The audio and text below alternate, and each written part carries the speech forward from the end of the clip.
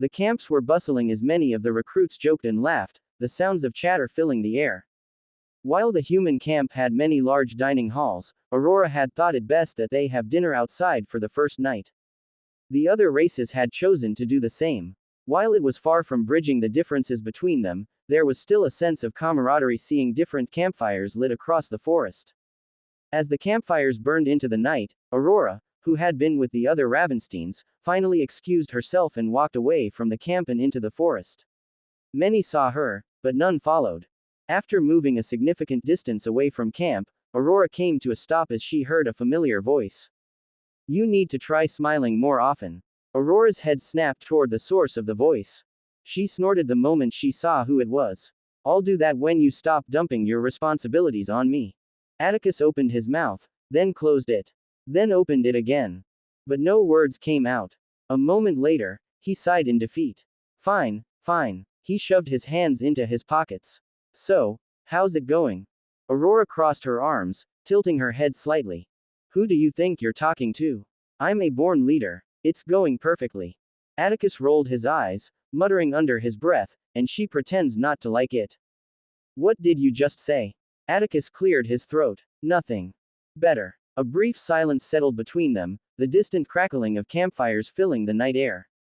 Then, Aurora's expression turned serious. So, how do you want it? Atticus paused, thinking for a moment. Then, his tone shifted, analytical. Each race is already divided into different divisions, and I want to leave them like that. Each division has roughly 1,000 members, and they will now be called legions. Aurora nodded, absorbing his words. Each of these races, legions will collectively form a battalion.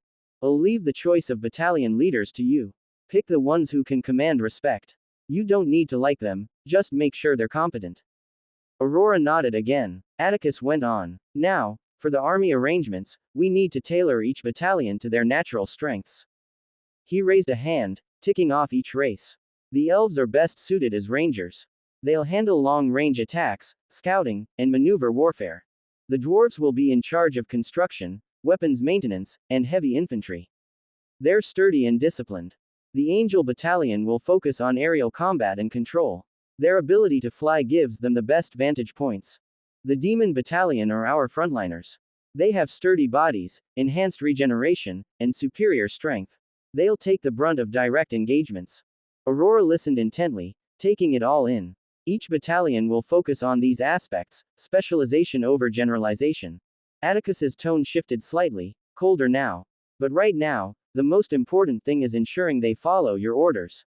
No matter how absurd they may sound. Aurora raised a brow. You make it sound like I'll be ordering them to dance naked under the moonlight. Atticus shrugged. If it gets them to obey without hesitation, I wouldn't stop you. Aurora rolled her eyes. Atticus smirked. You don't have to deal with all of them. Just their leaders. Keep them in line, and the rest will follow. If there's anything you're good at, it's annoying people. Aurora's jaw dropped. Hey, what the hell is that supposed to mean? Atticus raised his hands. Just joking, just joking. Aurora glared. Atticus chuckled. Good luck, then. I'll see you later. Aurora clicked her tongue, turning on her heel and marching back toward camp, her ponytail swaying behind her. As Aurora got back to camp, a pair of purple amethyst eyes followed her every move. Another ache assaulted Zoe's chest. She had hoped that Atticus would come to address them again so she could use the opportunity to talk to him. But it seemed the latter had no intention of appearing in front of them anytime soon. You'll have to go to him, Lumindra advised. I know. You have to do it fast. The longer you wait, the harder it will get. Zoe let out a heavy breath, nodding. As the night went on, the recruits later retired to their respective shelters. The morning air was crisp, but the camp was anything but peaceful. A series of dissatisfied grumbles filled the grounds as groggy recruits stretched, some rubbing sleep from their eyes, others muttering under their breath. Quit your damn whining. A booming voice cut through the morning stillness like a blade through flesh. Many flinched on instinct, heads snapping toward the source. Aurora stood atop a large rock, arms crossed, eyes blazing with authority. We're going for a run around the island. And guess what? No mana. A chorus of groans erupted, but Aurora wasn't finished. You better get used to it, because this will be a daily occurrence. Her tone left no room for argument. Some of the recruits looked at each other in pure horror, while the members of the White Omen merely sighed, already accepting their fate. They were used to this. Her orders stretched far into the camp of the other races, who stared at each other with baffled gazes. Division leaders, see me for a meeting, now. Aurora commanded. Minutes later, a large gathering of division leaders formed, a mix of humans and members from the other races. Because of Atticus's orders, the humans had to cross the trench in order to attend the meeting together. The human leaders stood confidently on one side, humanity held the power here, while the leaders of the other races carried an undercurrent of tension, standing silently on the other side. Aurora wasted no time, her voice sharp and direct as she laid out everything Atticus had told her the night before. She spoke fast, her words clear, not bothering to sugarcoat anything. By the time she finished, most of them understood the structure, but the moment of silence that followed didn't last. A hand shot into the air. Aurora's gaze narrowed as she gestured lazily for him to speak. The one who had raised his hand stepped forward. A towering figure. Dark-skinned, broad-shouldered, with massive curved horns and crimson eyes that tried to be intimidating. But to Aurora, he might as well have been a goat. Not the good type. A member of the demon race. He spoke, his tone deep. I believe all the orders are efficient, and I agree with them. Some of the human leaders exchanged glances, they knew there was a but coming. And sure enough, but I believe I speak for everyone here when I say that the strong should lead. A murmur of agreement rippled through the other non-human leaders, many nodding their heads, some even voicing their support outright. Meanwhile, the expressions of the human division leaders darkened. His words had a clear meaning, Aurora wasn't fit to lead them. However, Aurora never missed a beat. She snorted, then spoke. What you believe is worthless. The demon's eyes narrowed. Aurora kept going, completely unfazed. I've been placed in charge of every single one of your asses. Whether you like that or not is none of my concern. But when I give an order, you follow. Without hesitation. She took a step forward, her eyes sweeping across all of them. Don't question me. Don't waste my time with your ego-driven bullshit. Hell, you don't even have to like me. Just listen. Like obedient little puppies. A visible vein twitched on the demon's forehead. Some of the other non-human leaders clenched their fists, their expressions darkening, but Aurora didn't give a damn. If you have a problem with it, take it up with Atticus. Silence. Even the demon's muscles tensed at the name. No one dared to challenge Atticus. Only his gaze was enough to freeze them in their tracks. While they still considered themselves superior to humans, Atticus was on another level entirely. Aurora smirked. Now, as I was saying before, Hornhead over here interrupted me. A few of the humans snorted in amusement, while the demon's eyes twitched violently. Aurora ignored him completely. Each race will decide their own battalion leaders. I don't care how you choose them, just get it done by the end of the day. She clapped her hands together sharply. Well, that's it. Then, her voice rang out again, booming across the camp. Now, let's get to jogging. High above the sky, a pair of mismatched eyes observed it all unfold. It's annoying even watching it from a distance, she has a natural talent. Aurora was simply born to be annoying. Even her fiery, loud voice was enough to make anyone want to pull their hair out. Yet Atticus's smile widened as he watched her barking orders, her voice booming across the forest field. The recruits below were running, their faces twisted into massive frowns, already drenched in sweat. They're so weak. Ozeroth's disdainful voice rang in Atticus's mind. She's draining all their energy. When will they start serving us like they're supposed to? Atticus sighed heavily, shaking his head. It hasn't even been a full day, you lunatic. Without another word, he vanished, his figure blurring away as he headed back toward the middle of the island, leaving Ozeroth to grumble in dissatisfaction. Days passed quickly, and aside from training, Atticus occasionally observed how well the army was forming. Aurora had taken her duty seriously and gave multiple orders meant to ensure that all the division leaders followed her every move. Some were absurd and others blatantly insulting. And while many voiced their dissatisfaction, Aurora was always there to put them in their place. Regardless, they followed every order to the last detail, having no other choice. Atticus had been utterly impressed by her work. Some traits just couldn't be taught. Also, he had caught her smiling multiple times on the job, clearly enjoying the misery she was inflicting. He had been a little worried afterward, hoping that his little sister wasn't becoming a maniac. That would be disastrous. As the days passed, Atticus had been satisfied. There had been no commotion or fights breaking out. Everyone was surprisingly on their best behavior. Which meant, no headaches for Atticus and more time to train. But as the days passed, the no headaches fact took a rain check as a figure approached the middle of the island where Atticus was meditating. Atticus's eyes flicked open, gazing at the beautiful purple-haired girl standing a few meters away from him. A cold breeze swept through the area, sending a chill that somehow never reached them. It was silent, not the kind of silence that could be broken by a mere sound, but the kind that felt eternal. Even if a bomb exploded nearby, it wouldn't have shattered the tension lingering between them. At that moment, neither of them saw anything but each other. And as the silence stretched, it was finally broken by a single sound. Hey, Atticus spoke calmly. Despite all the scenarios he had imagined, what he would say, the questions he would ask, the things he wanted answers to. Somehow, as she stood before him now, his mind was calm. Even he was shocked by it. However, his sentiment wasn't shared by all. A light ignited in Atticus's chest, and then, "You fool!" Ozeroth burst out, screaming. "Have you learned nothing? You let her do the talking and listen. Why did you speak first?" Before Atticus could even process that, another light ignited from Zoe's chest, and a small, petite spirit burst out. Lumindra. And instantly, she fired back. Of course, someone as proud and egotistical as you would think this. Her voice was dripping with disgust. "It has nothing to do with you, so stay out of it." Her hatred was very apparent. Ozeroth paused, his fiery eyes focusing on Lumindra. Then, he snorted. "I should have known. You're that Drake, aren't you?" His tone dripped with mockery as he eyed her up and down. "No wonder your bond is as indecisive as a half-baked hatchling trying to fly before it even has wings." He sneered. "And just look at you." His smirk widened as he focused on her petite size. "I swear, it's like your brain shrank to match your size." Lumindra's entire body stiffened. Then, she floated directly in front of Ozeroth, her aura flaring. "Take that back, you bastard." Her voice was furious. "You got lucky back then. If you weren't so proud, you would have bowed down in front of our king like you were supposed to. Like every spirit is supposed to."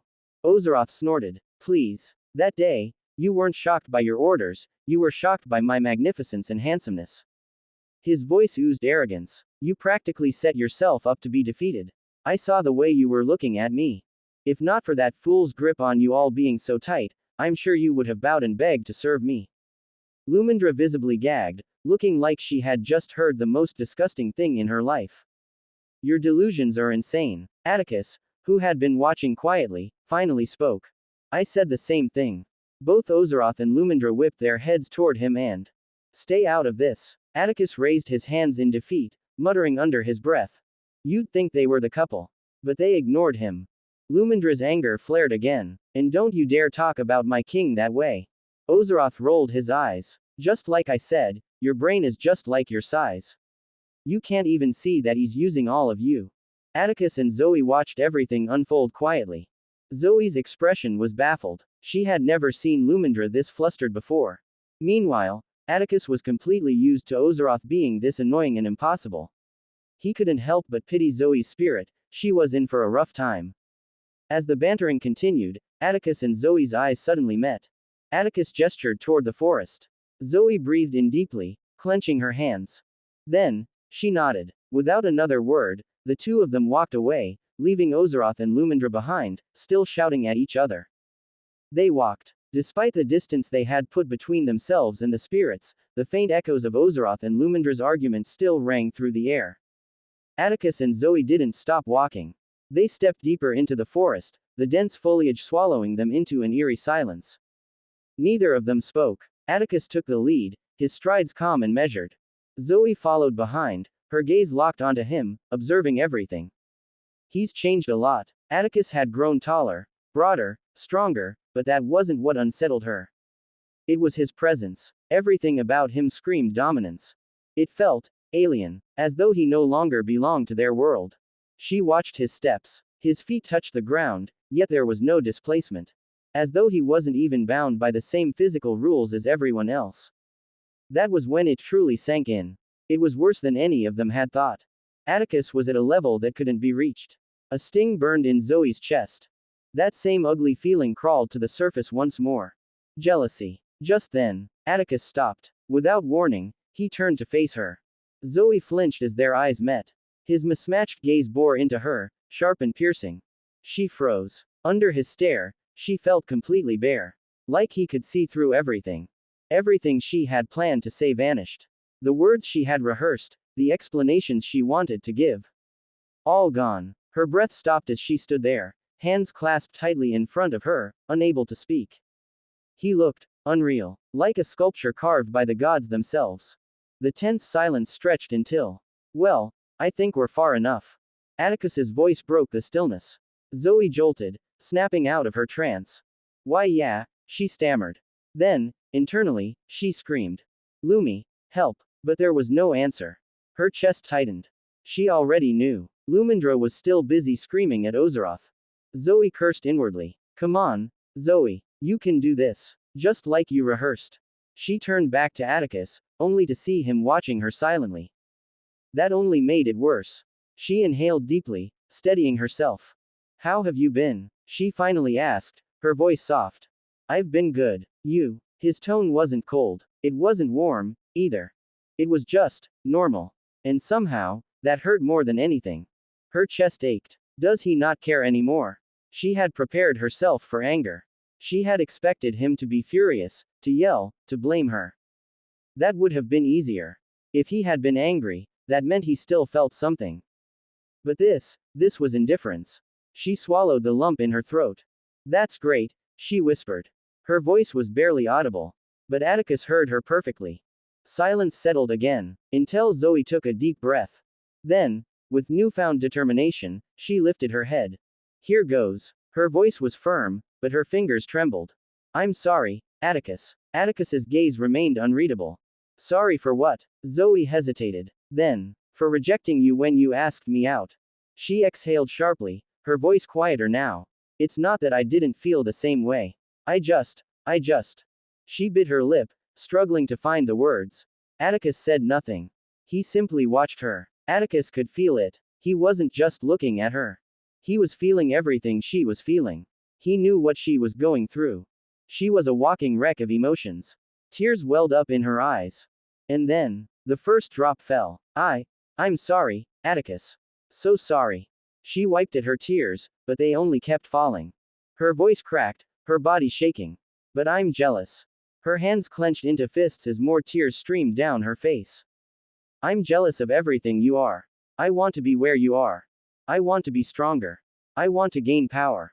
I want to have the strength to stop this war. To save our planet. Her tears didn't stop. Her shoulders shook, her vision blurred. I feel the same way, Atticus, but I can't just bury this feeling. She squeezed her eyes shut.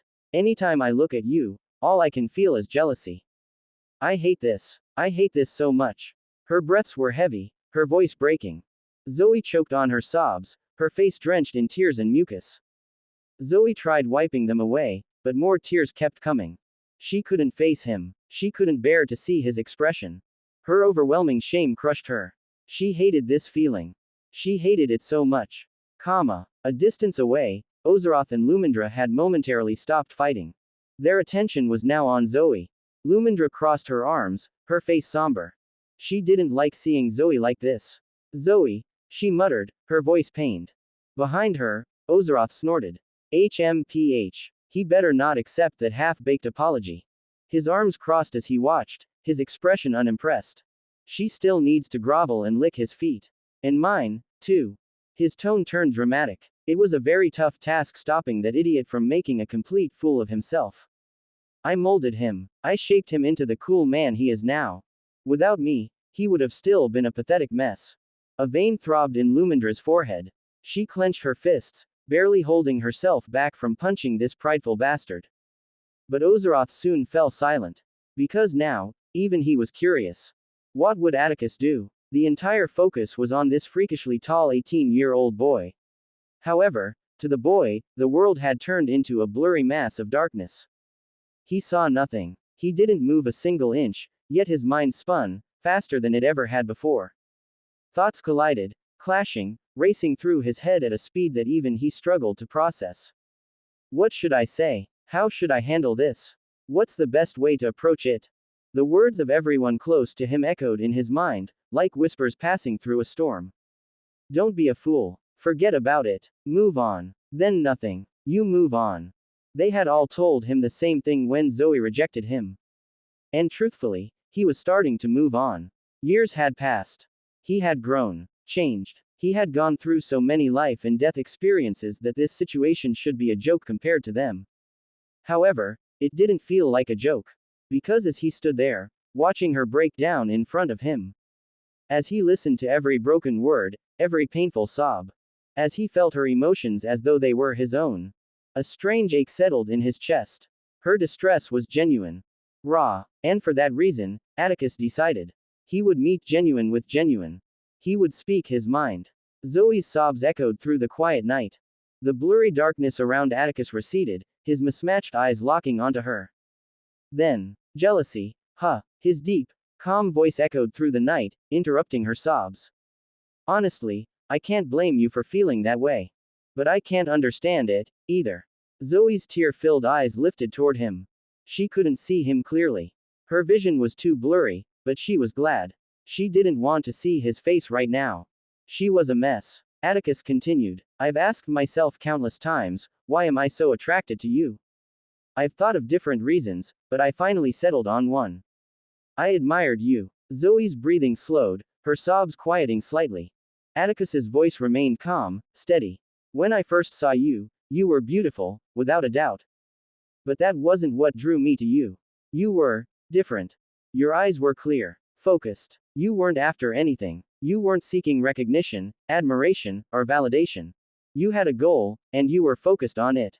I admired that, because I'm the same way. Zoe sniffled, her shoulders still shaking as fresh tears streamed down her face. That's why this shocks me. Jealousy is a feeling I will never understand. You look at someone else and envy them. You wish to be in their place. Atticus shook his head. Why? It sounds like a waste of time. Time that should be spent chasing your own goal. But that's just what I believe. I can't speak for you. You're your own person. You have your own mind. Your own feelings. I'll respect that. Zoe's fingers clenched tightly. But you see, Zoe, I'll tell you my goal. The reason I work hard. The reason I push myself to grow stronger. It's to protect the people I hold dear. And this is where we're different. Atticus's next words were blunt, cutting straight through her. If it makes you feel better, I don't give a crap about Eldoralf. I don't care about its billions of people. I care about my loved ones. That's all. A silence followed. Zoe's chest tightened. Her eyes widened. It was a shocking revelation. Atticus' importance to the human race could not be measured. He was their blade, their protector. And now he was saying he didn't give a crap about them. But she wasn't given any chance to ponder this revelation. So let me ask you one question. Zoe rubbed her tears away, her voice still shaky as she asked. What do you mean? Atticus's mismatched eyes remained unreadable. You're jealous of me, but my goal is too important to slow myself down for you. I will keep soaring higher. No matter what. So what will you do? Zoe froze. An internal battle waged within her. What would she do? Could she keep living like this? Could she keep watching him grow stronger while she stood still? Her voice came out small. Weak. I don't know. I just don't want to feel like this anymore. Atticus's response was sharp, direct, uncompromising. Then do something about it. Zoe snapped her head up. Her eyes searched his face. And then, her voice quivered with hesitation. Does that mean that we can still? She didn't dare finish the sentence. But her hopeful gaze was clear. Atticus didn't finish it for her, either. He just stared. His expression was placid, unreadable. Then, he turned away and began walking. He walked past her without another word. His voice was calm. If you do nothing, you'll be left behind forever. Zoe's eyes widened. Her throat tightened. Tears poured down her face once more. And as Atticus's figure disappeared into the forest, Zoe cried. Zoe cried into the night. The forest was utterly silent. The only sound echoing through the trees was the sobs of a purple-haired young girl, a girl whose beauty could start wars. But right now, there was nothing beautiful about her. Her face was a mess of tears and thick snot. Her legs had given out the moment Atticus left, and she had collapsed onto the soft ground. Her fragile frame trembled, her hands covering her face as she tried, desperately, to wipe away the endless stream of tears. But no matter how much she wiped, more fell, like a rushing waterfall. Her clothes were soaked in tears. Her body shook uncontrollably. And for another time in her life, Zoe cried without restraint. She felt everything. Shame. So much shame she could barely breathe. How could she ever face him again? Atticus had been nothing but good to her. He had been gentle, caring, affectionate. He had so much talent, so much standing, so much to be proud of, and yet, he had still treated her as an equal. With nothing but love and respect. He was good. Too good. And what had she done? She had let jealousy taint it all. She had been weak. A fool. She had envied the very person who had shown her nothing but love. Her fingers dug into the dirt, her breath ragged, her heart aching. I deserve the worst. I don't deserve him. Dark thoughts slithered through her mind, whispers of escape creeping in. Maybe it would be easier if. A small figure fluttered before her. Zoe's blurry vision landed on the petite spirit standing in front of her. Lumindra. The spirit didn't say anything. She only watched Zoe, her expression filled with utter sadness. Zoe couldn't see her clearly, but right now, she didn't need to. More tears flooded down. El Lumi. Zoe choked. She sniffled, her nose running, her voice broken. El Lumi, I'm a bad person. The words tumbled from her lips, filled with anguish. I don't deserve him. I deserve the worst. I don't know how I'll ever face him. I don't know how I'll ever move forward. I just want it all to stop. Her fingers curled into her palms. It hurts so much. Lumindra remained silent. She was a centuries-old spirit, one who had seen everything. Nothing should faze her. And yet, as she stared down at the wreck of a girl before her, the same girl she had watched grow up, the child she had been there for, through all of her firsts. Her first steps, her first words, her first laugh, her first time discovering what she wanted to fight for. Zoe had once been pure. A girl full of life, full of determination. And now, she was this. A broken mess. Tears welled up in Lumindra's own eyes. She stepped forward and hugged Zoe. Her petite arms barely covered inches of Zoe's trembling frame, but the warmth she gave was overwhelming.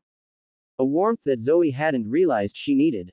Zoe cried harder, louder, and she clutched onto Lumindra, as if afraid she would disappear. For a long time, Lumindra said nothing. She simply let Zoe's sobs fill the air. And then, finally, her voice broke through the silence. Anger, hate, envy, jealousy, pain, love, joy, hope, happiness. Her voice was soft, so soft that it was soothing. A gentle backdrop to Zoe's cries. Every sentient being in this universe is cursed to feel these emotions. They're emotions you can't escape. No one in this universe is perfect. Zoe sniffled, her sobs quieting slightly as Lumindra continued. Every emotion must be felt. But what matters, is how you let them shape you. How you let them influence your life. Lumindra pulled back slightly, looking up at Zoe's tear-streaked face. Her next words were firm. Zoe, you have a goal. One you've carried for most of your life. Don't forget that.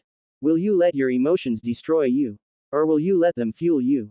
Zoe's eyes widened slightly. Her tears kept falling, but now, something else stirred in them. Something new. Lumindra's gaze hardened. You have two choices. You can wallow in self-pity for the rest of your life. Never grow. Never advance. Watch everyone around you grow stronger, leaving you behind. Her voice turned fierce. Or, you can get your ass up. Wipe away your tears, and use all of that emotion to fuel yourself. To chase your goal like never before. Don't forget why you're here, Zoe. The choice is yours. A silence stretched between them, and Lumindra watched. Zoe's tears still fell, but now, they were different. Because this time, they weren't just filled with shame. They burned with something else. Anger. Zoe was angry. So angry, at herself. She had almost forgotten. She had almost forgotten why she had chosen to stop the war. Why she had wanted to save Eldoralth and all of its inhabitants. Why she had chosen this goal in the first place. A whisper left her trembling lips. Auntie. The world around her blurred and then, she remembered. The Starhaven estate was a place of grandeur, a towering palace that pierced the skies. A tiny girl, no more than 6 years old, stood with her head lowered, her small hands clenched into fists. Her purple hair fell in soft waves down her back, her bright amethyst eyes dim. Across from her stood a tall, regal woman, her presence commanding. Celestial Starhaven, her mother. Zoe, Celestial spoke, her voice cold, unbending. You must always maintain an air of supremacy. You are the next in line to be matriarch of the Starhaven family. You must act like it. Zoe's tiny head drooped lower. Yes, Mom. Celestial's gaze sharpened. Mother. Zoe swallowed, then corrected herself softly. Yes, Mother. Celestial studied her for a long moment before nodding, then turned away, dismissing her with a wave of her hand.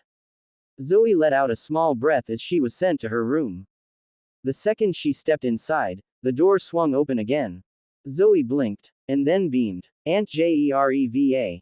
A bright, toothy grin spread across her little face, and in an instant, she rushed forward, launching herself into the arms of the woman standing at the doorway. A younger woman, far less severe than Celestial, with a warm smile and soft, kind eyes. Her Aunt Jereva. Jereva caught her with ease, letting out a chuckle as she twirled Zoe in the air. Oh, my cute little niece. She cooed, squeezing Zoe tightly. She finally put Zoe down, cupping her small cheeks. You get cuter every time I see you. I might just steal you away one day. Zoe giggled, nuzzling into her touch. Where have you been? She pouted. You've been gone forever. Jereva smiled, brushing a strand of Zoe's hair behind her ear. I know. I've been busy. I'm sorry. Too busy for your cute niece. Zoe huffed, puffing out her cheeks. I thought you loved me. Jereva laughed, pressing their foreheads together. Oh, my sassy little girl. What would I do without you? Zoe grinned. You'd be boring. Jereva threw her head back, laughing loudly. And she's proud too. They laughed together, their laughter filling the room. But then, Jereva's smile softened. So, she said, looking around. What are you doing in your room at this time of day? Zoe's expression darkened. Nothing, she muttered. Jereva raised an eyebrow. You had another falling out with your mom, huh? Zoe frowned, crossing her arms. She's always complaining. Always controlling me. Zoe, do this. Zoe, do that. What if I don't want to? Jereva laughed again. And did you tell her this? She smirked. How about I go help you tell her? Zoe froze. Slowly, she turned to Jereva. Her tiny hands grasped at her aunt's sleeves in panic. You wouldn't do that, would you, Auntie? Jereva chuckled, ruffling her hair. You're literally the cutest. Then, she squeezed Zoe's cheeks. Ah, help, attack. Zoe giggled, squirming in her grasp. Jereva finally let go, grinning as Zoe rubbed her cheeks with a fake glare. But then her smile faded slightly. Zoe, Jereva said softly. Celestial isn't the easiest person. But I promise you, she means well. She just wants what's best for you. Zoe bit her lip. I know, Auntie. Her eyes hardened. But only I should decide what's best for me, right? Jereva's smile returned, and she tapped Zoe's nose. Oh, just look at my smart cutie. Tickle attack. Zoe shrieked. Ah, no. She collapsed, laughing uncontrollably, screaming for help. As the moment passed, Jereva's expression turned somber. Zoe, she said, her voice softer. I'll be heading to the military soon. Zoe froze. Her joy faded instantly. She looked up at Jereva with wide, sad eyes. Must you leave? She whispered. Jereva nodded. I must. Her voice was gentle, but firm. Our planet is under attack, and we have to protect it. Zoe's small hands clenched into fists. But there are billions of people on this planet. Why must you go? Jereva smiled sadly. Because, little star, as those privileged with strength, it is our duty to defend it. Her warm hand landed on Zoe's small shoulder. Zoe's lower lip trembled. Then, she hesitated. Can I come with you? Jereva chuckled softly. Her grip tightened. Not yet, she said gently. But soon. She leaned down, brushing Zoe's tears away. One day, this will be you. With your determination and dedication, I have no doubt. You might be the hero our planet needs. Jereva's eyes softened. So grow quickly, okay. Save your beautiful aunt when the time comes, alright. Zoe sniffled. Then, she nodded, clenching her fists. I will, Auntie. I'll grow strong enough and save you. Her voice was filled with determination. Jereva smiled. And then, they hugged. A tight one. A hug that Zoe would never forget. A hug that, if Zoe had known it would be her last, she would have stayed longer, even if it was just a second more. The scene shifted. It a day Zoe would never forget in her entire life. A dark day. It was daytime, yet to Zoe, the world had lost its colors. The somber notes of morning music filled the air inside a vast ceremonial hall. The space was lined with the tiered, warriors, and high-ranking officials. Some whispered amongst themselves, others shed quiet tears. But Zoe, she stood alone. Her small, 7-year-old frame leaned against the farthest wall, her wide eyes empty as they stared at the platform at the end of the hall. A large portrait stood there. A portrait of a beautiful woman with a warm smile and gentle eyes. Jereva Starhaven. Below it, a mountain of flowers, gifts from the grieving, arranged delicately in her honor. She had gone to the military. She had fought. And now, she was gone. Zoe's world had come crashing down. She had just turned 7. She had awakened a Tier 7 spirit, the highest in recorded history. She was on her way to becoming stronger. She was on her way to saving Eldorolf. She was on her way to saving her. And yet, the tears fell. Endless. Silent. Her heart ached so much that it was a mystery why it hadn't shattered yet. Then, a sharp voice echoed. Wipe away those useless things. Zoe flinched. Slowly, she turned. Standing before her was a woman with long, purple hair, her presence as imposing as ever. Celestial Starhaven. Her mother. Zoe didn't move. Celestial's expression remained cold, her sharp eyes narrowing. This is reality, she said flatly. The world is a terrible place. The earlier you accept this, the better for you. She took a step closer. This is why I have always been hard on you. You must be the best, so you don't end up like your aunt. Zoe's fists clenched. Her body trembled at the mention of Jereva. She wiped her tears quickly. But she said nothing. Celestial stared at her for a moment, then turned. Come. She didn't wait for Zoe to respond. This is a good opportunity to introduce you to some important people. The ache in Zoe's heart grew.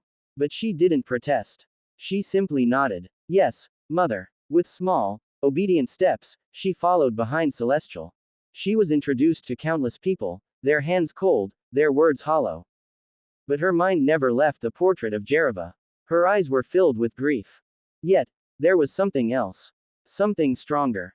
Determination. She would complete what she had promised her aunt. She would be the hero they needed.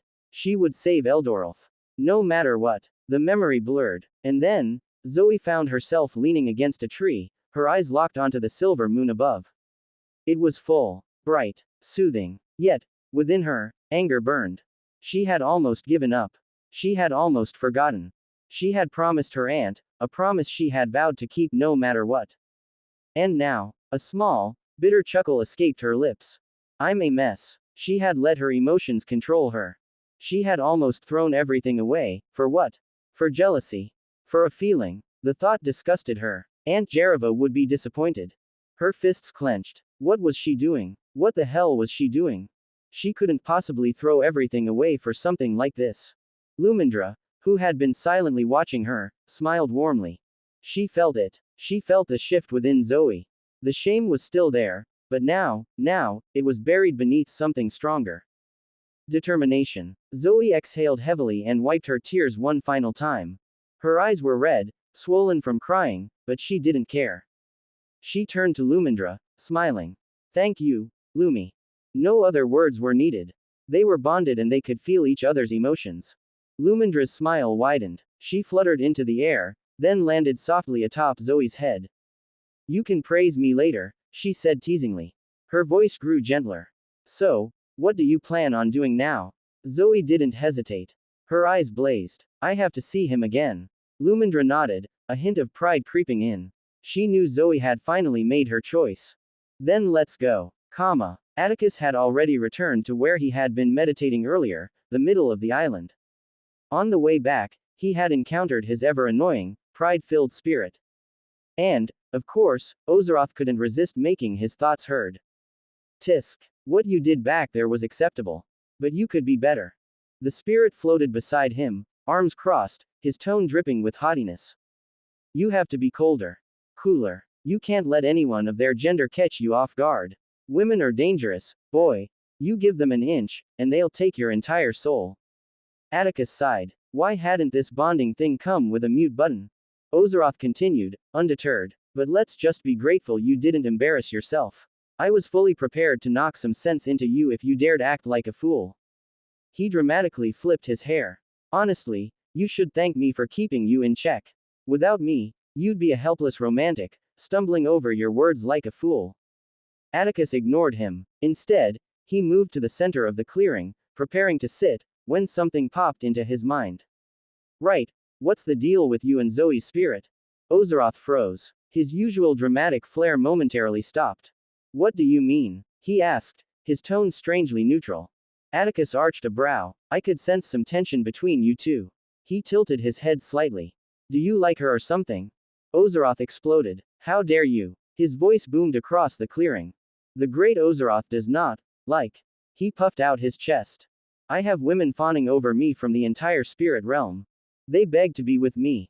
Worship the ground I walk on. My magnificence is. Atticus smirked. The faster you start being truthful to yourself, the better. Ozeroth sputtered. Did that purple-haired pretty girl knock you on the head or something? What the hell are you talking about? Atticus shook his head, his smirk deepening, but said nothing. Just as he was about to sit, his gaze flickered. His head subtly turned to the side. Ozeroth noticed immediately. Oh, did she come for round two? He snorted, floating beside Atticus with a smug expression. What a needy little thing. Atticus ignored him. He waited. Then, a figure emerged from the foliage of trees.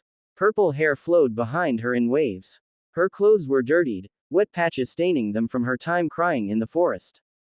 Zoe. Atticus's eyes met hers. A cold breeze swept through the clearing. Yet, its coldness did not reach them. Leaves rustled. The silver moonlight bathed them in its radiance. Then, Zoe spoke. I have something to say. Her red-rimmed eyes held no more tears. Atticus's perception remained sharp, sensing everything she was feeling. Her storm of emotions had been overtaken by a powerful, unwavering force. Determination. Her eyes have changed. Atticus remained silent. He simply nodded. Zoe inhaled deeply. Then, I am jealous of you, Atticus Ravenstein. Her fists clenched. I am jealous of you. She repeated it again. Then again. Each time, her voice grew stronger. And then, her eyes blazed. But I will never let it hold me back. My reasons are far too important. Atticus gave a single nod. Good. Zoe continued, her determined voice unwavering. You're better than me. You're too good for me. And as time passes, I will only hold you back. But I am human. And I am selfish. She inhaled sharply. I want you, Atticus. Her voice was raw. I don't deserve you, but I want you. She clenched her fists tighter. Right now, I am too ashamed to even face you because of this stupid feeling. But this will change. I will make sure it changes. Then she lifted her head, her expression unshakable. And when I can hold my head up again, I will come back and make you mine. Silence. A thick, heavy silence settled over the clearing. Atticus and Zoe met gazes. Neither spoke. Neither looked away. They just basked in the intense moment. They both felt warmth. Warmth that they, unfortunately, couldn't have. At least, not yet. The moment passed, and without another word, Zoe turned and walked away. Only Atticus and a ranting Ozeroth remained. How audacious. Ozeroth exploded the moment Zoe left. She was supposed to grovel and beg. How dare she still stand tall? His tone shifted slightly. At least she acknowledged that we were better than her. Atticus exhaled. Me. Ozeroth blinked. Huh, she said I was better than her. Not we. Ozeroth scoffed. Potatoes, potatoes. He waved a dismissive hand. You. Me. We're the same. Atticus tilted his head. Are we? Ozeroth ignored him. You're okay. I'm great. Atticus sighed. He was impossible. Shaking his head, he turned his gaze toward the direction Zoe had left, his thoughts churning. As Zoe disappeared into the distance, a voice suddenly echoed through the now quiet forest. What's with that smile? Atticus blinked. What smile? He asked innocently, despite the huge grin stretching across his face. Ozeroth scoffed. That one. Right there. Did her confession give you a concussion or something? Tisk. Tisk. You still have a lot to learn, Bond. Ozeroth shook his head. You're actually happy just because some pretty girl confessed. How pitiful. You still need to be taught in the ways of my greatness. Atticus turned to face him, scoffing.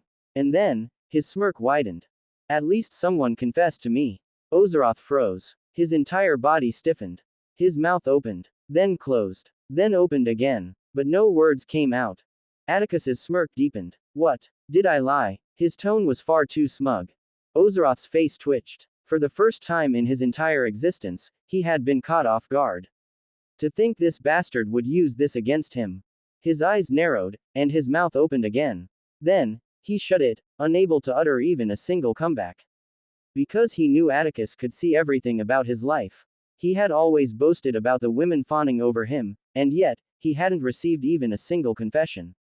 A heavy silence stretched between them. Atticus folded his arms as he gazed at the quiet Ozeroth, utterly amused. Oh, cat got your tongue, he grinned, as the great Ozeroth upset. Ozeroth's intense eyes focused on Atticus for a moment before mumbling something incomprehensible, his usual bravado completely gone. Then, poof, he disappeared into Atticus's chest, retreating into the depths of their bond. Instantly, Atticus burst into laughter. He laughed so hard his shoulders shook. His smug grin only grew wider. There's nothing to feel ashamed about, Ozzy. He wiped a fake tear from his eye. I'm sure someone of your magnificence could get a confession, someday. His laughter only grew louder. Then, he felt it. A surge of pure, seething anger radiating from within him. Ozeroth's rage, which, of course, only made Atticus laugh even harder. After thoroughly enjoying himself making fun of Ozeroth, Atticus finally stopped. Serves you right, he said inwardly, and although he received no response from the still fuming spirit, he paid it no heed. After everything Ozeroth had put him through these past few months, it was well deserved. He didn't even feel guilty. With that out of the way. Now that he had relieved himself, he decided to focus on the matter at hand. The wide smile on his face returned as he watched the spot where Zoe had stood. How was Atticus feeling? Happy. That was the word that best described his current mood. Before tonight, anytime Atticus thought about the matter with Zoe, it always sent an ache through his chest. His inexperience with relationships couldn't have been more evident. He had a bad experience in his past life, and in this one, it had also turned out badly. It had been something that made Atticus question whether he was the problem.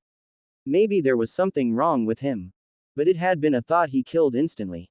Regardless, he didn't like the whole ordeal surrounding his love life. However, now, Atticus had just found out that hadn't been the case. Zoe felt the same way. She wanted him. It sent a wave of happiness through him, and although the dynamics between them were currently very complicated, Atticus believed it would get better with time.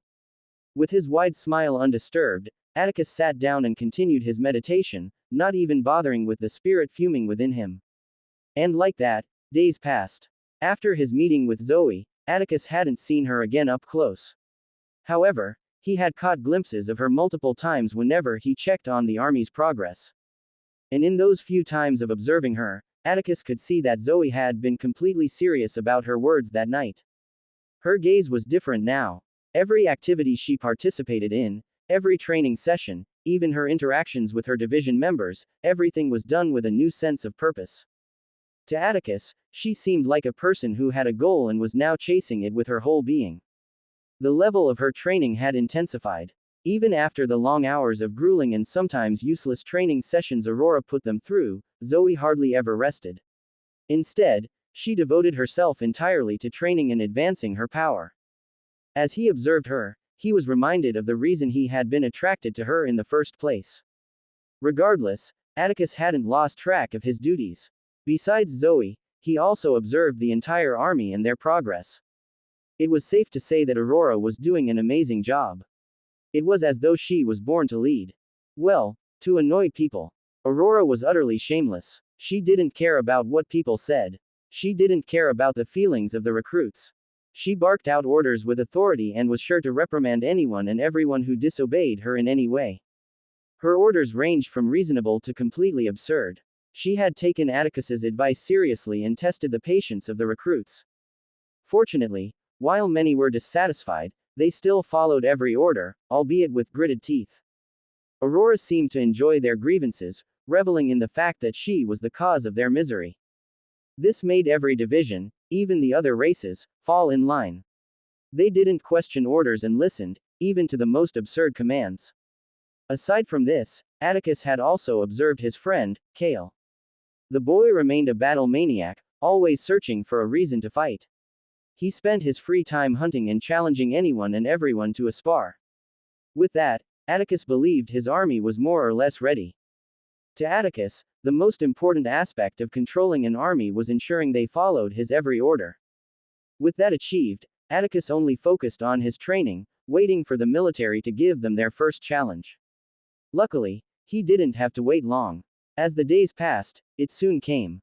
Their first challenge. A small, round device descended slowly toward the middle of the island.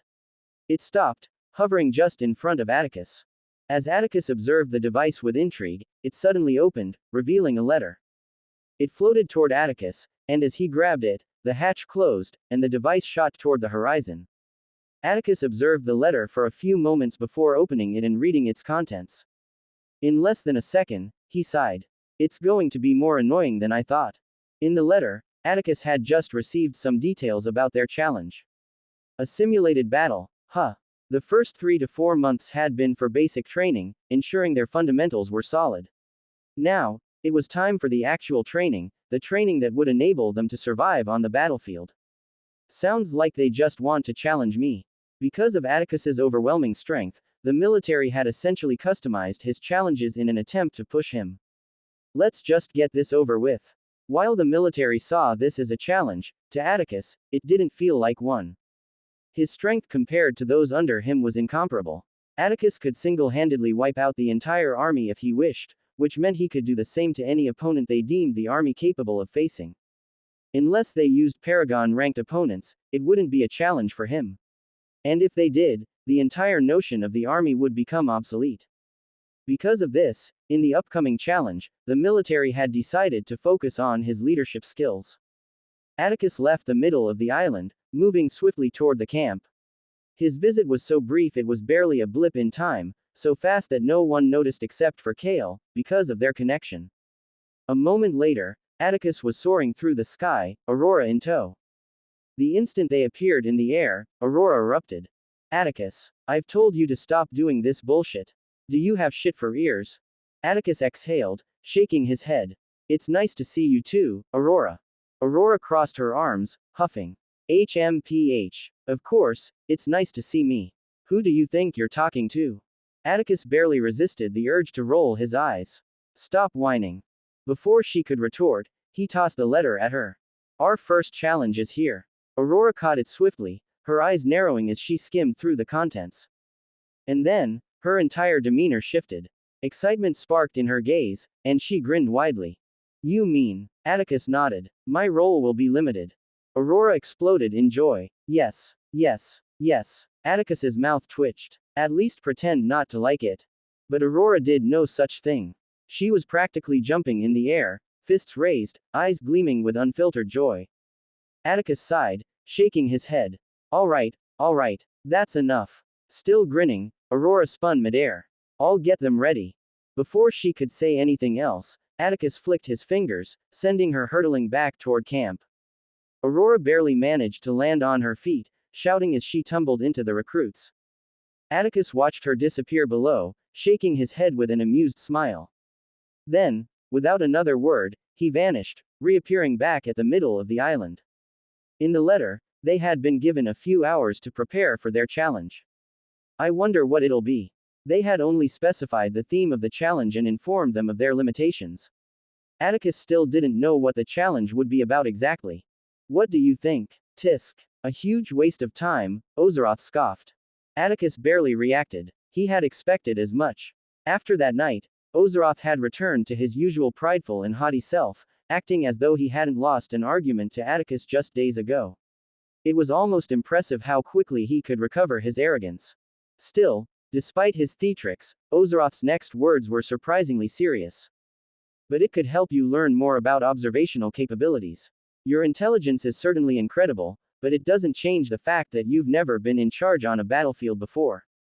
Atticus listened in silence. While you have the memories of that katana spirit, there's nothing better than experiencing it yourself. That part, Atticus agreed with. No matter how much knowledge he had absorbed, real-world application was different. He had learned that lesson in the fourth trial. He nodded, closing his eyes. Atticus used the hours he had left to meditate, preparing himself for what was to come. Then, without warning, the entire island was engulfed in blinding light. Atticus was far too perceptive to be caught off guard. The moment he sensed the energy surrounding him, his figure flickered. By the time the light fully enveloped the army, he was already standing beside Aurora. The teleportation took only an instant. And when Atticus opened his eyes, everything had changed. A fortress. A massive, looming fortress stood high atop a mountain, towering over the ruined world they had been transported to. The sky was black and heavy with storm clouds. Thunder rumbled ominously overhead, flickering light revealing the crumbling remnants of war. The recruit army, numbering in the millions, stood together, momentarily disoriented. They had been teleported into an enormous courtyard at the base of the fortress, surrounded by thick stone walls. The fortress itself was massive and foreboding, its imposing gates shut tight. The humans among them exhaled in relief when they saw their leaders, Aurora, Zoe, and Kale, standing at the forefront. Their gazes were sharp, their postures ready for battle. The leaders of the other races mirrored them, scanning the environment. Then, one by one, they all noticed. Atticus wasn't with them. A sense of unease crept in. And then, boom, the entire mountain quaked. A deep, guttural tremor that made the very air shudder. The army stiffened, and restlessness spread like wildfire. Aurora, Kale, Zoe, and the other race leaders moved instantly. Their figures blurred as they shot upwards, landing atop the fortress walls. Their gazes snapped toward the base of the mountain. And what they saw made their eyes narrow into pinpricks.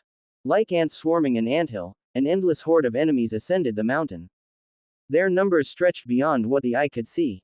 Humanoid figures, armored head to toe in gleaming, high-tech suits, advanced with terrifying speed. Each of them radiated an unnatural, almost soothing aura, a sharp contrast to the overwhelming bloodlust that poured from them. And they weren't just coming from the ground. Their gazes shot upwards. Above, thousands of them soared through the skies, converging like an unstoppable storm. A siege. Aurora's expression turned violent. Her aura surged outward, crackling with barely contained intensity.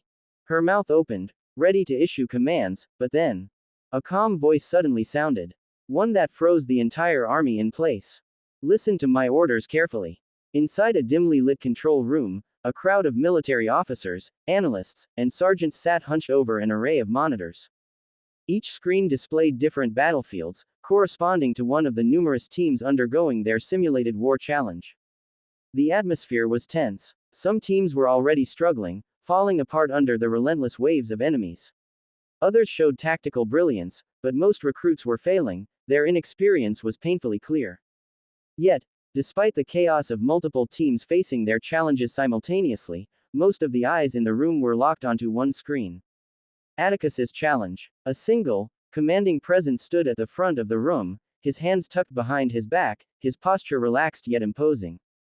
Colonel Zenon. The mere fact that he was present was shocking. Zenon rarely, if ever, attended these evaluations. He had seen it all before, and nothing ever excited him. And yet, here he was. Not only watching but waiting. He had found a new curiosity, and he was hell-bent on not missing a single second of it. Atticus's battle had just begun, yet Zenon's lips curled into a wide smile. One of the sergeants voiced what everyone was thinking, his brows furrowing as he observed the impossible battlefield Atticus had been thrown into. Colonel, the man hesitated.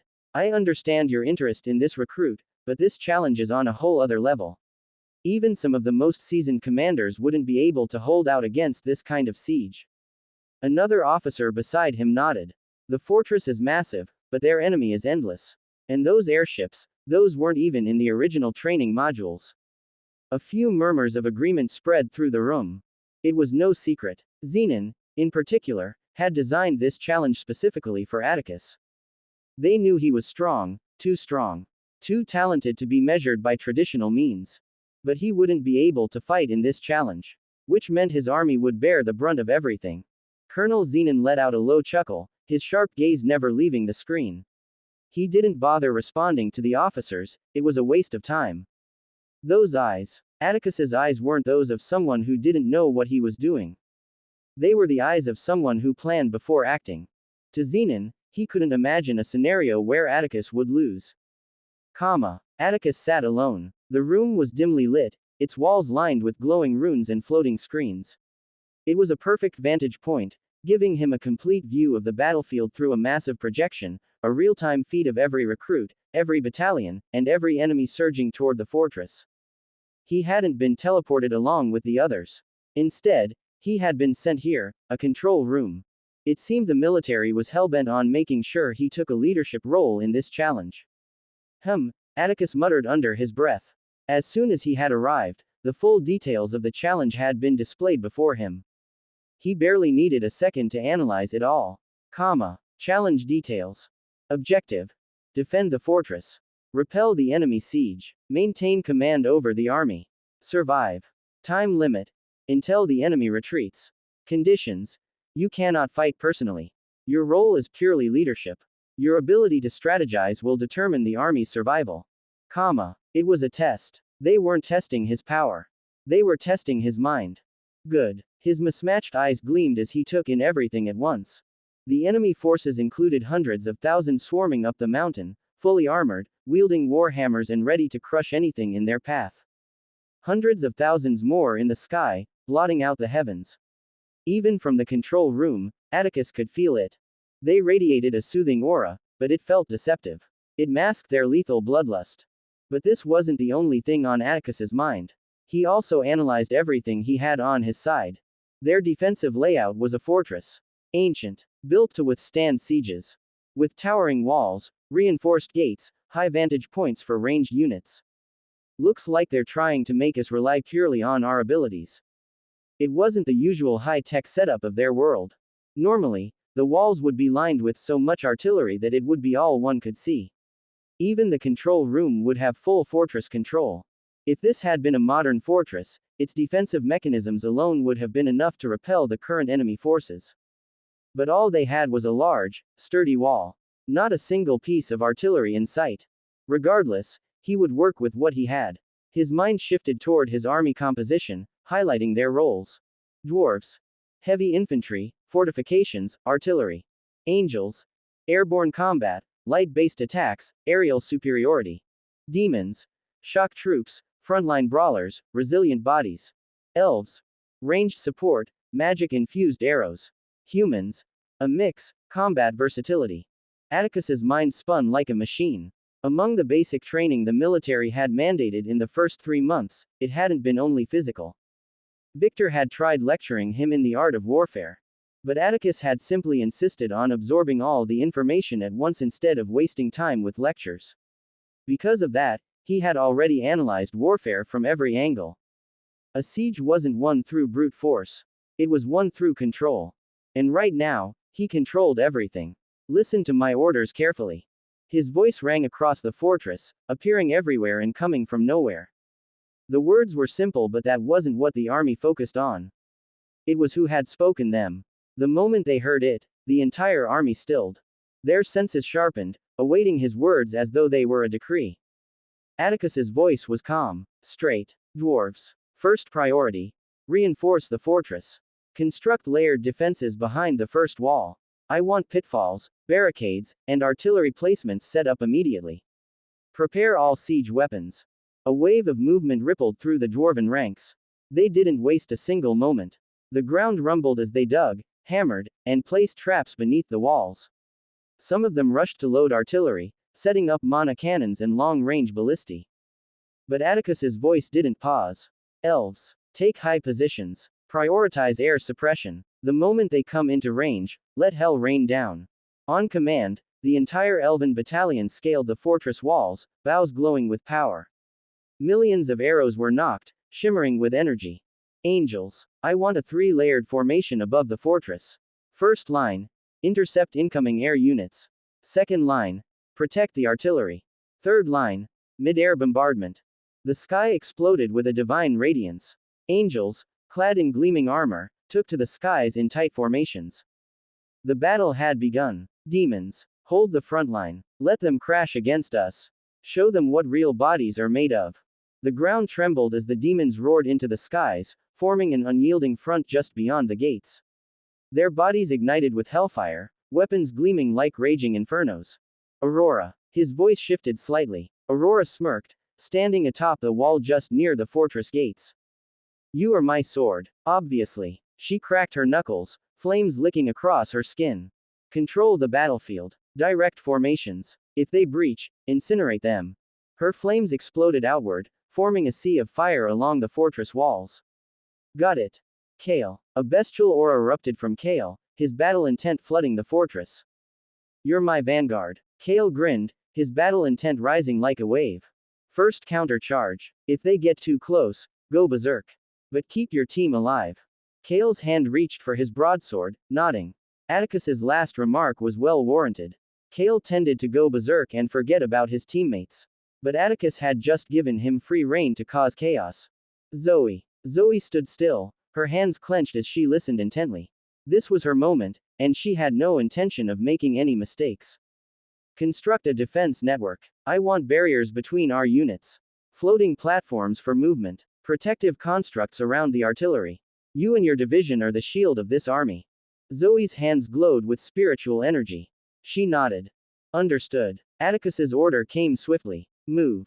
And with that, the battlefield erupted. The first wave hit the mountain.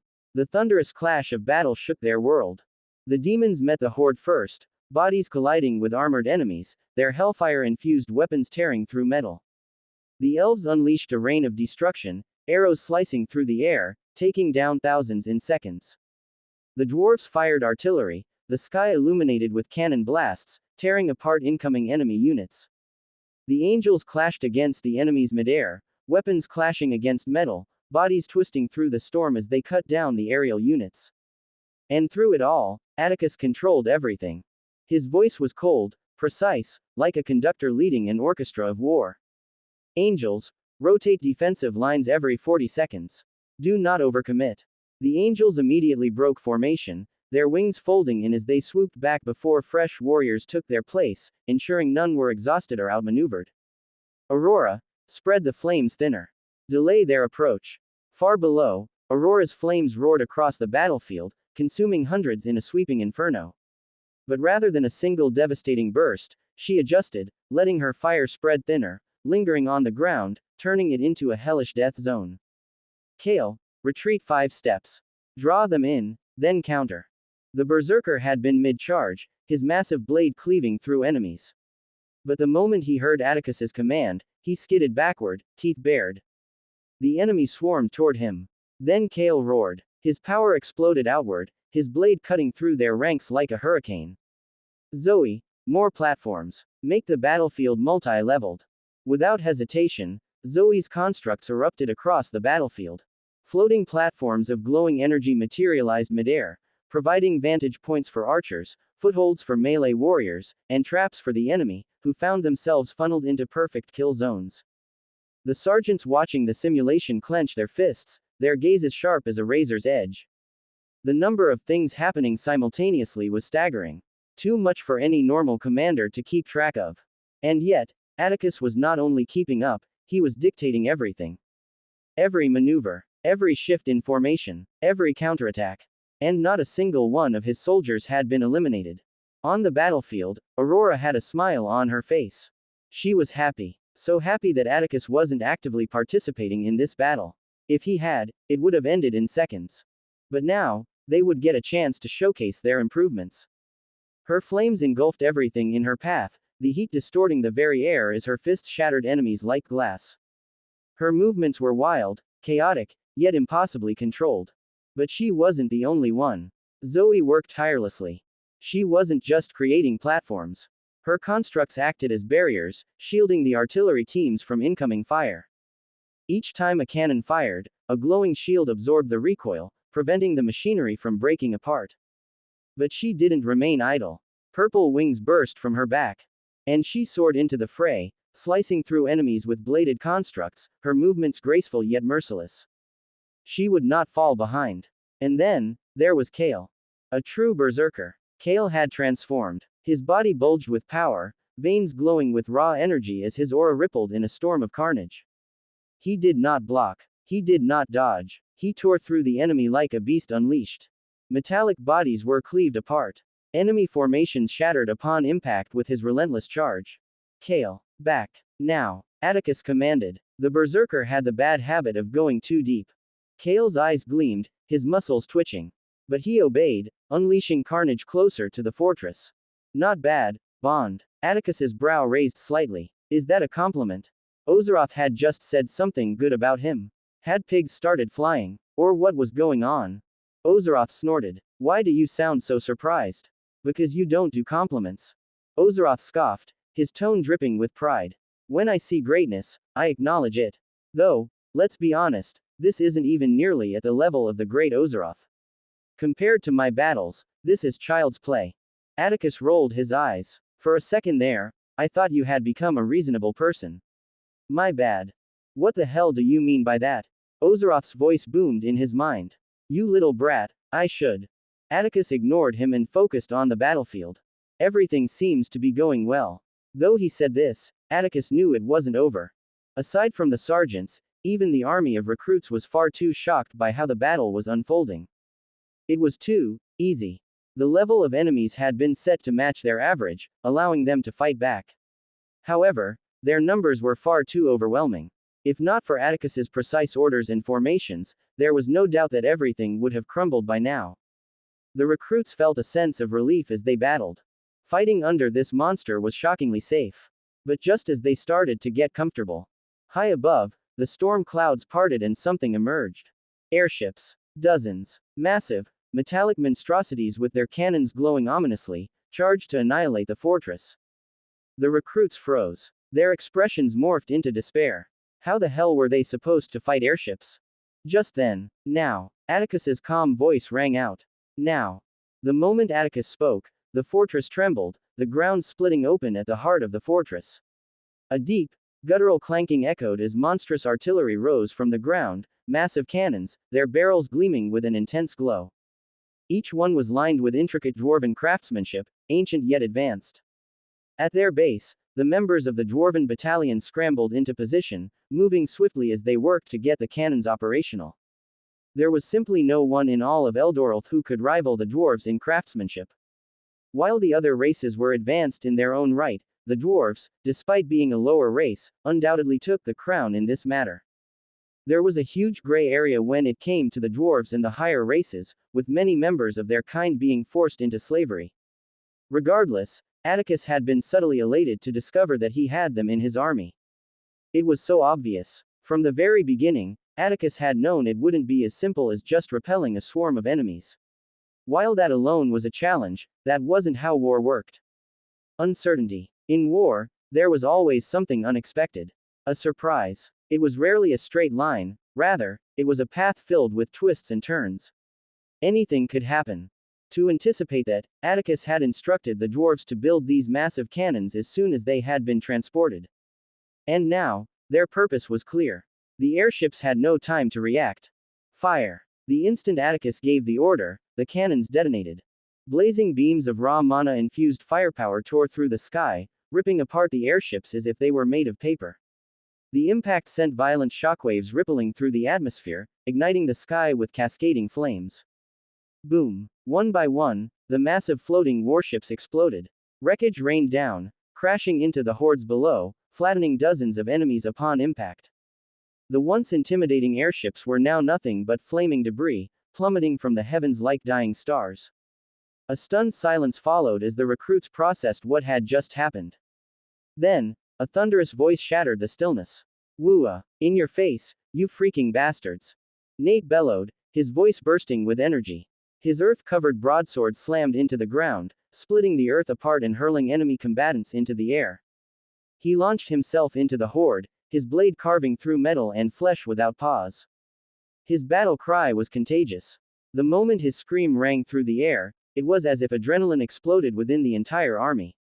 A surge of energy rippled through them, their bodies tensing, their weapons tightening in their grips. And then, wooa! A deafening battle cry erupted from millions of throats. The army charged forward, their spirits ignited like a raging inferno. Every battalion pushed harder, their formations tighter, their attacks fiercer. The demons roared, their hellfire scorching through enemy ranks. The angels swooped down, their wings cutting through the sky like blades, raining divine destruction upon the hordes below. The elves unleashed a hailstorm of mana-infused arrows, piercing through the enemy troops with precise, merciless efficiency. Zoe dove into the chaos, her spiritual constructs shielding the artillery divisions while she herself tore through enemy units with fluid, ruthless grace. Kale became even fiercer, his berserker state leaving nothing but carnage in his wake, piles of bodies left behind as he crushed everything in his path. Aurora's flames erupted across the battlefield, consuming enemies in blazing storms, her fists shattering steel armor like brittle glass. And all of this chaos, all of this carnage, all of this war was orchestrated by a single mind. From the control room, Atticus watched everything unfold, his eyes sharper than blades, his commands spilling from his mouth like a waterfall. The sergeants observing the simulation watched with wide eyes. It was like watching a perfectly executed strategy game. It felt surreal. His commands were flawless, as if he could see into the future. Is this that ability? Colonel Zenon pondered. Reports about Atticus had spread among the higher ranks, especially regarding his battle with Yorwin and the other Vampiros elders. During that fight, Atticus had wielded the Orithelian abilities. Zenon's eyes glinted. No, it's not that. Through the screens, he didn't just watch Atticus's every move, he watched his entire army's movements as well. One of the things the Evelaris excelled at was observation. Zenon could see everything. Atticus wasn't predicting the future with some supernatural ability. He was reading the present with inhuman precision. It was pure observation, pure calculation. The slightest hesitation in enemy formations, he exploited it instantly. The flight patterns of the aerial units, he predicted their descent points before they even moved. The positioning of his soldiers, he adjusted their formations at the exact moment their pressure points weakened. The cooldown gaps between enemy weapon discharges, he timed counterattacks to strike when they were most vulnerable. Even in the way individual warriors fought, his powerhouses, he altered commands in real time, playing to their strengths while covering weaknesses. Zenon smirked. I love him. His fist clenched tightly. The words left his mouth before he could stop them, and the sergeant stirred uncomfortably. It was unsettling to hear those words spoken in such a tone. But right now, Zenon didn't care. Because in his centuries of existence, he had never seen someone, he wanted to observe so badly before. The morale of the army was at its peak. The recruits fought without hesitation, without fear. Because every single one of them felt it, an aura surrounding them. It was subtle, but it was there. It was as if a higher being was watching over them. As if they could do no wrong. The notion of losing had disappeared. The fear of facing their first challenge, gone. Even the recruits who had cowered at the back surged toward the horde with an earth-shaking roar. The trust they all felt for the boy commanding them was palpable. And through it all, Atticus hadn't moved from his seat in the control room. His eyes flickered rapidly across the screens, his orders coming calmly. A smile appeared on his face. This is fun. For the first time, he had truly embraced the role of a leader, commanding an army without personally fighting. Atticus had thought it would be boring as he wasn't even on the battlefield. But right now, he was having the time of his life. The siege went on for hours, yet the energy of the army never waned. The airships that continued to flood the skies were torn from existence the moment they appeared, reduced to nothing more than blazing wreckage crashing onto their own forces. The dwarves had perfected their artillery, adjusting angles and firepower after every shot, ensuring that not a single enemy aircraft could make it past their defenses. And just like that, the relentless swarm of enemies was held back, their numbers constantly whittled down. To the army of recruits, despite the blood-drenched landscape, it felt easy, almost too easy. Everyone followed Atticus's orders and performed their duties with precision. Their defense was impenetrable. And as more enemies collapsed, the results became obvious. Soon enough, a deafening beep sounded, and the remnants of the enemy instantly turned on their heels and fled. The battlefield fell silent, save for the ragged breaths of the victors. For a brief moment, there was nothing. Then, whoa! A deafening roar erupted across the army as millions of recruits screamed in victory. Weapons clashed against shields, voices boomed across the night, the sheer weight of their triumph settling in. Aurora, Kale, Zoe, Nate, and many of the other recruits wore wide smiles despite their exhaustion. They were happy. They were excited. They were exhilarated. As an AI voice announced their victory, A golden glow erupted across the entire fortress before enveloping the army and transporting them away, leaving only echoes of their triumphant roars behind. As the army reappeared on the island, there was only celebration. The humans weren't the only ones rejoicing, even the other races joined in. The joy of winning their first challenge was undeniable. The moment they arrived, Atticus separated from the army, leaving them to celebrate however they wished. He reappeared in the middle of the island, listening to his ever-restless spirit. There's nothing better than the feeling of the battlefield. Don't get lost in pointless theatrics, Ozeroth grumbled, his voice filled with irritation. Atticus chuckled. You're just saying that for yourself. Ozeroth scoffed. That's not the point. Oh, it absolutely is. You just don't want to be stuck in the back lines. The back lines suck, Ozeroth said flatly. All that standing around, watching other people fight. It's unbearable. Atticus shook his head, amused. Don't worry, I have no intention of staying in the back lines. Good. His voice practically oozed satisfaction. You're a warrior. You belong on the battlefield, not some strategist barking orders from the rear. It's beneath us. Atticus only sighed. And yet, you were the one telling me I needed experience in leadership. I said experience. I didn't say you should enjoy it. Ozeroth's tone was dismissive. He could feel that Atticus truly enjoyed the feeling of controlling everything, and he wanted to deaden that feeling before it turned into something else. A true warrior doesn't waste time leading. They make others follow through sheer strength. Atticus simply smiled, shaking his head. His spirit's arrogance was always a source of entertainment. But he had to admit, there was something exhilarating about commanding an entire battlefield and watching his plans unfold flawlessly. Still, he preferred the front lines. There was nothing better than the thrill of battle. The hours slipped by swiftly. The recruits spent most of their time celebrating, their spirits soaring high after their exhilarating victory. Even as night descended upon the island, the celebration refused to die down. Man, I was unstoppable out there. Nate declared, his voice booming as he thumped his chest. Did you guys see me? I was cutting through their ranks like a damn beast. Lucas rolled her eyes. Oh, here we go. The humans had gathered around their respective fires, eating, drinking, and reveling in their victory. At one of the larger fires, Aurora, Nate, Zoe, Kale, and many of the human leaders sat together, their excitement clear despite their aching bodies. As Nate continued boasting, one of the Ravensteins chimed in. We all played our part, but let's be real, if it wasn't for his leadership, we wouldn't have won. At the mention of Atticus, the campfire crackled louder, as if in agreement. The people fell silent, almost in reverence. They had won that challenge without even a single casualty. It was insane. Among the humans and the other races, a new level of respect toward Atticus had taken root. The battle was all they could talk about at every bonfire gathering. A tall, black-skinned humanoid with two horns sprouting from his head descended toward the middle of the island. His crimson eyes were filled with excitement, yet his entire demeanor screamed caution. As he landed on the ground, his movements were even more cautious than his eyes. He stopped a few meters in front of a figure sitting cross-legged, a figure whose mere presence seemed to press down on the island itself. General. He saluted, his body rigid, straight, firm. And then, he waited.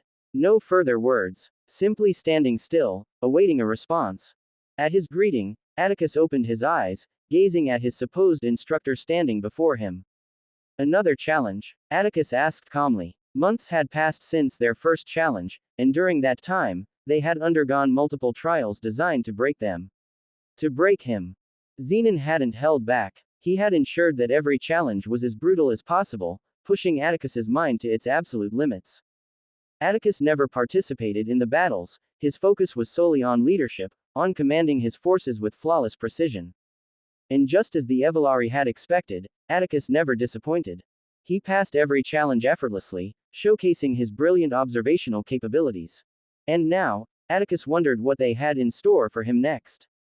No, General, Victor responded, his tone respectful. I came to inform you about the banquet coming up in a week's time.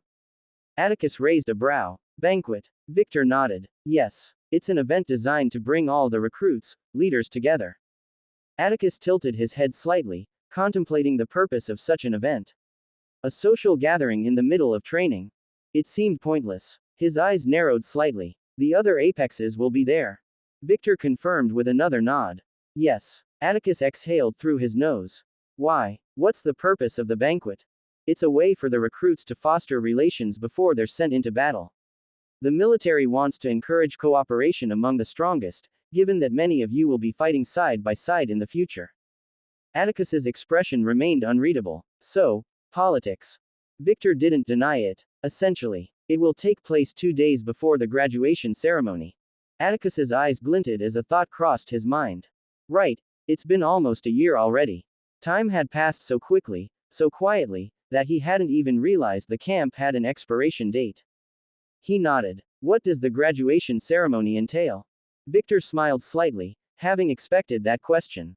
It's the final challenge for your team, General. But unlike the simulated battlefields you've faced so far, this will be a large-scale battle royale against other teams. Every recruit team will be pitted against one another in a real combat scenario. The objective will vary depending on the battlefield chosen, but in the end, only one team will come out victorious. Atticus exhaled sharply through his nose. Of course, he muttered. He had expected something like this. Why couldn't they just have a normal graduation? Still, he wasn't worried. Over the past months, leadership had become second nature to him. Even if he couldn't personally fight, he couldn't imagine a scenario where he lost. Before the thought could settle completely, he quickly spoke inwardly. Don't worry, I'm not being cocky. He was sure Ozeroth was about to erupt. Ozeroth scoffed. Relax, Bond. This isn't cockiness, it's simply the truth. Ants should be identified as ants. If they can't compete, they have no business stepping onto the battlefield. Atticus sighed inwardly. There it is. But Ozeroth wasn't done. As my Bond, it's only fair that you think on my wavelength. Confidence is a necessity. And humility. Atticus teased. An unnecessary burden. Atticus shook his head, suppressing a smirk, before nodding to Victor. Anything else? Victor shook his head. No, General. I will excuse myself now. He saluted before swiftly departing, leaving the island. Atticus stood still for a moment, watching the sky. Then, he turned his thoughts inward. A large-scale battle royale. He closed his eyes, his mind already processing every variable, every possibility. It felt unnecessary, like a waste of time. Regardless, a smile appeared on his face. He couldn't deny it. The thrill of orchestrating a battlefield, controlling everything like a marionette on strings, it was intense. He loved seeing his plans fall into place. This is going to be fun. His thoughts shifted to the upcoming banquet. It's not going to be as simple as socializing. The tension between the races had never been higher. If the military thought that bringing their brightest and most talented together under one roof would make them bond, then they were even more naive than Atticus had ever imagined. Atticus shook his head. There's no way they're that naive. A way to probe and show supremacy. The banquet was held before the graduation ceremony. Another test. Atticus couldn't help but think this was one of Xenon's mind games. He's giving everyone a chance to probe their opponents before the competition. Stop wasting your intellect, Bond. It won't change anything, Ozeroth said. Weren't you the one who encouraged me to observe and analyze everything? Ozeroth scoffed. Observe and analyze what matters. Not useless stuff. Atticus rolled his eyes. What terrible advice. He quickly tuned out Ozeroth, who erupted in protest. Atticus shook his head. I better check my improvements. He muttered before calling his status. Character profile. Name. Atticus Ravenstein. Age. 18 right pointing arrow 19. Gender. Male. Race. Human Othranian hybrid. Attributes. Strength. 1350 right pointing arrow 1365. Agility. 1380 right pointing arrow 1393. Endurance. 1432 right pointing arrow 1448. Vitality. 1609 right pointing arrow 1618. Intelligence. 505 right pointing arrow 510. Perception. 409 right pointing arrow 415. Charm. 602 right pointing arrow 607. Wool. 323 right pointing arrow 327. Level. Grandmaster. Talent. Mythical. Bloodline. Primordial Elemental Bloodline. Elements. Level 4. Fire. 80%. Water. 80%. Air. 80%. Earth. 80%. Light. 80%. Lightning. 80%. Ice. 80%. Spirit element. 80%. Space. 80%. Darkness. 80%. Level 3. None. Level 2. None. Level 1. None. Locked bloodlines. Blood element 34%. Abilities. Innate skills. Conceal potential. Mythical. The ability to conceal your level from anyone, regardless of rank. You may choose what level you want to be shown. Current mastery. Mythical. Life weapon skills. Transcendent slash. Godspeed grace. Endless strike. Vorpal nova. Sundering storm. Normal skills. Arcane barrier potential. Transcendent. Current mastery. Paragon. Elemental mimicry potential. Transcendent. Current mastery. Grandmaster plus. Ethereal cloak potential. Empowered. Current mastery. Grandmaster plus. Question mark question mark question mark. Collective potential. Transcendent. Dimensional loop. Expert right pointing arrow expert plus. Predatory perception. Expert right pointing arrow expert plus. Immunity buildup. Expert right pointing arrow expert plus. Slow decay. Expert right pointing arrow expert plus. Pain resistance. Expert right pointing arrow expert plus. Aura masking. Expert right pointing arrow expert plus. Revenant's touch. Expert right pointing arrow expert plus. Metabolic boost.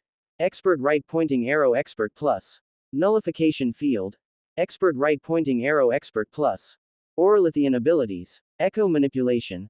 Ability to summon a temporary echo of yourself or an ally for assistance. Current mastery. Paragon. Temporal glimpse. Replay the last 1 second of an event to observe or correct actions. Current mastery. Paragon. Dimensional phasing.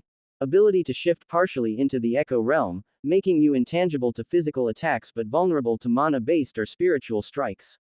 Current mastery. Paragon. Memory weaving.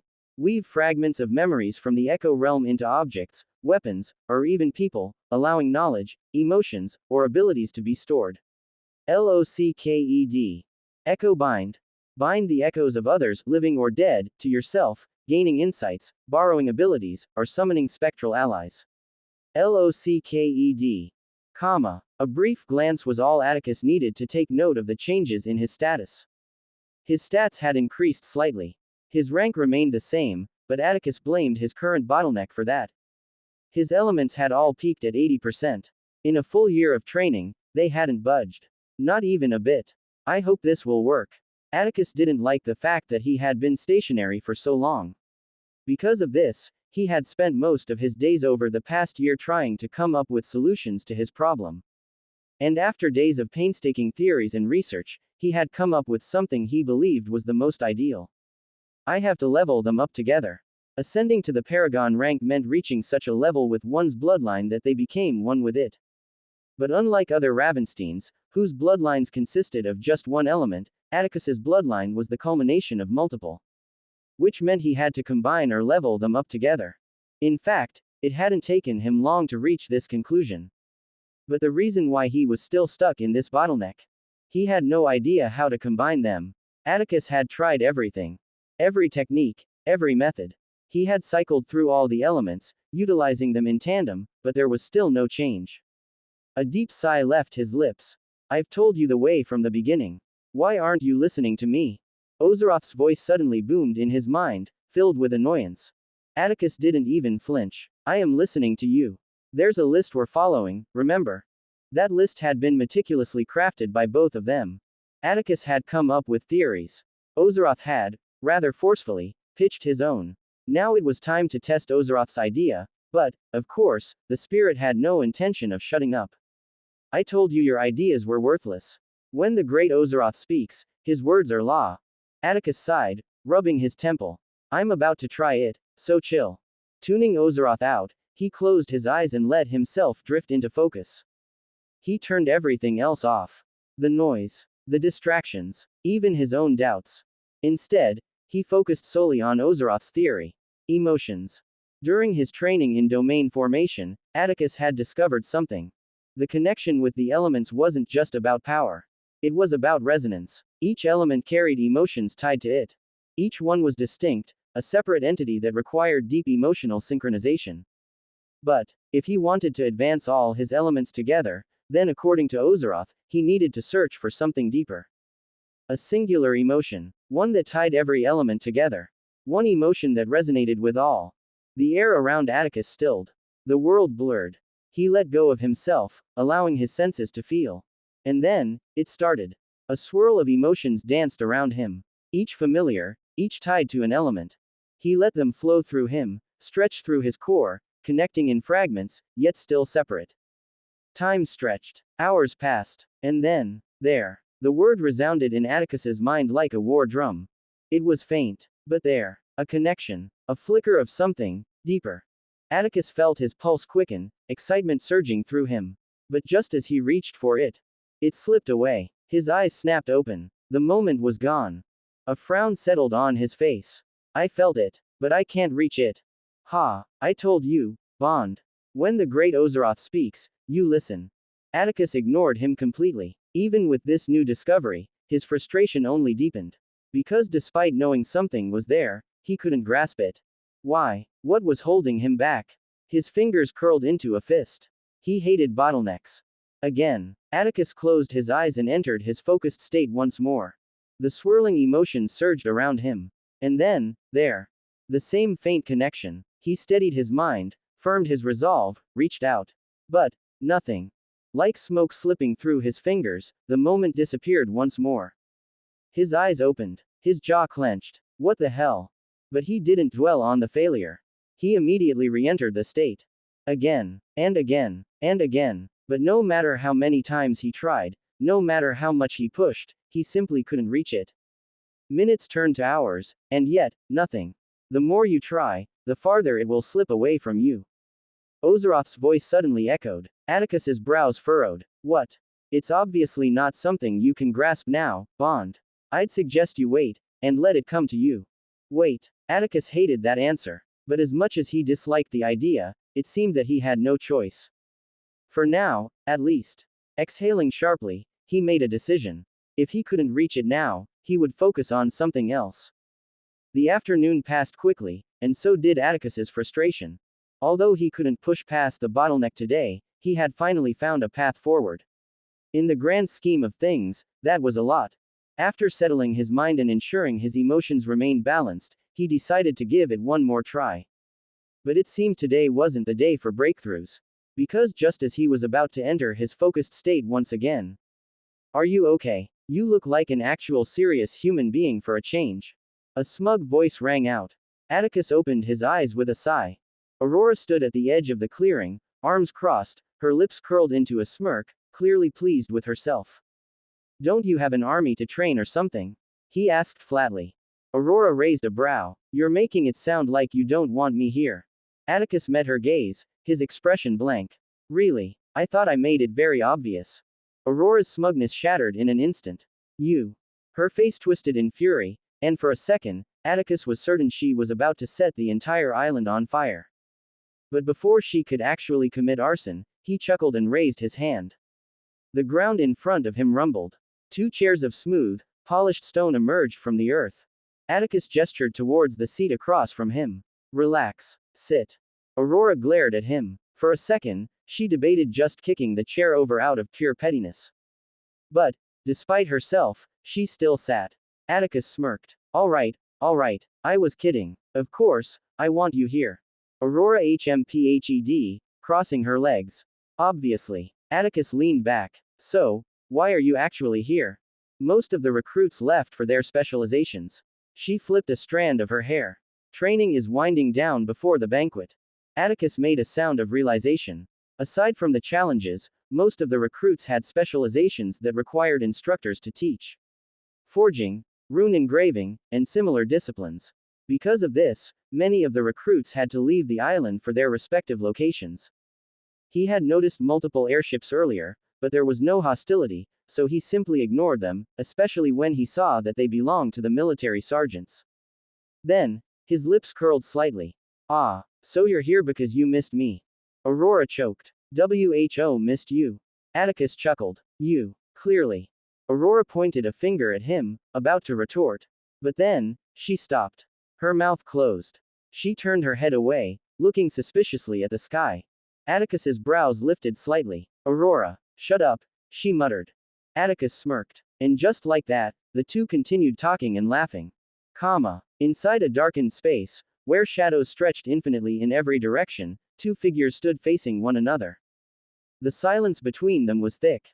One of them exuded an overwhelming presence of raw, primal power. A towering frame, covered in dark, obsidian-like scales. His fiery, slit pupils burned like embers in the void, and two sharp, jagged horns curved back from his forehead. His long, razor-sharp claws gleamed as he flexed his fingers, the air around him filled with heat and aggression. Behind him, massive wings remained folded, though even at rest, they radiated an imposing dominance. Draketharian Igniseth, the apex of the dragon race. And standing before him was a figure that no one, would have expected. Where the dragon apex burned with presence, the other man was like an enigma, a void that swallowed everything. His silver hair glowed faintly against the abyss, trailing behind him like a banner of eerie dominance. His ethereal, almost translucent skin made him appear as if he existed between realms. But it was his eyes that truly set him apart. Abyssal black, filled with calmness, calculation, patience. The apex of the Dimensari race. Carrion Valerius. Draketharian stood straight and utterly still as he faced this enigma of a man in front of him. Carius Valerius. The apex of the Dimensari race. Among all the apexes, he had been labeled the most dangerous of them all. Back when the other apexes hadn't even met each other, when many of them were still struggling to grow stronger and undergo their third life weapon trial, Carius had already been active. He had already been planning ways to whittle down the competition and end up as the sole remaining reincarnator on Eldoralf. He was cold, ruthless, and most dangerous of all, he was a planner. Draketharian wasn't much of a planner. He was prideful, a brute to his core. However, even he was smart enough to realize the danger of people like Carius. As soon as he felt Carius's presence, Draketharian had raised his guard to the absolute peak. His entire body had tensed, and he was ready for battle at any given second. Yet, despite all of these precautions, Carius's first statement had shattered everything. Draketharian's eyes narrowed to the point where they were barely visible. His voice rumbled, thick with restrained fury. "What did you just say?" Carius watched, unbothered, as Draketharian's rage grew. The dragon apex's muscles coiled like tightly wound steel, his molten eyes burning dangerously. His wings twitched. His claws flexed, as if seconds away from rending the Dimensari apex into pieces. Yet, despite all of that, Carius stood still. He observed Draketharian like he was studying an inevitable outcome. "You're not worth repeating myself for. You said you would help me see my family again." Draketharian's voice was gravel, his teeth clenched so tightly it was a wonder they hadn't shattered. Carius's abyssal gaze remained fixed on him. "I will grant you the privilege of seeing your family again," he corrected. Boom. Draketharian stomped forward, his sheer presence shaking the void itself. "Bullshit," he roared. "How is that even possible?" Carius's tone remained leveled. "By submitting to me and following my orders." A faint glow flickered in his abyssal eyes, a small ripple. But Draketharian was far too enraged to notice. "No," he snarled, slamming his fist into his palm. "That's not it. How will you make me see my family again?" His breathing grew heavy. His heart pounded. He knew, he wasn't supposed to believe a single word coming from Carius's mouth. He was a planner, a manipulator. But the moment those words had left Carius's lips, something inside him fractured. A weakness. One he couldn't ignore, no matter how absurd it sounded. The dragon apex shook his head. "Some being reincarnated all of us into this world." His claws flexed. "You're in the same position as all of us. What makes you think I would be stupid enough to fall for this nonsense?" His breath quickened, nostrils flaring. "What lies are you yapping about?" Then, his thoughts stopped. "Wait a second, how do you even know about my past?" Silence. It was a horrifying realization, one that Draketharian was struggling to comprehend. He had never told anyone. Not a single soul. So how did Carius know? But Carius didn't speak, didn't blink, didn't move. He simply stared at Draketharian. In manipulation, the most effective tactic was to let the manipulated fill in the blanks themselves. Or at least, try to. Carius allowed the silence to stretch. He let the doubts fester, let the thoughts swirl uncontrollably in Draketharian's head. And as he did this, he pondered the situation. It's possible. During the Nexus, When Carius had taken over his grandfather's dimension and turned the entire competition into a deathmatch, he had also gained insight into many things. One of them was an ability. An ability none of the Dimensari had ever awakened. Carius had named it Paradox Imprisonment. It took time to figure out how to use it effectively. It was akin to the dimensional loop, but this one targeted the mind. A terrifying ability that trapped a target in a logical paradox, eventually forcing their mind into submission. With it, he could distort their perception of reality so profoundly that they couldn't take any action without contradicting themselves. But to do this, Carius first had to get into their mind. This was where the second insight had come in. Because he had taken control over the dimension and clashed wills with the other apexes, Carius had gained glimpses of their memories. However, it was only those he had overpowered. For Atticus and many of the other superior apexes, he hadn't gained anything. Still, among those he had glimpsed, only 2 were alive. And he determined this particular dragon to be the best option. The seconds passed. Yet, Carius still didn't answer. Suddenly, something shifted in the air. A suffocating, yet subtle force. An unseen presence slithered through the space. The air around Draketharian became distorted, but the dragon hadn't noticed. In an instant, his mind exploded as millions of questions flooded in. What if he was telling the truth? What if the being had told him about my past? What if I could see my family again? Draketharian hated it. He hated all the questions. Hated that he was fighting a battle within himself. Hated that for the briefest moment, he wasn't sure of himself anymore. Then, Carius spoke. I've been in contact with the being that brought us to this world. He granted me 3 requests if I fulfilled certain conditions.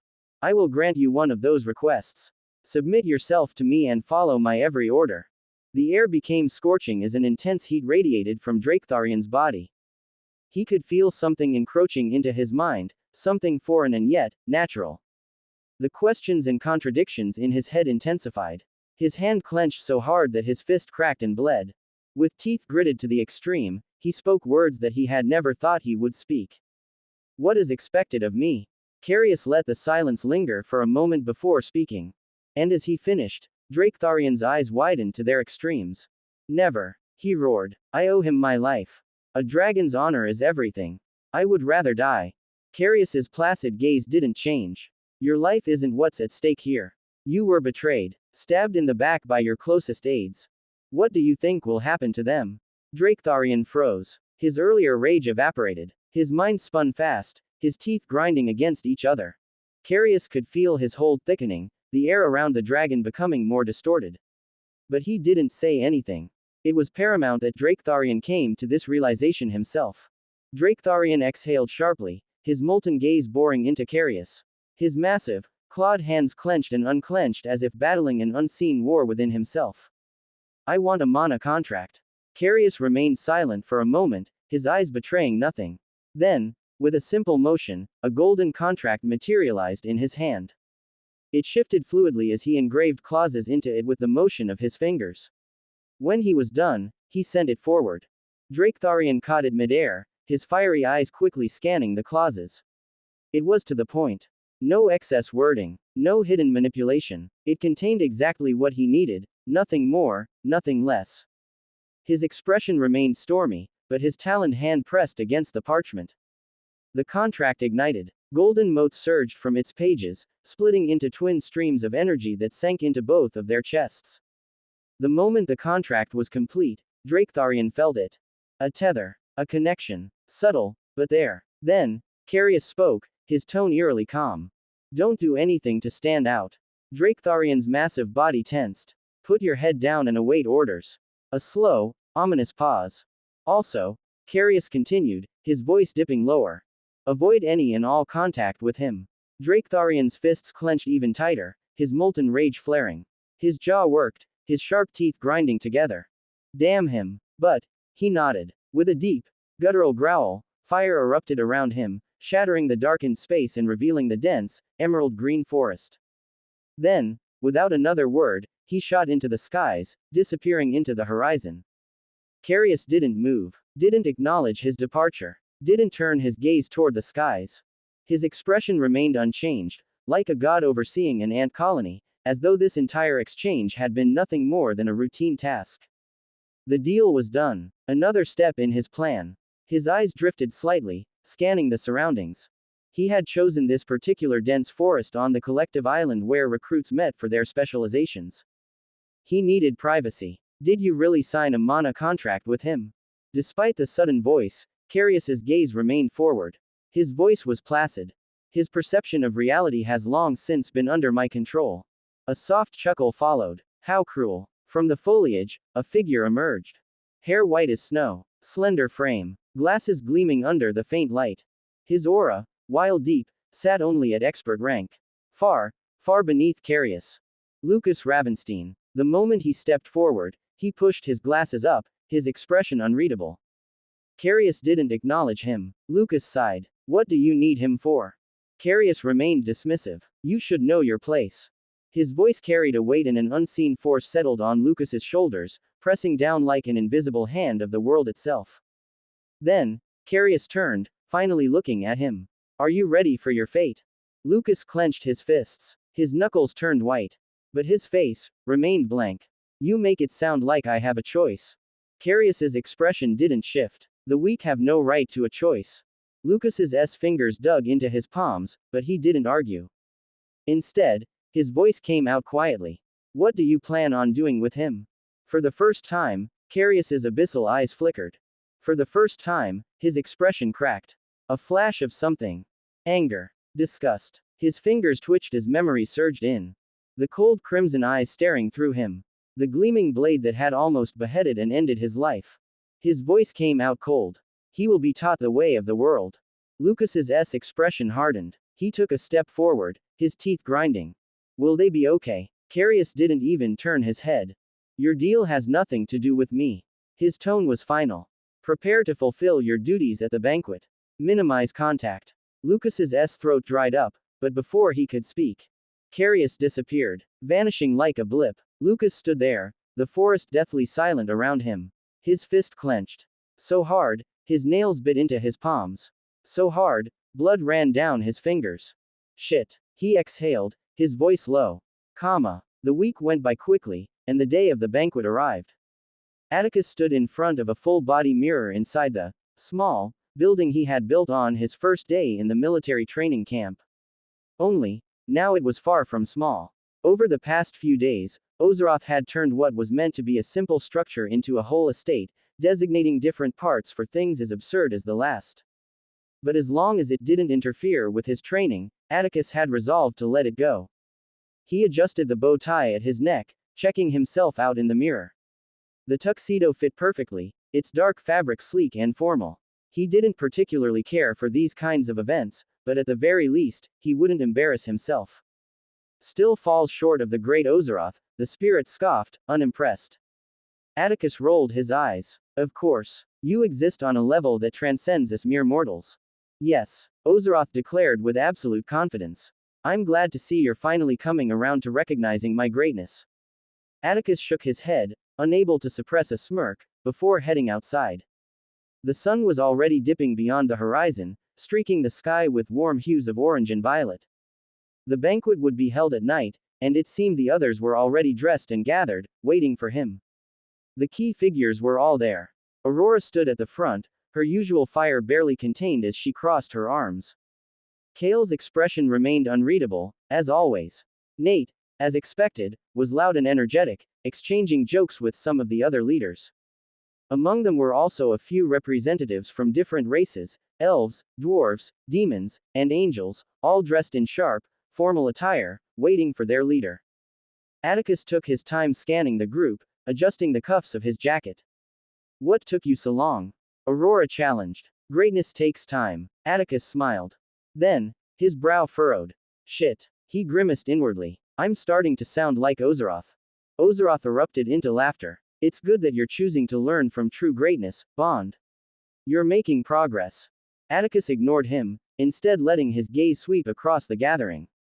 His eyes landed on Zoe. Their gazes met. For a moment, time seemed to slow. There was only one word to describe her. Beautiful. No, enchanting. Like a fairy from the old myths, draped in soft purples and silvers, the hues complementing her vibrant violet hair and shimmering eyes. The faint glow of spiritual energy around her only added to the effect, making her look otherworldly. Atticus got a grip on himself, shaking off the distraction.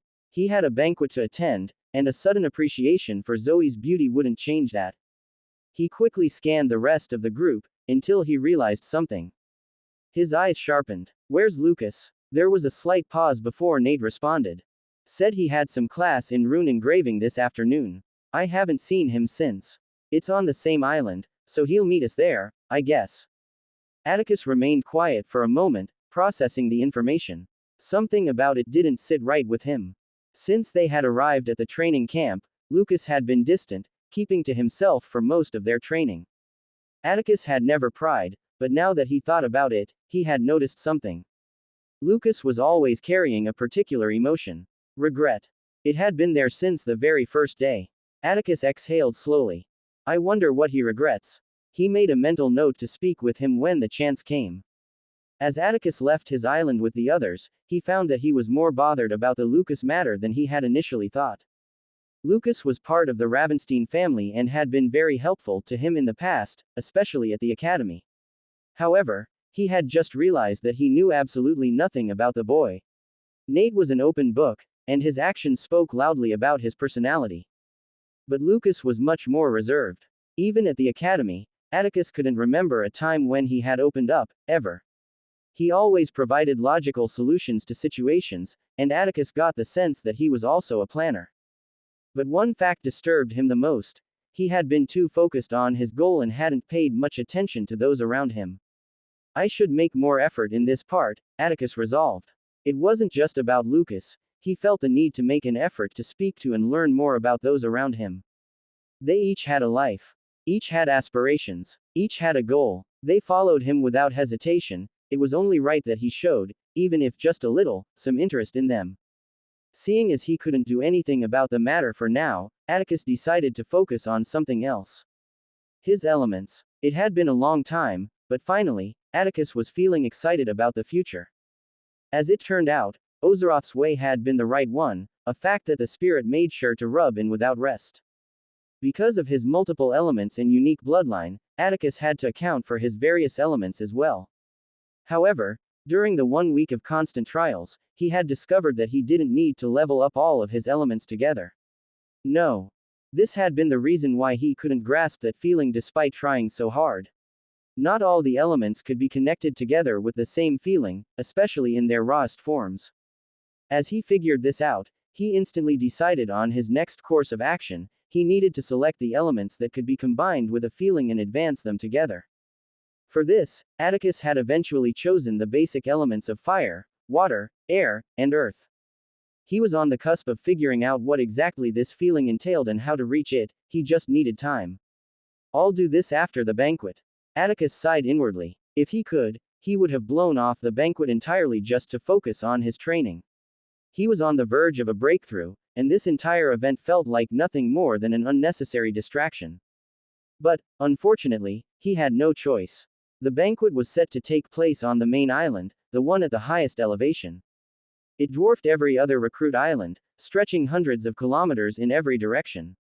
It wasn't just vast, it was grand, serving as the home to nearly all the high-ranking officers in the military training camp. Atticus had visited this island multiple times. By now, he was used to its overwhelming presence, but even he had to admit, there was something surreal about a structure this massive floating effortlessly in the air, suspended by an unseen force. Unlike him, however, this was the first time many of the leaders accompanying him had ever set foot here. He didn't need heightened perception to notice their reactions. The awe, the sheer disbelief. He turned his gaze slightly and saw it, wide eyes, gaping mouths, expressions frozen in absolute wonder. Atticus smirked. It was almost too easy. You should close your mouth before you catch something you won't like. Aurora, the very person he had been speaking to, flinched at the sudden comment, her trance instantly broken. Her lips immediately snapped shut, and realization struck her a second later. She whirled on him, glowering. You. Atticus only chuckled. His words had done their job. Zoe and several others, who had also been caught gawking, quietly shut their mouths and lowered their gazes, choosing to silently accept their shame. Atticus couldn't help but laugh. The banquet hall was massive, stretching far and wide, its grand chandeliers casting a warm, golden glow across the space. Ornate pillars lined the perimeter. Long tables filled with exotic dishes and fine wine adorned the sides, while in the center, an open area provided ample room for movement. Music filled the air, a soft, refined melody played by a live orchestra stationed on an elevated platform. Their instruments hummed, adding to the ambiance of nobility and grandeur. Yet, despite the beautiful decor, the lively music, and the air of sophistication, there was nothing but tension in the hall. The banquet had gathered all the high-ranking sergeants and officers of the military training camp, along with the leaders of various divisions across multiple teams. Once again, under one roof, the different races had come together. And yet, there was an unspoken unease that filled the air. Everyone present was keenly aware that this was no mere social gathering. The leaders of the various teams, apexes of their respective races, stood scattered across the hall, each one surrounded by their own followers. Each one radiated a presence so overwhelming that even some of the veteran sergeants, men and women who had been through war, felt small in comparison. They weren't the veterans here. The apexes were. To make matters worse, the final battle royale was scheduled to take place soon after this event. The competition that would decide the strongest team. No one knew the rewards yet, but everyone knew they had to be significant. It was enough to fuel the silent war that now played out in the room. The probing conversations between leaders were layered with hidden intent, each side subtly fishing for information, trying to gain an upper hand before the real battle even began. Yet, despite this silent chaos, somehow, the focus of the entire banquet remained fixed on 6 individuals. The 6 apexes present, each of them stood at different parts of the hall, their presence impossible to ignore. Their auras were thick, suffocating, completely dominating the atmosphere. Yet, despite the growing tension around them, each one of them appeared as relaxed as ever. The kings and queens of their own domains. Tauren Vialis, the regenerary apex, adjusted his perfectly tailored suit, a smirk appearing on his lips. His sharp features, coupled with his relaxed posture, made it look like he had nowhere else to be but right here, bothering Kinera Flux. The Evelari apex, on the other hand, stood rigid, her golden hair tied back, the glow of her cyan eyes cold as ice. She seemed like the embodiment of discipline and dignity, standing with a posture so perfect it looked unnatural. Come on, Kinera. You can evolve any part of yourself, and I can regenerate any part of myself. We're literally made for each other. We could be Eldoralf's most indestructible couple. He winked. A muscle twitched in Kinera's jaw, her sharp gaze snapping to him as though she were contemplating whether to blast him into oblivion right here and now. Her voice was level, controlled, too controlled. Do not speak to me in that accursed informal tone. We are not familiar. You will address me as Miss Kinera. Were you not taught basic etiquette? Tauren, unfazed, tilted his head slightly, hiding a chuckle. Damn, she's really stuck up, he thought inwardly. But outwardly, formality with my soulmate, that's just not possible. He placed a hand over his heart as if he were deeply offended by the idea. Our bond transcends such trivial things. Kinera turned her back to him without hesitation, her gaze colder than ever. She strode away, leaving him standing there. Tauren clicked his tongue, muttering under his breath. Too bad. We would have had beautiful children. The words were light-hearted, but the moment his eyes darkened slightly, the onlookers flinched and quickly averted their gazes. They knew better than to stare at someone powerful, especially an apex, for too long. Elsewhere in the banquet hall, an entirely different type of tension crackled through the air. Aearch of the Aeonians forced a strained smile, his blue, translucent skin shimmering faintly under the banquet lights. Standing before him, unmoving, was Khan Voss of the Nullite race. None would have expected an Aeonian and a Nullite to meet anywhere except on a battlefield to the death. Khan's brown, abyssal eyes bore into him with something that wasn't hatred, contempt. His presence was like a void, an absence of mana itself. Aearch felt it instantly. His very existence was being repelled. Filth. Even without words, he knew exactly what Khan was thinking. That he shouldn't exist. Aearch's fingers twitched. He shouldn't be here. His instincts screamed at him to leave. But he didn't. It didn't help that he still very well remembered their last encounter at the Nexus event. He still remembered the moment Khan almost killed him. Khan's hand twitched at his side, a vein subtly pulsing along his forearm. The only thing stopping him from attacking right now was the restrictions placed by the military. Aark forced himself to speak, the words coming out far too awkwardly. So, how's life? The silence that followed was excruciating. Khan's glare sharpened, his aura pressing down harder. Filth. Aark sighed. Yeah, I figured. Somehow, their conversation, or complete lack of one, was as expected as ever. On another side of the hall, Lorraine Bloodveil, the vampiro's apex, was trying. Really trying. With an amused smirk, she leaned against a pillar, effortlessly drawing attention as her deep red gown draped over her form. Her dark crimson eyes were filled with curiosity as she directed her full attention toward Marinilus, the obliterary apex. So, what's your type? She tilted her head slightly, her smirk deepening. You do like men, right? I'm not so sure. Anyway, mine are the ones who make me wonder. Throughout her whole speech, Mara's piercing white eyes locked onto her. Expressionless, aloof, unmoving, Lorraine continued talking. She was used to breaking down icy personalities, after all, she loved a challenge. But despite the number of questions asked, despite the smoothness of her tone, Mara simply stared. There was no hostility, no fondness, either. Just pure, unwavering silence.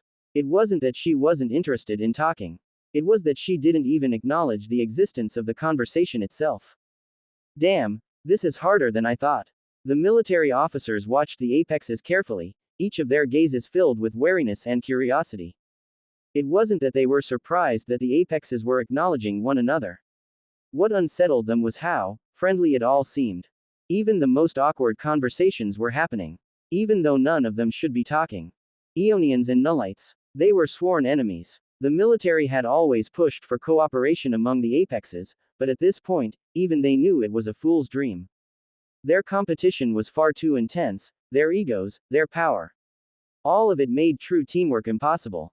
So why were they talking? Why weren't they ignoring each other like usual? It didn't make sense. What the officers couldn't possibly guess was that none of these apexes had forgotten their past. They had whittled down their numbers at the Nexus event. But many still remained. They never forgot their goal. The reason for their reincarnation. In Eldoralf, only one of them was supposed to remain. Which meant that 7 of them had to die. It was inevitable. And currently, the human apex had the highest chance of being that one. Regardless, none of them had any intention of dying. So rather than waste their time ignoring each other, it was better to probe the competition and see what the others were thinking. To prepare for the moment when only one remained. And this banquet. It was the perfect place to start. Still, as the strange conversations continued, many wondered where the remaining 3 apexes were. The human apex, the dragon apex, and the Dimensari apex. But they didn't have to wait long for the former. The door to the hall swung open. An aura spread out, so overwhelming that it silenced the room and made everyone turn to look. There, walking calmly into the hall, was a race of people whose standing in Eldoralf should have been the lowest of the low. And yet, because of a single boy, they might as well currently be at the top. At Atticus' entrance, the gazes of the apexes narrowed, and the tension in the hall rose to unimaginable heights. At the humans' entrance, the gazes of the apexes narrowed, and the tension in the hall rose to unimaginable heights. Human was a word that broadly described the current focus in the hall. Aside from the Ravensteins, each of the Tier 1 family leaders from the human domain had also attended the banquet, along with the leaders of the other races. They walked side by side into the hall, each one dressed as exquisitely as the last. For their age, their auras were prominent, geniuses in their own right. If the circumstances had been different, they would have been the focus of this banquet, the ones people would try their best to form a connection with. Yet, they were unfortunate enough to be born in the same generation as monsters. To everyone in the hall, in this generation of world-ending geniuses, there was a monster among monsters. And that monster currently led the group that had just entered. Atticus Ravenstein. Words could not describe it. A single feeling couldn't possibly express the effect of his appearance on the others. His steps were taken without hurry. His back was straight, mismatched eyes forward, as his aura pressed down on every single person like iron. The hall fell silent. Only the steps of Atticus and the people who had come with him echoed. Everyone stared at the monstrous boy, and yet none dared to meet his eyes. None tried to stand out. Atticus ignored the stares and approached the long table filled with drinks and an assortment of food before grabbing a drink. The other leaders had followed him. But as they each grabbed a drink, they stood waiting to see what their leader would do. The attention of the entire hall was on him. The pressure was so intense that none of them wanted to breathe too loudly. However, they waited for a full minute, yet Atticus didn't move. He casually sipped his drink and kept himself busy by staring at the intricate engravings etched into the massive pillars. The tension only rose. Many glanced at the other apexes, wondering if they would do anything about his blatant disregard. Most of the tension was focused on the leaders who had accompanied him. The other Tier 1 heirs and most of the other races maintained their silence. Aurora met every stare with a challenging gaze. Most of the other Ravensteins mirrored her actions, except for Nate. Unlike the others, Nate looked as though he was holding in the big one. His cheeks had puffed out, and he seemed to be holding his breath, a streak of tears forming at the corners of his eyes.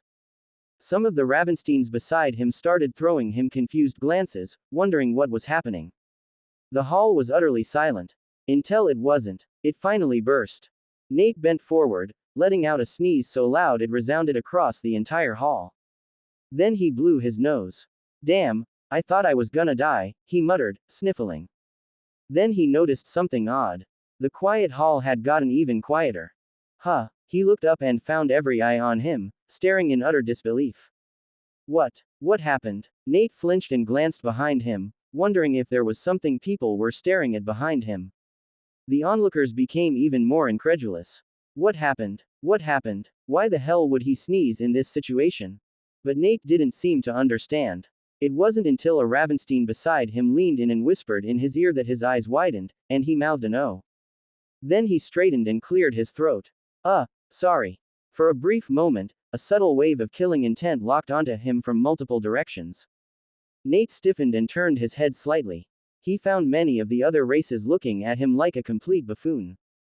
But then, just as quickly, the killing intent vanished. They were reminded of just who he had come with. His power. The effect of the interruption didn't last, and the tension returned just as fast. Now, the onlookers glanced between Atticus and the other apexes, wondering if they would adopt the same approach with him. Would they also try to be friendly with this monster? Their question was soon answered. Torin stepped forward. I don't think we've been formally introduced. The regenerary apex walked up to Atticus, extending a handshake. Torin Vialis. Atticus stared at him for a moment. Torin was dressed in a neat, well-fitted tuxedo.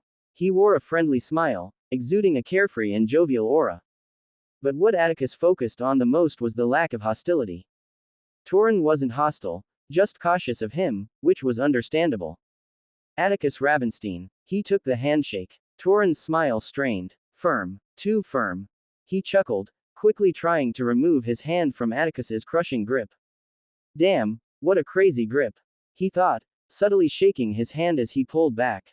Then he flashed Atticus a grin. Hey, you've really got to show me how you do that. Do what? Seeing Atticus's confusion, Torin leaned in slightly, using one hand to cover his mouth. You know, how you make the ladies wet. Atticus's brow twitched. Torin smirked. The instant you walked in, you grabbed every single one of their attention. Atticus glanced around, and sure enough, many of the women in the hall, even sergeants, were focused on him. Gross. Most of them had lecherous expressions. It didn't help that many of them were oldies. Atticus looked back at Torin. You can have them. Torin chuckled. I wish I could, but they seem so drawn to you. Then his expression shifted. His eyes gleamed as he suddenly turned, leaning in even closer. By the way, that purple-haired beauty over there. But his words died in his throat as a coldness washed over him. He met Atticus's eyes. They hadn't changed, yet. Torin instantly felt it. A no-go area. My bad. My bad. He scratched his head, chuckling awkwardly. But just as quickly, his grin returned. Then he turned again, his eyes gleaming as if he had just struck a jackpot. He had just spotted a beautiful girl not too far away. Straightening his tux, he adjusted his cuffs and spoke, well, if you'll excuse me. It's been a pleasure. And with that, he walked away toward his new target. Atticus's conversation with Torin had been brief, leaving the people who had been hoping for something more unsatisfied. A lower and superior race had met, and there had been no show of dominance. That was as rare as pigs flying. Impossible. Still, it had happened.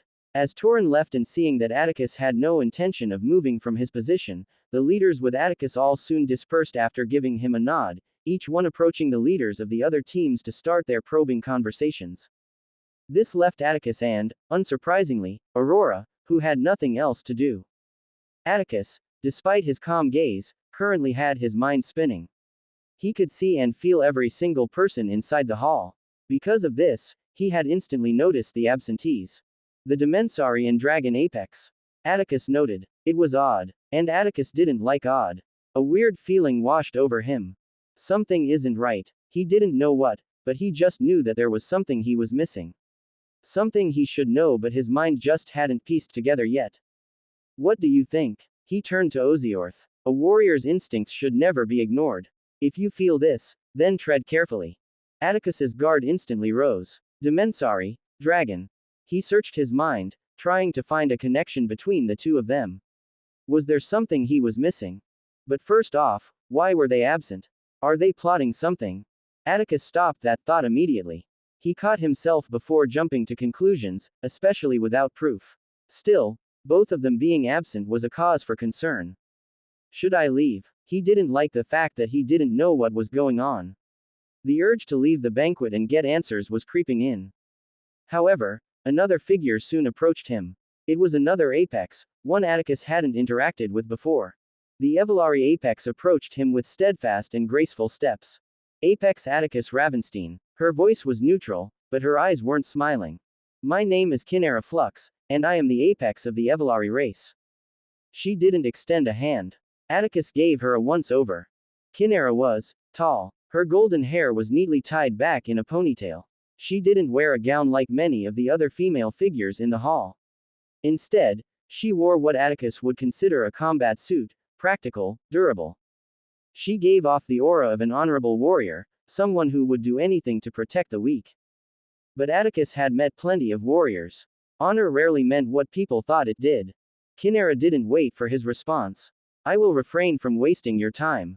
I'm only here to speak my mind. Atticus remained silent, waiting. I don't like you. His eyebrow lifted slightly, but she continued. You're selfish. Power should be used to protect the weak. Yet, you use it to oppress. Atticus remained expressionless. The entrance challenge we all went through, there was no need for you to destroy the mountain. She crossed her arms. It wasn't just a mountain you destroyed. You erased the hard work of millions of youths. It was wrong. And in a just world, it should not be encouraged. A silence stretched between them.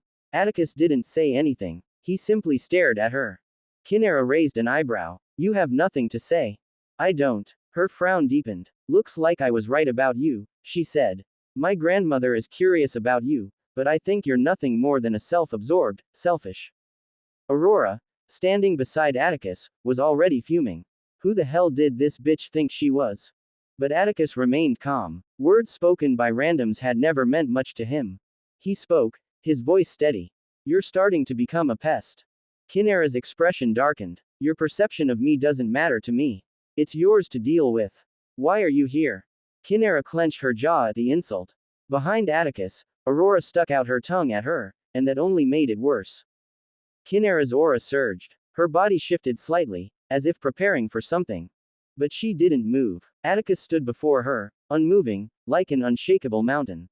And no matter how much she thought, she couldn't see herself moving this mountain. She clicked her tongue in irritation and turned away, walking off without another word. Atticus took a sip from his wine. Aurora, still fuming, crossed her arms. You need to stop listening and start slapping.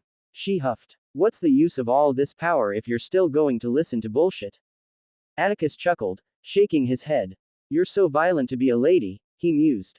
Plus, you just heard her say that power should be used responsibly. Aurora scoffed. Bah, who cares what they think? You worked for your power, not them. Why should they have a say in how you decide to use it? Atticus smiled. To think you could be this smart. Aurora's expression instantly shifted. Excuse me, she snapped, clearly offended. But before she could say another word, another figure approached. We meet again. Atticus turned and saw Aark approaching him with a smile. He's cautious. Atticus could instantly feel it. Aark showed no hostility, but it was very obvious that he was very much cautious of him. Understandable. Atticus wasn't surprised. Among the apexes, he was currently the strongest, which meant that he was the biggest threat. And with his power, he could decide to kill them at any moment. Whenever he had the chance. The talk with Aark was brief and formal. The two, although previously acquainted, still hadn't been able to break that barrier. Afterward, Aark walked away. Atticus didn't get a moment of respite before another figure approached. No, two figures. The first was both shocking and unsurprising at the same time. Shocking, because her entire race had declared his race a sworn enemy because of him. And yet, not surprising, because they had met and gotten along at a previous banquet. Luray, the apex of the Vampiros race. However, it was the second figure that caused the most confusion, for both Atticus and even Luray herself. Mara of the Obliterary race. Luray tried to mask her bafflement, extending a hand toward Atticus with a wide smile. It's a pleasure to meet you again. Atticus took her hand and planted a kiss on it. The pleasure is mine. The moment was brief, but it sent a ripple through the hall. The gazes of onlookers who had previously turned away snapped back to them, watching in disbelief. The Vampiros and humans were sworn enemies. Why were their apexes so friendly? Atticus stood, and immediately, he felt it. A stare boring into him. He didn't need to turn to know who it was. Zoe. Her eyes were locked onto them, intense and unblinking. Clearing his throat, Atticus let go of Luray's hand, turning his focus back to her. His gaze sharpened. Atticus had already confirmed that each apex possessed a core. But Luray, she has too. He didn't even need the ring to sense it, not after he had bonded with a core himself. Yet, he didn't let his curiosity show in his expression. Instead, he shifted his attention to Mara. Shockingly, she had also extended her hand. Atticus focused on it. Initially, she had been wearing gloves on both hands. But now, she had removed one. The very hand she now stretched toward him. At first glance, it looked ordinary. Flawless, even. But Atticus could feel the energy radiating from it. As though anything it touched could be reduced to nothingness. What the hell? Was he supposed to kiss that? His eyes met hers. White. Cold. Her expression remained unreadable, aloof, detached. But her intent, there was only one word to describe it. Hope. Hope. This emotion was what filled the Oblitary's gaze. Her intense white hair flickered slightly as she urged Atticus to kiss her hand. It's not like she's giving me a choice. A wry smile appeared on his face. It was an emotion that baffled Atticus to his core. He just couldn't understand it. Hope. How? Why? Why would anyone feel hope just from getting their hand kissed? Yet, this was what he felt. In fact, her emotions were so intense and obvious that even the others could see it. Aurora stared at the obliterary apex, utterly confused. Even Luray was at a loss, her brows slightly furrowed as she watched. But her hands. Atticus shifted his focus once more. Touching those bare hands would cause his skin to decay. He knew this fact well, as he had learned one of their race's techniques and knew its effects. But then he looked at her eyes again. White. Intense. Filled with hope and expectation. Mara, unlike Luray, was shorter and could even be considered petite. She had a cherubic face, her lips a pale shade of white, and hair the color of ashen mist. Her cold demeanor made her appear unapproachable, yet, there was no doubt, she was cute, and most importantly, Atticus couldn't sense any hint of hostility. Kiss. The obliterary apex shifted her hand forward once more, urging Atticus to take it. Atticus finally sighed inwardly. He decided to take the hand. A subtle crimson glow surrounded both his arm and lips as he took her hand and planted a gentle kiss on it. As Atticus straightened and met Mara's gaze, it was like staring into a shimmering white lake. Her eyes were wide, focused solely on where Atticus had touched her hand. Her body subtly trembled. As Atticus let go, Mara slowly lifted her gaze to meet his. The shimmering in her eyes only grew. Then, in the next instant, she spoke words that caused the entire hall to freeze. I want you. Atticus froze mid-assent, his expression morphing into shock. Did he just hear that correctly? Somewhere in his head, Oziorth's voice echoed. Ah yes, those were the good times. Atticus blinked. What the hell are you talking about? You know, the fame, the admiration, and the army of women fighting over me. Atticus rolled his eyes. Of course, you'd say that. He ignored Oziorth and instead focused on the cute but deadly obliterary standing before him. Were you mistaken? He asked, still trying to make sense of the situation. But Mara only repeated herself. I want you. Atticus instinctively glanced over at Lorraine. The vampiro's apex simply shrugged, then rolled her fingers at the side of her head, mouthing Coco. Even Atticus was tempted to believe he was dealing with a crazy one. Mara had seen everything. Yet, she didn't care. They could call her crazy all they wanted, at this point, she appeared to be in her own world. In her past life, she had also wielded the power of decay. Her goal, from the moment she gained consciousness, had always been the same. Obliteration. To return everything to its original state. Nothingness. And in her past life, she had achieved this feat. She had destroyed her world. She had watched its remnants crumble. She had watched her people die. And as she stood there, surrounded by the void she had created, she had felt empty. Billions of innocents had perished that day, including her. Yet, in those final moments, as the last flickers of existence faded, she had watched. She had seen how people clung to their loved ones. Some to their partners, others to their siblings, their families.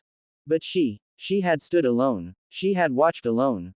She had died alone. Throughout her existence, she had never met anyone who could withstand her decay. Even when she was reincarnated into the obliterary race, beings who also wielded the power of erasure, her decay had still exceeded theirs. She couldn't even touch them. To have someone who could withstand her. She had longed for this. She had hoped for this. And then it had happened. On the day of the Nexus. Mara had watched the battle. Karn Voss of the Nullite race, who wielded the power of negation, against a mere human boy. Atticus. And that boy had resisted the nullity's negation. Something that was unheard of in the history of Eldorolf. The powers of negation and obliteration were different, yes. But they followed the same principle. Karn was an apex. His negation was at a level far beyond the rest of his race. Despite this, Atticus had resisted it. In that moment, Mara had felt something she had never felt before. Hope. And now, she had confirmed it. Atticus could withstand her obliteration. Her eyes gleamed with certainty, and she spoke once more. I want you. The gazes of Zoe and Lorraine flickered in unison, both of them darkening slightly. Who the hell is this bitch? Atticus, on the other hand, was silent. He truly didn't know what to say or how to act. He could feel the jealousy in the air. One source was expected, but the others, he was lost. The first came from Zoe. The second, from Lorraine. And the rest, from many of the women in the hall. Then Atticus turned his gaze and saw Aurora, who was trying so hard to stifle her laughter. The scene became awkward in an instant. An awkwardness that Lorraine tried to break by changing the topic. So, do you still have your crush on that mystery? Before she could finish, Mara interrupted. I want you. She stepped forward, like a cute but imposing cat, demanding something absurd. Lorraine sighed dramatically. He has someone he likes. The temperature in the hall dropped. A chill spread through the air. Mara's ashen hair flowed lightly as she turned to Lorraine. Her white eyes bore into her. Who? It wasn't a question.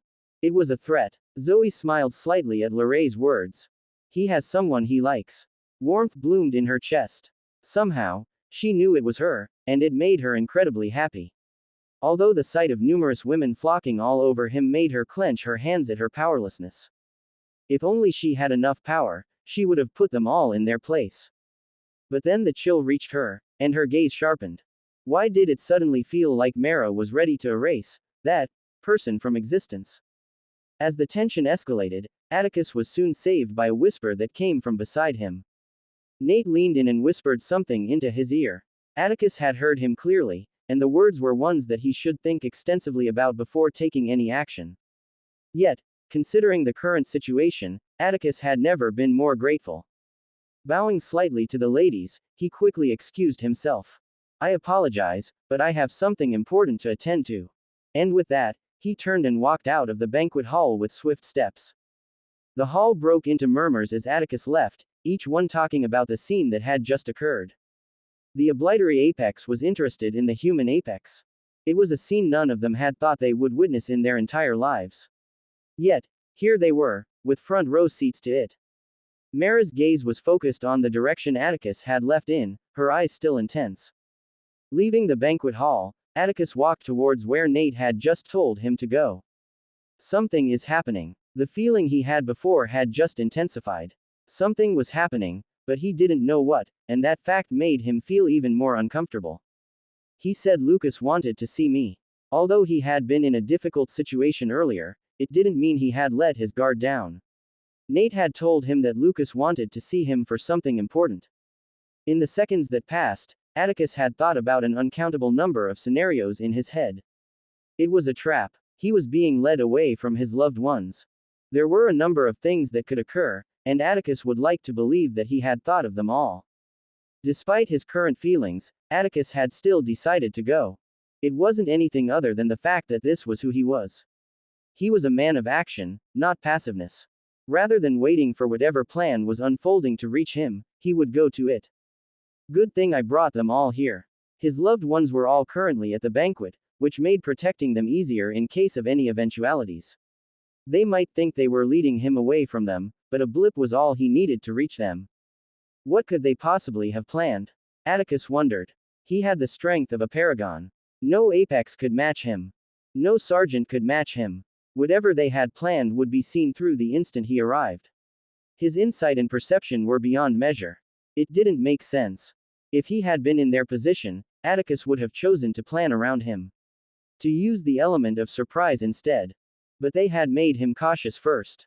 That was weird. Or, maybe they have a way to hold me. Atticus's thoughts sharpened, and Oziorth's voice rumbled in his head. Although I would love to say that the plans of ants do not matter, I can also sense that something isn't right here. I wouldn't put it past them. Be careful. Atticus's gaze hardened, and his guard rose to its absolute peak. He would never let his guard down. I don't know what's planned, but I should assume it's something dangerous.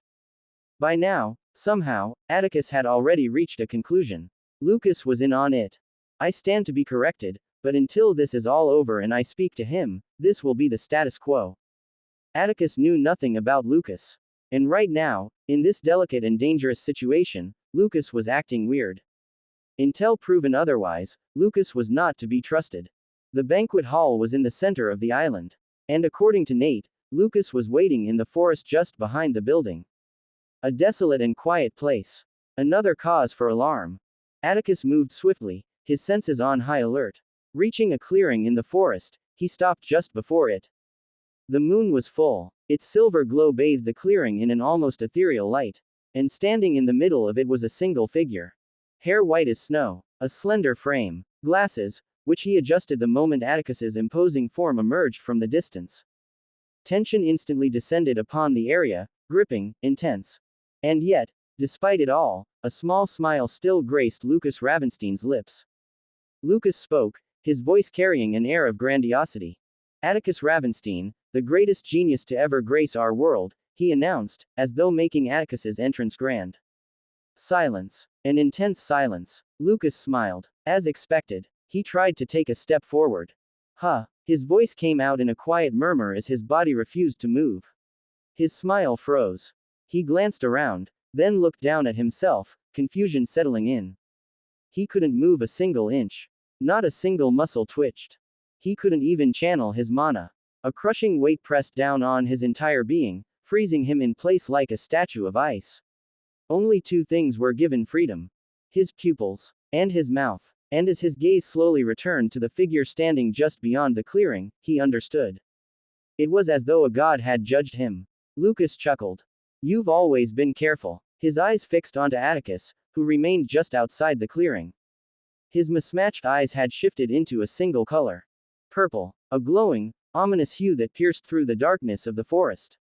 He appeared like a predator, waiting, watching, ready to hunt. Yet, he hadn't moved. He hadn't spoken. And still, his presence had encompassed the entire forest like an unshakable force, pressing down on Lucas with divine weight. Lucas exhaled sharply, then chuckled again. It's funny. His voice had an edge of something twisted, bitterness, maybe. For someone so talented, who had everything basically handed to him on a silver platter, who's had a life so easy, to be this cautious. His lips curled. It's funny. Then, suddenly, Lucas laughed. A raw, open, unhinged laughter. Lucas' voice rang out into the still night, uncaring about the weight crushing him. Everyone respects you. People follow you without hesitation. Even the air around you feels divine. As his laughter continued, tears began to streak from his eyes.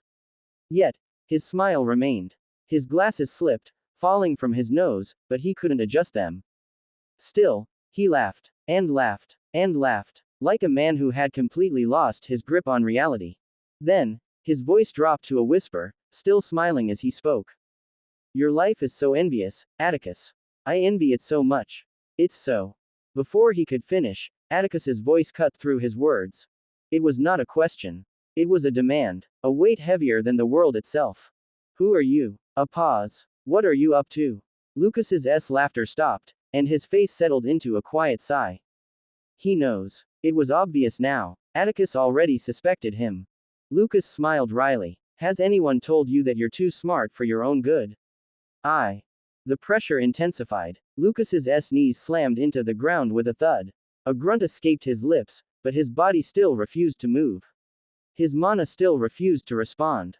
He felt pain emanating from his knees, but he wasn't given a chance to focus. Atticus's voice came again, colder than ice. Who are you? What are you up to? Suddenly, a voice sounded from behind. Atticus. Lucas. Lucas's gaze flickered, but Atticus remained still. He didn't turn back as he had already felt them approaching. He had already seen them coming before he even reached the clearing, but he had allowed it. It was better for them to be closer than farther. At least now, he could protect them better. The voice belonged to Nate, who stood at the edge of the clearing behind Atticus, his expression filled with shock and confusion. And he wasn't alone. Aurora had been the one to tell Nate to take her. She had wanted to find Atticus, intending on giving him an earful for leaving her behind with those vixens. And since they had nothing else to do, the others had chosen to follow. Aside from Aurora and Nate, Zoe, Kale, and a handful of Ravensteins were also present. They each stared at the scene in utter shock. Lucas Ravenstein, the one they had always seen as quiet, reserved, and an intelligent individual, was currently being held down by Atticus. The one they all respected. The one they all followed. What was happening? Lucas forced a smile. Nate blinked. Yo bro, what the hell did you do? Nate could feel the current mood. He could feel Atticus's aura, and it wasn't good. Atticus wasn't the type to get angry over trivial things. In fact, unless someone was actively trying to harm him or someone close to him, Nate had never seen Atticus get this way. Yet, he was, to Lucas. Lucas chuckled. Why did you automatically assume that I was the one who did something? Nate frowned. Atticus wouldn't do this unless there's something, he sighed. Whatever it is, I'm sure. But as Nate was about to take a step forward, he froze. He couldn't move a single muscle. He had been immobilized. His eyes shifted to Atticus, the one responsible, only to see that Atticus wasn't even looking at him. His focus remained completely on Lucas. A chill spread out, subtle at first, then an intense killing intent flooded the forest. At this point, Atticus's killing intent had become a force of nature. The breeze stilled. Even the trees and leaves didn't dare to move. Aurora, Kale, and Zoe's eyes were serious. The trio trusted Atticus with their lives, and more than anything else, his judgment. If he said something was wrong, then something was wrong. Atticus's voice sounded again, deeper than before. This will be the last time I speak to you. Killing intent crashed onto Lucas, so intense that his entire body trembled in fear. Lucas's expression changed, turning serious. He means it. He instinctively knew, this was no bluff. It was a threat, and Atticus wouldn't hesitate to cut him down. Lucas sighed. All right, I'll tell you. But in return, I have a favor to ask at the end of this. As he said this, everyone listened carefully. When I was 6, my home was attacked. My entire family was captured. It happened at night, silent and quick, and no one noticed. But we weren't killed. We were taken to some unknown place. There, I was separated from my family and put together with numerous other children. There were so many of us, and I realized it wasn't just the Ravenstein family that was targeted like I initially thought. No, everyone was there. Children from every family in the human domain. We were kept in that place for days until we were finally moved. And then I made another discovery. We humans weren't the only ones kidnapped. They even took children from the other races too. Although I was young, I knew then, it was probably the end of my life. His voice grew quieter. Then they started coming for us, batch by batch. Each day, our number dwindled. We didn't know where they were being taken to, until my turn came. I was taken to a lab. I was experimented on, constantly, for days, weeks. Lucas smiled faintly, bitterly. Apparently, the only reason no one ever came back was because everyone else who had gone in died due to the experiments. It went on for months. And eventually, only a handful, hundreds out of thousands, survived. The forest remained eerily silent as Lucas spoke. Everyone listened, their expressions filled with varying degrees of disbelief and unease. Nate was speechless. He could feel the pain in Lucas's voice. The thought that he had gone through something like that, it shook him. The others were more level-headed. None were as close to Lucas as Nate, and so they could think clearly. And they all came to the same conclusion: he was a traitor. But Atticus's mind was elsewhere. The moment Lucas mentioned experimentation, Atticus's purple eyes had glowed. He scrutinized every inch of Lucas. By now, even Lucas's spatial ring had been removed. Atticus had flung it far from the area. He hadn't even touched it, as he wanted to avoid any risk. And still, as he scanned Lucas, there was nothing. Aside from the ring and a few engraved slates he had already discarded, there was nothing else. Atticus had even examined his clothing and glasses. Still nothing. So why? Atticus's caution intensified. He couldn't understand it. He had immobilized him. He had suppressed his mana. Lucas couldn't make a move. So why was he still feeling regret? It increased. Atticus's gaze sharpened. It was now stronger than before. More intense. He could feel it. A powerful, overwhelming regret radiated from Lucas. Atticus's fist clenched tightly. There's only one way to end this. Death. Killing Lucas would end it all. But there were reasons he just couldn't. Not now. Firstly, Lucas had been his companion for years. He had been with him from the beginning. They weren't friends, but Lucas wasn't someone he could just discard. At the end of the day, he was still one of his own. If Lucas had blatantly tried to stab him in the back, that would have been different.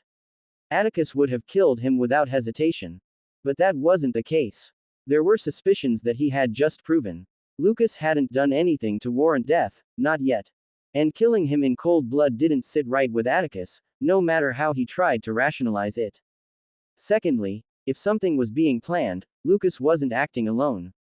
He was weak. He couldn't even harm a strand of Atticus's hair, even if given the opportunity. And most importantly, he was feeling regret. Which meant there was a chance, a slim, delicate chance to extract the information Atticus desperately needed. Lucas continued, his voice low. Honestly, I think those of us who survived would have preferred to die during the experiments. But lo and behold, we survived. Some tried to kill themselves multiple times, but the eyes on us were too much. They treated us like treasure, even going as far as giving us luxurious food and care.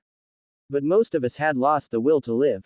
His tone darkened. That was, until they used them. They brought in our families we thought were already dead and used them against us. They threatened us with their lives, forcing us to sign mana contracts that bound us to them for life, turning us into nothing more than slaves. The expressions of everyone darkened, and the pressure in the area intensified.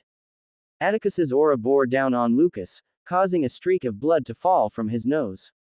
What do they have planned? Atticus asked, his voice heavy.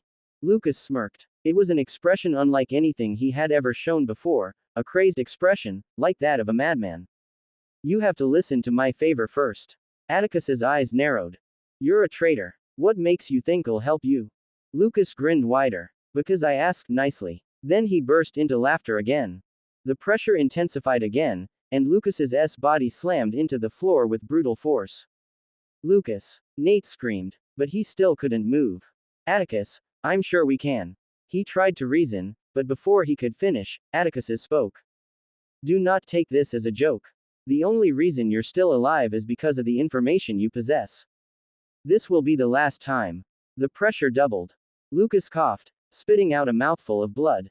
Still, he managed to speak, gasping. I'm still going to ask for my favor, regardless. And I'll tell you what you want after it. He paused. Keliata and Yasmin Ravenstein, my mother, and my sister. If you happen to survive this, which I know you somehow will, please find them. Help them. His eyes lowered slightly as he begged. But Atticus said nothing. Lucas continued. You're lucky the restrictions on us weren't strict on information. I guess they thought it better to have no restrictions than the wrong ones. The people who captured me were the Obsidian Order. Boom. The gravity in the clearing intensified, and Atticus's aura surged like a storm. Continue. These are the real Obsidian Order, Lucas said. The ones who make up their inner circle. Their true goal, the cores. Atticus's eyes sharpened. These are my conclusions, considering everything I've seen and heard. They needed a place where they could acquire them all together, a place secure and estranged, somewhere the race leaders couldn't reach after they had taken it over. He paused, eyes meeting Atticus's. This place is perfect. Atticus's gaze narrowed into pinpricks. His thoughts raced. They're coming here. He turned sharply to Lucas. But how? His aura surged outward, encompassing the entire island. The island was massive, but so was Atticus's perception. Far away, Colonel Zenon, meditating in his training space, snapped his eyes open. Huh, he had just felt Atticus's aura sweep through everything. Atticus checked and scrutinized every inch of the island. He didn't bother hiding his probing. Even the other apexes paused, eyes sharp as they felt his overwhelming aura sweep over them. What was going on? But Atticus couldn't find anything. Not a single anomaly on the island. Maybe it's on another island. The training camp was massive. Even for him, it would take a few seconds to fully check it all. But what artifact? Lucas didn't have anything. The last time the Obsidian Order had done something like this was in Sector 8, and then, someone had used an artifact to call them. The Dimensari and Dragon Apex. That was why they were missing. Before the thought could settle, Ozeroth's voice echoed in his mind. Hold on, Bond. This place is not like your Sector 8. This is another dimension, and its defenses are tighter. Atticus narrowed his eyes. But before he could finish the thought, Lucas spoke again. I think you're forgetting one important thing. What is my role in this? Atticus's thoughts froze. And then, an intense aura exploded from his figure, sending a gust that shook the forest to its roots. What could it be? What could Lucas's role possibly be? The pressure to kill him intensified. But Atticus still couldn't bring himself to do it. It was a moral dilemma. His heart ached as he clenched his fist hard. If it had been a random person, he would have killed him without hesitation. But it was Lucas, a fucking Ravenstein. Someone he had known since childhood. His aura grew more imposing as he tried to force Lucas down again, yet Lucas only smiled. His eyes turned to Nate. You were the brother I never had. I enjoyed every bit of our relationship. I love you. Always. Nate's eyes trembled. Lucas. Lucas turned to Atticus. Only his eyes moved, his body still frozen. And Atticus felt it, a new emotion. Acceptance. I can't kill him. Atticus realized. This would be the first time he would face a situation like this. It was odd. It was surreal. In the heat of battle, Atticus wasn't sure what he would do, but now. He couldn't kill Lucas in cold blood. Regardless, he was far from being stupid. Atticus blipped, his arm striking Lucas from behind with heavy force, knocking him unconscious. Lucas felt his consciousness slipping, and as he started to fall, the smile on his face widened as he muttered his last words. There's nothing greater than life, I give mine for his capture. And then, Lucas exploded. On an island far away from the main island where the banquet was being held, a figure stood on a massive boulder, calmly overseeing a small army of youths. The figure was tall and imposing, his presence cold and distant as he stood on the boulder with both hands clasped behind his back. His expression was emotionless, as though carved from ice. He looked down at the trembling youths below, hundreds of them, shaking, some praying under their breaths, others staring into the void with lifeless gazes. Yet, he looked at them like they were nothing more than ants meant for slaughter. With the unmistakable features of the Dimensari race, Carius's lips parted, his voice rolling out like a death sentence. You have 1 minute to come to terms with your fate. Prepare to fulfill your destiny. The shivering of the youths intensified the moment they heard him speak. 1 minute. Just one more minute, and they would die. Despite this, there was only intrigue in Carius's gaze as he stared at the hundreds of youths in front of him. It was an odd occurrence, but Carius was truly intrigued by the situation. It had come as a shock, even to him, but a well-warranted one, considering the sheer depth of what was unfolding before his eyes. Not everyone is as stupid as I presume, Carius admitted in his head. Because while the youths below were consumed by despair at the thought of their impending deaths, Carius looked at them as beautiful creations, perfect pieces in a complex puzzle.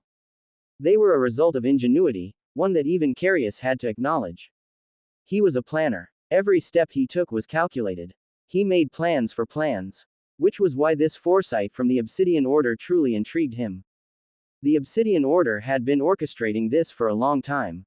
They planned for years. They had kidnapped children from different races of the Alliance, experimented on them, and placed them back into their respective societies, only to be used in the far, far future.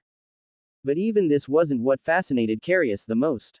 It was their execution, what they had achieved, a feat he would have never imagined possible. At least, not in this world. It's beautiful, he thought. The experiments they had performed on those children, the reason only a few hundred remained, were all tied to one incredible objective. The Obsidian Order had turned the youths into living artifacts. A feat Carius never thought possible. They had been transformed into beings who, upon death, could issue a single command, fueled by their life force. There's nothing greater than life, Carius thought. One could have overwhelming mana, aura, spiritual energy, and power. Yet, he had just discovered something far greater.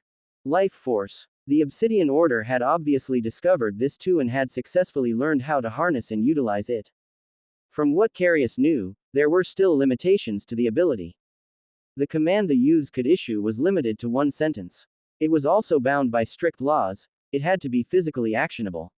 Its strength scaled with the individual's life force, meaning the younger the person, the stronger the effect.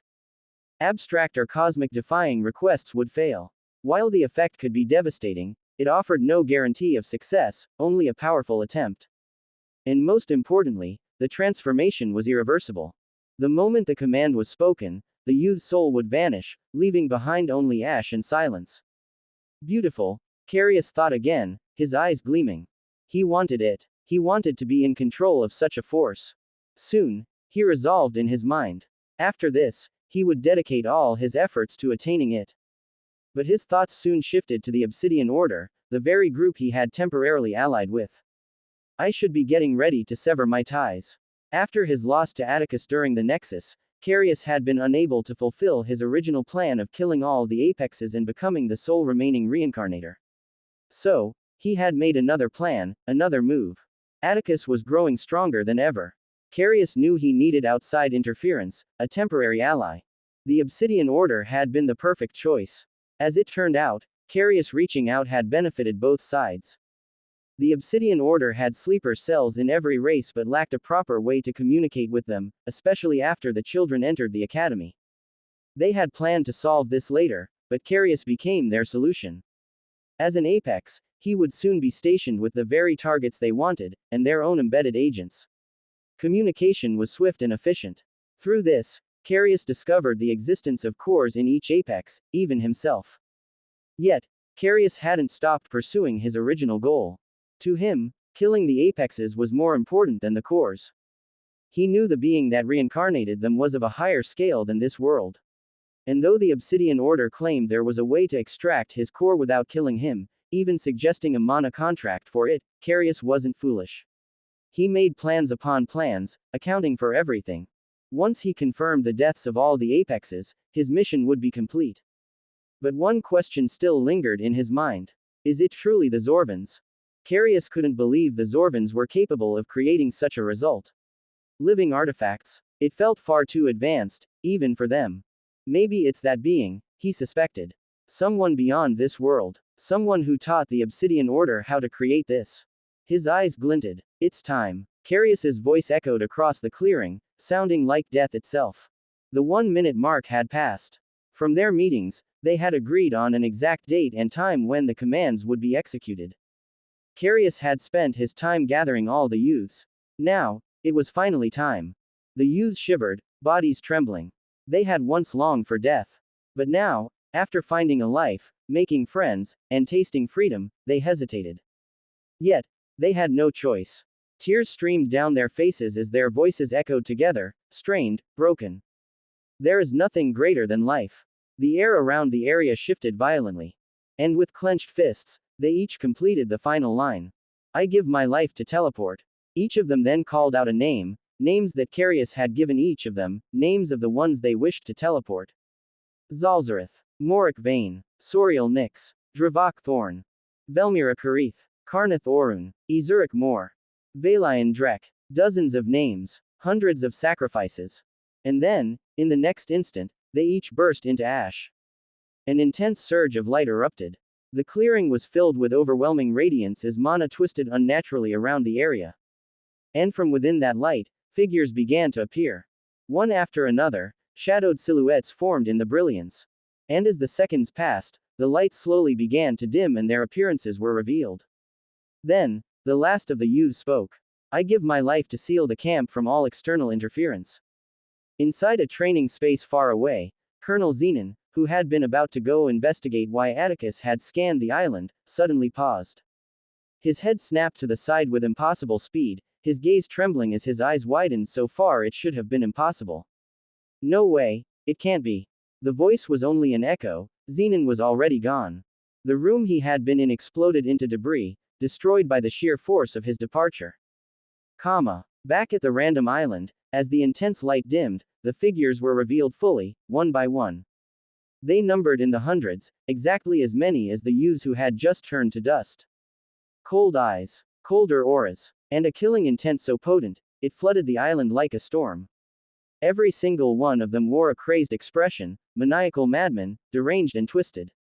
Some stood with eerie smiles, others expressionless but deadly. The majority radiated an aura at the peak of Grandmaster plus rank. But not all of them stood at that level. 9 humanoid figures stood at the forefront, their mere presence enough to silence the entire island. Not a single cricket chirped. Not a beast moved. Not a leaf rustled. The world itself went silent at their arrival. Paragons. Carius's eyes glinted as he identified them. Each of the 9 radiated a power that simply couldn't be contained, a profound force. The power of paragons. They were of different races. The Oblitary, Dimensari, Lucendi, Evolari, Regenerari, Dragon, Transmutari, and Requiem.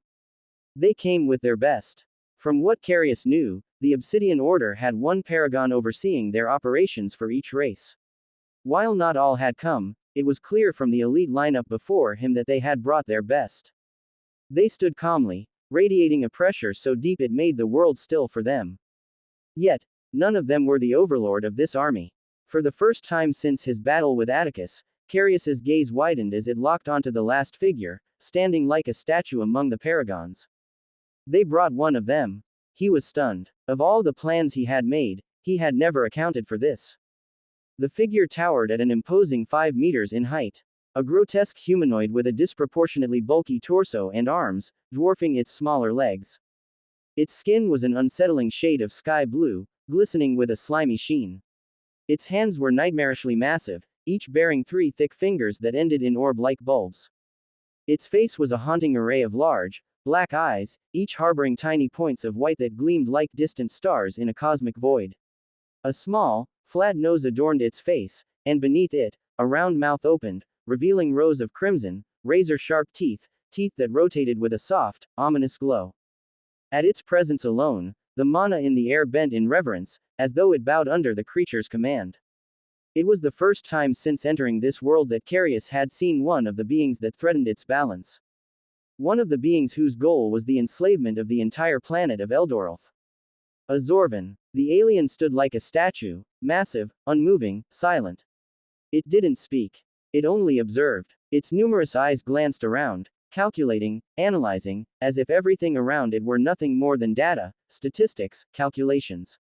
Its gaze locked onto Carius, still standing atop the boulder. And in that moment, Carius felt like the most insignificant being to ever exist. The way the Zorvan's multitude of eyes stared at him made him feel like he wasn't even a living creature, just another rock beneath its feet. Carius clenched his fists, barely suppressing the anger boiling beneath his pride. The humiliation, the dismissal, it burned him to his core. The alien continued to observe him in silence, noting every movement, every nuance.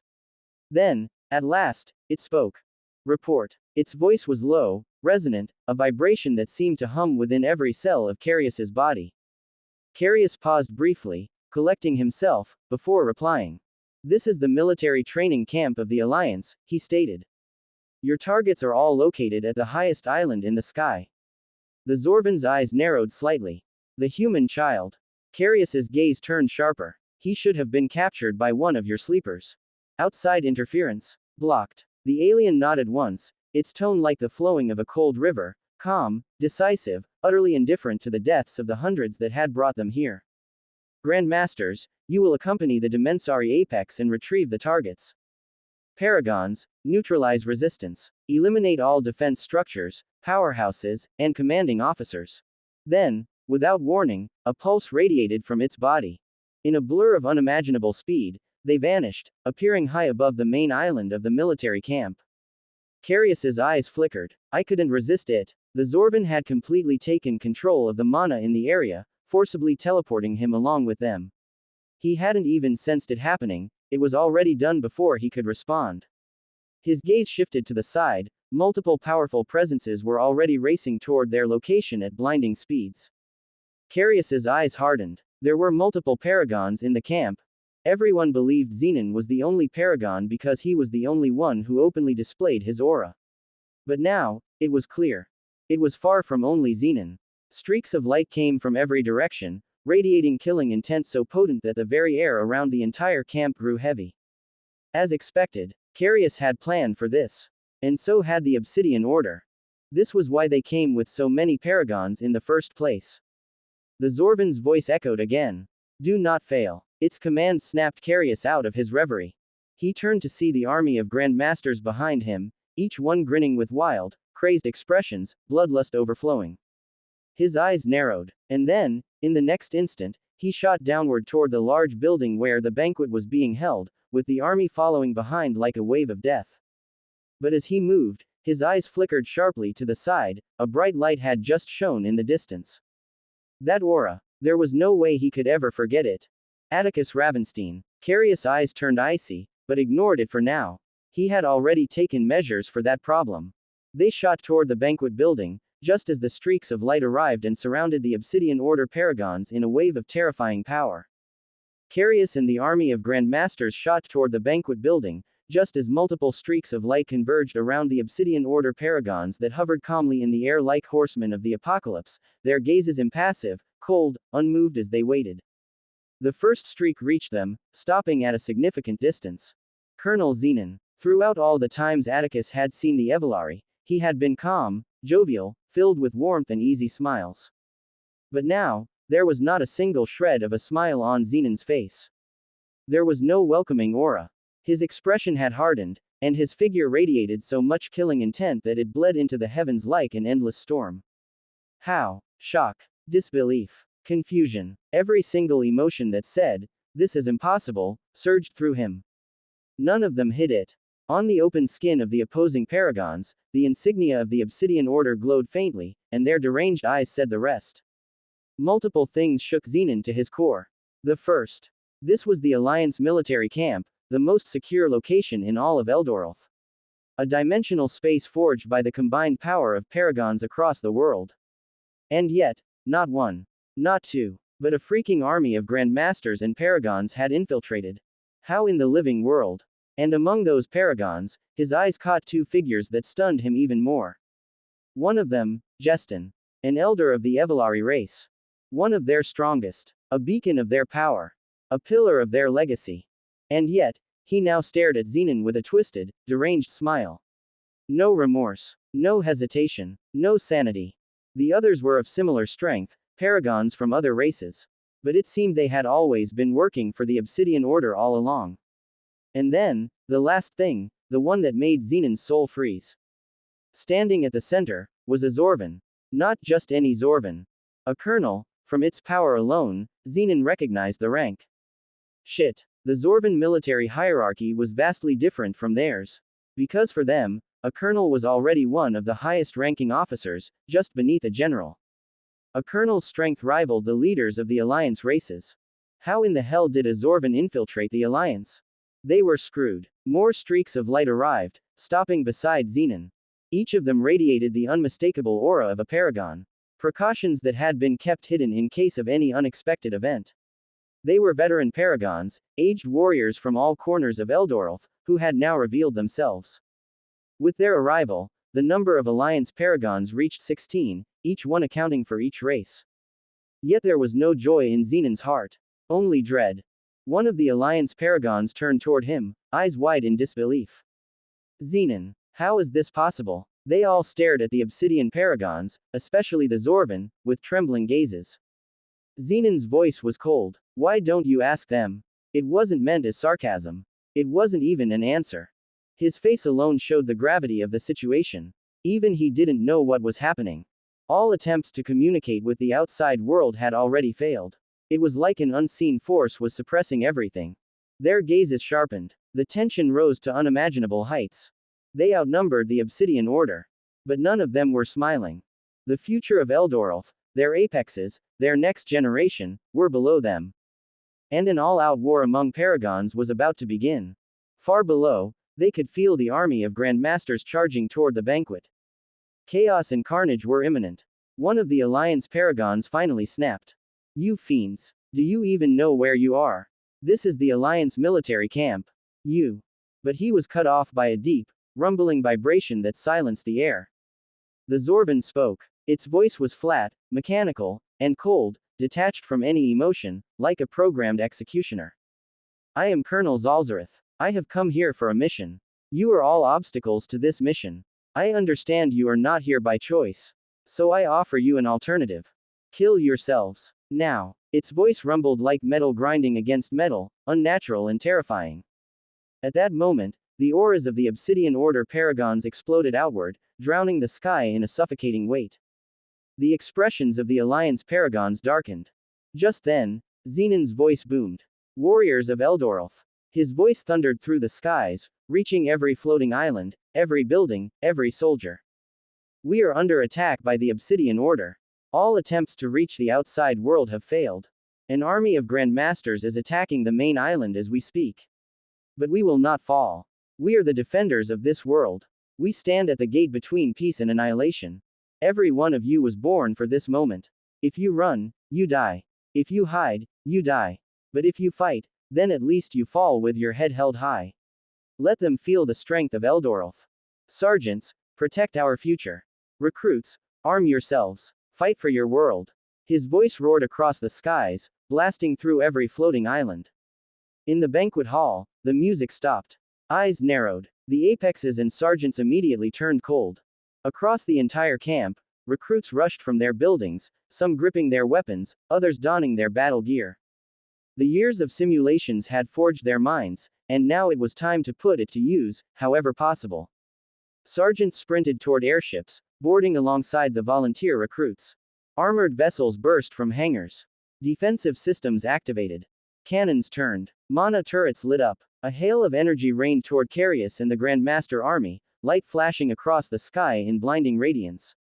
The battle had begun. Sergeants and recruits converged from all sides, racing toward the main island to intercept the Grandmaster army. Through it all, the Obsidian Order paragons didn't move. Yet, their auras thundered louder than ever before. And then, attack, Zalzareth said. Just one word. Cold. Final. The expressions of the Alliance paragons shifted violently. Auras exploded. Speed ignited. And in the next instant, a clash erupted, so intense that it birthed a shockwave powerful enough to shake the heavens. The skies tore. The main island trembled. The battle for the military training camp had begun. Moments before, behind the main building where the banquet was taking place, Lucas's last words pierced the silent forest like a whisper carved in stone. There's nothing greater than life, I give mine for his capture. And for a brief moment, the world stood still. To Atticus, everything froze. The forest, the island, the entire dimension that housed the military training camp. In this frozen world, his mind spun like a vortex of lightning, racing faster than anything else in existence. Something's coming. That thought echoed through his being, deep and primal, resonating from his soul. He hadn't seen it. He hadn't sensed any artifact or spell on Lucas. And yet, Atticus knew, something was coming. I can't react in time. For as long as he could remember, even from the earliest days of his reincarnation, his mind had always been the fastest part of his body. The first to react, to comprehend, to strategize. But now, even his mind had reached a conclusion. He couldn't escape this. A blinding light erupted from Lucas's body, so intense it bathed the entire forest in a blinding radiance. Time resumed. Aurora, Kale, Zoe, and Nate flinched, shielding their eyes from the blinding surge. And as their hands lowered, they saw it. A massive pillar of light tore into the sky, then collapsed downward, converging on Atticus with devastating force. His eyes flashed cold. Boom. His aura exploded outward, mana and spiritual energy intertwining like chaos incarnate, forming a swirling maelstrom of power. The sheer pressure birthed a shockwave, trees were uprooted, the ground fractured, and Aurora, Kale, Zoe, Nate and the other Ravensteins were hurled backward like leaves in a storm. Atticus. Aurora screamed, flipping midair to regain balance. Her crimson eyes trembled. Kale and Zoe stared, eyes wide with disbelief. Despite unleashing his full power, the light still swallowed Atticus whole, unrelenting, merciless, as though it were divine. Ozeroth. He screamed in his mind.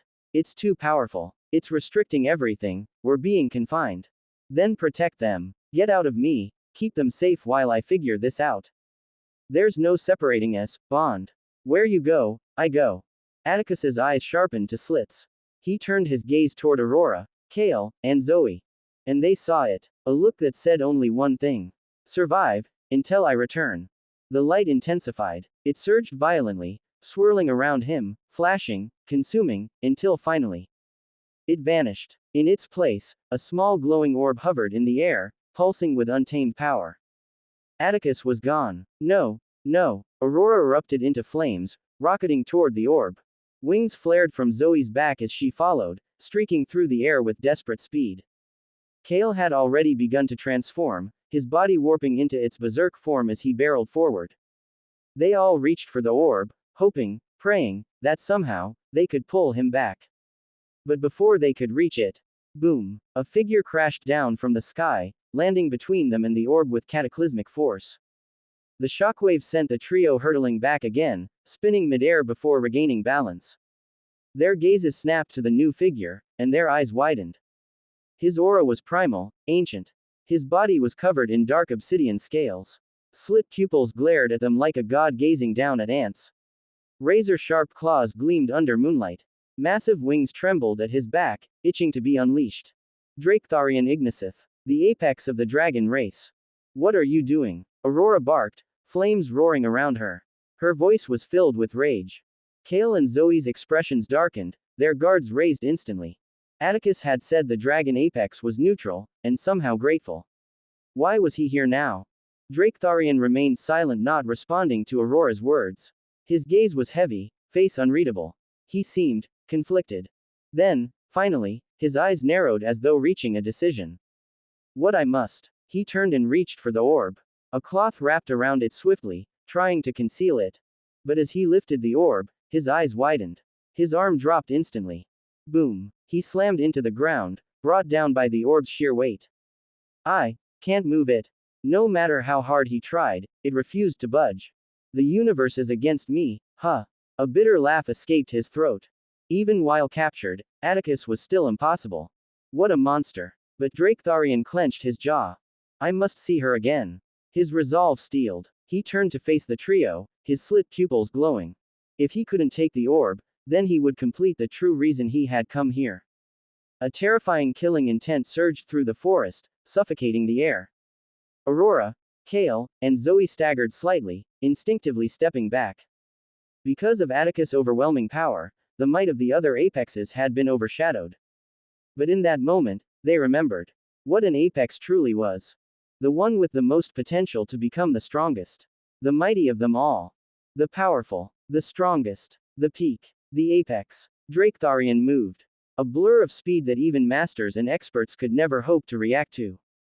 Twack. A pool of crimson splattered across the forest floor.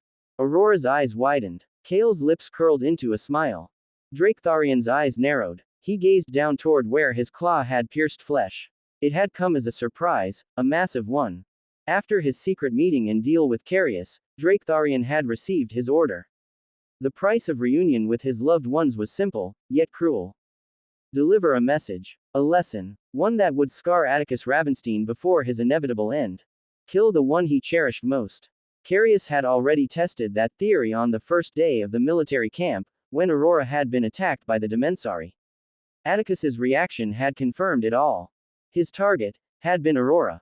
And yet, even though I didn't even use my full speed, he had intercepted my attack. Draketharian's eyes dropped to the boy beneath him. A brown-haired youth, pierced straight through the chest. Kale. Kale hadn't reacted to the speed. He had anticipated it. He'd known where Draketharian was aiming, and he had willingly placed himself in the way. But what shocked Draketharian more than anything, was the look in Kale's eyes. Despite the gaping wound, despite the pain, he was grinning. Eyes burning crimson, body swelling, muscles bulging, skin darkening, his berserk form igniting. HMPH. Draketharian's brow furrowed. He tried to pull his hand free, but Kale's grip tightened. Crack. The sound of bone grinding against scale echoed out. The force was so intense, even Draketharian's draconic bones creaked under pressure. Before he could react, whoosh, a tear in the air. A purple blur zipped in from the side. Zoe appeared midair, her sword construct gleaming in a vicious arc toward his face. Simultaneously, a roar split the air as Aurora, flames swirling around her, lunged forward with a blazing fist. Draketharian scoffed. Don't get cocky. His aura exploded, a monstrous eruption that shook the earth. A concussive blast flung Zoe and Aurora back, both grunting in pain as they flipped through the air. Still, his eyes flicked back down. Kale hadn't let go. If anything, he gripped even harder. His second hand now grabbed the massive broadsword on his back. Berserk form. Fury. Draketharian's eyes narrowed. Kale's sword flashed, and came crashing down toward him with catastrophic force. Boom. The ground cracked, debris shot upward, and the force rippled out. Draketharian's other hand moved fast, slamming the blade aside, but the sheer power was intense. What the hell is this boy? He didn't want to kill him.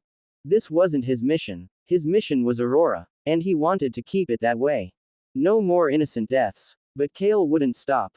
Despite their overwhelming difference in power, despite his own grievous wound, Kale raised his blade again. And again. His 8 sheathed swords around his waist detached, flying into motion, surrounding Draketharian, attacking from all sides. Draketharian blocked them all, hands a blur of motion. Core. Kale suddenly shouted, crimson blood flailing from his mouth. Aurora and Zoe, hearing that, turned immediately. Their eyes flashed as they focused on the core. They understood what he meant instantly. He would hold him and they would save Atticus. Their expressions hardened. Spiritual energy and fire surged as they launched toward the orb again. Enough. Draketharian growled. His claws lashed out, smashing into Kale. Bones snapped, blood spilled, but Kale didn't let go. His grip only grew stronger. His grin wider. Draketharian's frustration finally turned to fury. His claw gleamed, and in a brutal slash, Kale's arm was severed. Gah! The next punch sent Kale flying, but before he could chase down the girls, Kale's other hand snapped onto his leg. Still smiling. Still holding on. TCH. Draketharian raged. You leave me no choice. Dragonfire erupted from his body, engulfing Kale in roaring hellfire. And yet, Kale still didn't let go. He didn't make a single sound. Just let go. Draketharian stomped down, crushing Kale's hand over and over, until finally, it broke apart. Finally freed, Draketharian's body flickered again, appearing instantly before the orb. Zoe gasped, about to reach the orb, but it was too late. He kicked her away, sending her crashing into the dirt, then turned, his hand wrapped around Aurora's throat. Aurora! Zoe screamed. Aurora struggled, her flames roaring around her, as she tried to burn the dragon holding onto her. But they did nothing. He was a dragon. Fire was his birthright. This has gone on long enough. Draketharian's eyes blazed as he prepared to snap her neck. But then, a chill crawled down his spine. That feeling, there was no way he could ever forget it. His head snapped sideways, where a gleaming katana sliced through the air, aimed directly for his arm. Draketharian let go of Aurora and yanked back instinctively, just in time. The blade carved through the space his hand had been a moment ago. Draketharian jumped back and created distance with his claws raised, and guard raised higher. Then, his gaze settled on the figure now standing between him and Aurora. Cloaked in azure radiance and dust, standing just in front of Aurora. His aura burned silently, lethal, contained, suffocating. One eye gleamed azure. The other, violet. Atticus Ravenstein. Draketharian's face twisted in disbelief. How? Silence fell over the forest. His disbelief was complete. He couldn't understand it, no matter how hard he thought. How the hell was Atticus out? But then, his gaze flicked to the core still hovering nearby, intact. His eyes narrowed. It's not him. Something was off. The faint translucency. The echoing shimmer in his form. And most of all, the aura. It was powerful, but not overwhelming. If this were the real Atticus, he would have been dead already. But, the had managed to react to his attack. Orathonians, Draketharian's thoughts raced. He'd heard from his grandfather, how Atticus had used those abilities against the Vampiro's elders. He hadn't believed it then. But now, Draketharian's body trembled. He planned for this. Atticus had anticipated capture. Even though he was Paragon level strength and was only meeting a mere expert rank Lucas, he'd still made contingencies. He'd left behind an echo of himself, an echo duplicate to protect the others if the worst happened. How can such a being exist? Draketharian's claws extended, gleaming sharper. A suffocating silence descended once more as he stared at the echo. Then, a thunderous roar shattered the stillness. Colonel Zenon's voice rang across the skies, delivering his rousing speech. Still, Draketharian didn't move. His eyes never left the echo. Just around Grandmaster plus rank, he assessed. It was significantly weaker than the true Atticus. But even so, it was still him. The echo carried his instincts, his coldness, his combat understanding, everything that made Atticus a nightmare. Zenon's speech ended, and then, a light ignited across the skies. Boom! The paragons clashed. A shockwave detonated outward, tearing the heavens. The ground cracked, buildings crumbled, trees were uprooted. The massive island trembled, plummeting from the skies. Aurora and Zoe were flung back by the blast, each grabbing onto tree roots to stay upright.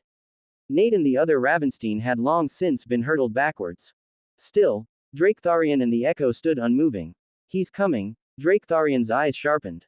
An azure arc screamed toward him. His life weapon isn't here, I don't have to worry about that katana. He blocked the slash easily, but another came from the left. Then another from above. The echo barraged him. Fast. Calculated. Unrelenting. It's still him. Draketharian grit his teeth. He remembered it vividly, how Atticus fought during the Nexus. Cold. Calculating. A battle-obsessed monster. The echo twisted midair, slashing twice in a seamless motion. Draketharian blocked, but smoke burst from the clash, blinding him for half a second. Too late. Crack. A punch landed straight into his face, sending him hurtling backwards. Draketharian twisted midair, landing hard, claws digging into the soil. TCH, bastard. His dragonfire raged around him. His claws lengthened further. His wings spread wide. The echo didn't wait. They launched toward each other. Clashes exploded in a flurry of crimson fire and azure arcs. Sparks flew. Trees were cleaved in half. Wind screamed.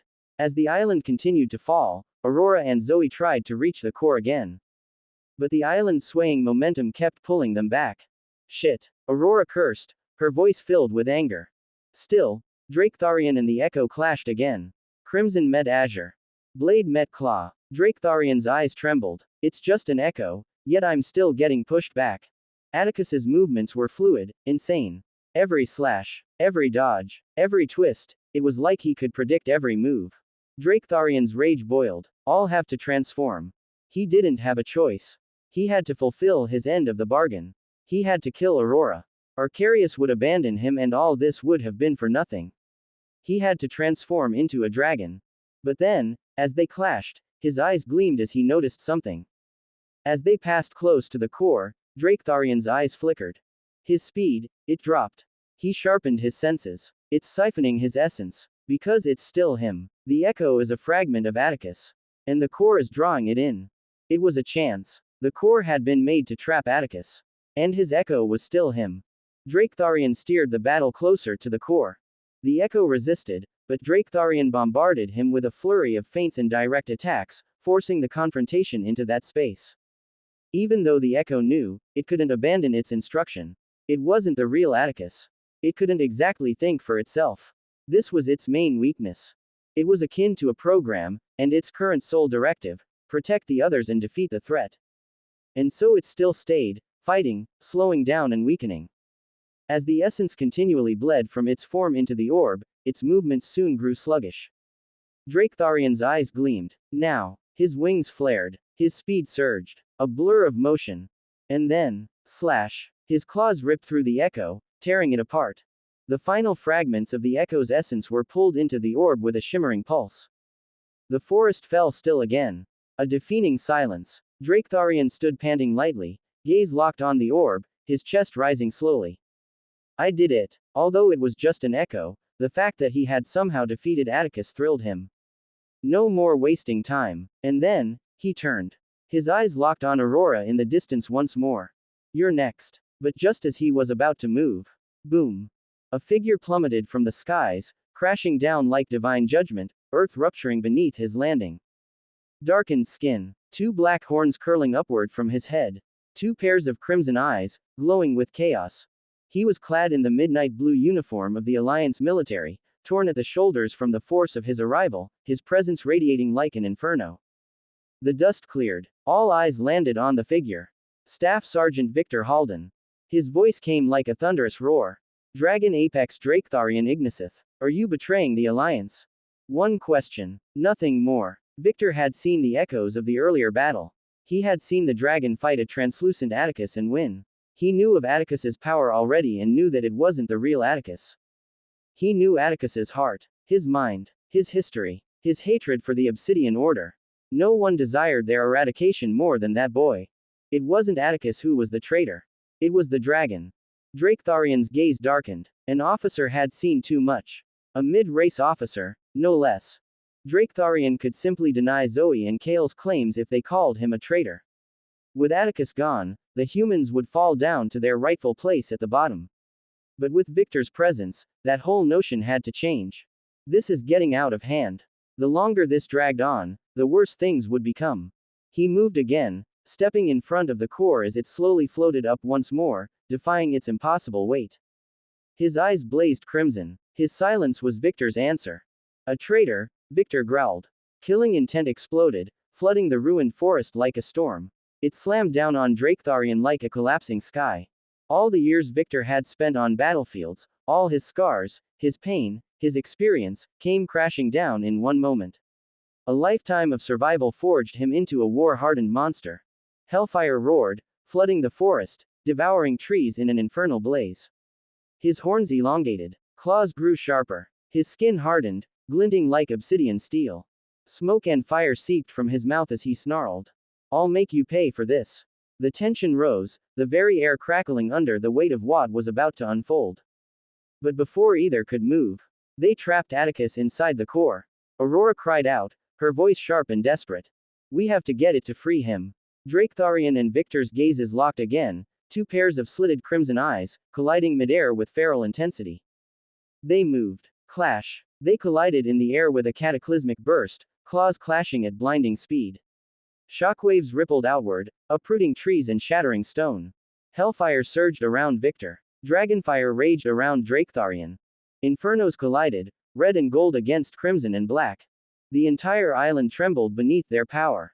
Fangs, claws, fire, rage, 2 apex predators unleashed. But the difference soon became clear. Both were Grandmaster Plus. Both were mid-race members.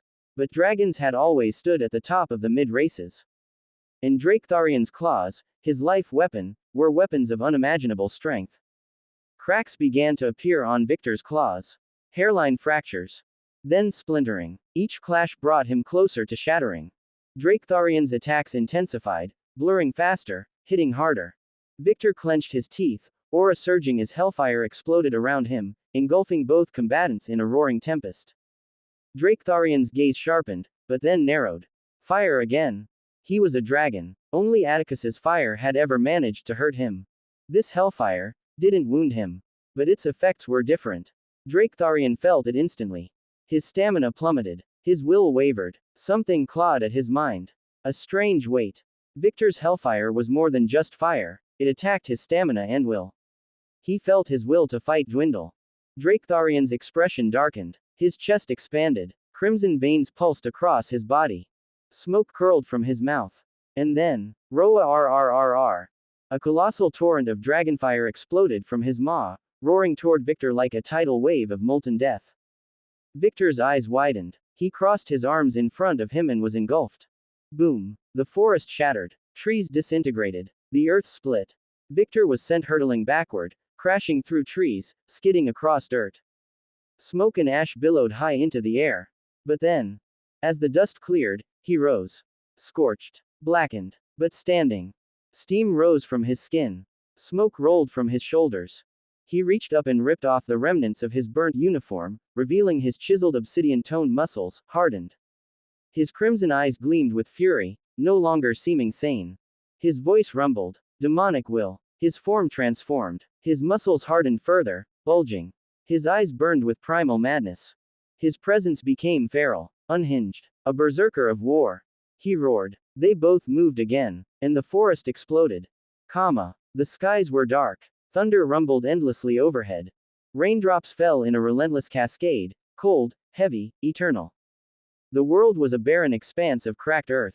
No trees. No structures. No life. Just an empty land swallowed by gloom. Then, roars shattered the silence. A wave of warriors surged from the far horizon, thundering toward a lone figure standing at the center of it all. They poured from every direction, armor clanking, weapons gleaming, eyes burning with bloodlust. But the one they charged toward stood utterly still. Unmoving, unshaken, eyes cold enough to freeze suns. Atticus Ravenstein. His gaze was fixed upward toward the thunderous skies, a storm waging behind his expression. Ozeroth. His voice echoed sharply within. I know, came the spirit's reply, calm but grim. But it's futile. Only an external force can free us now. Atticus's fists clenched. His knuckles cracked violently. He didn't need to guess. He knew. He knew who was responsible. Somehow, impossibly, Atticus could see everything beyond the orb. Everything that had happened.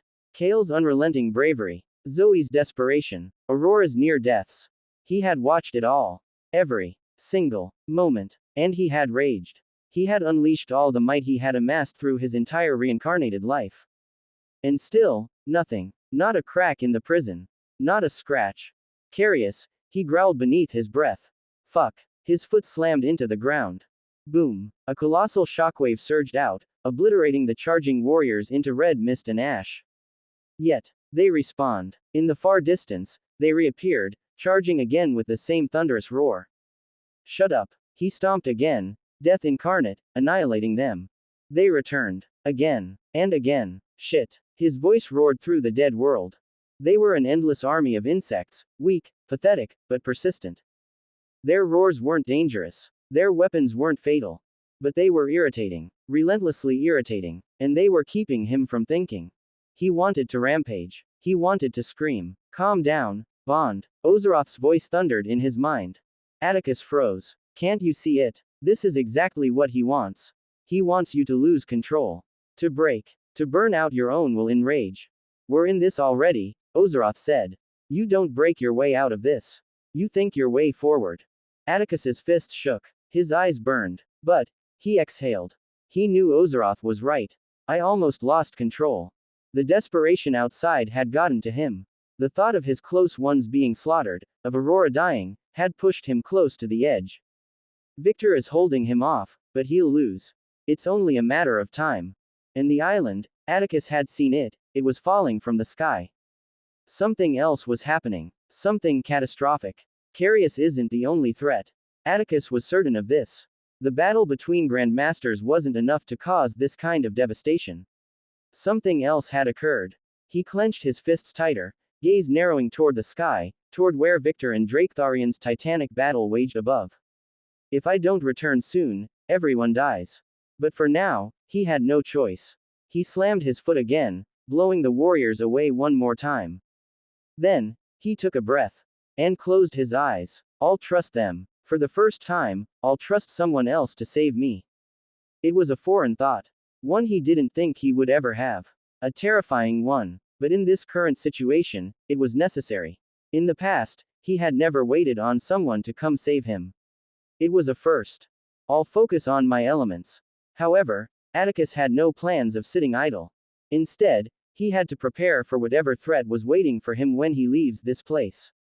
If it's like this, then it might be worse than I thought. Unlike the other recruits, Atticus knew of the presence of the other paragons in the military camp.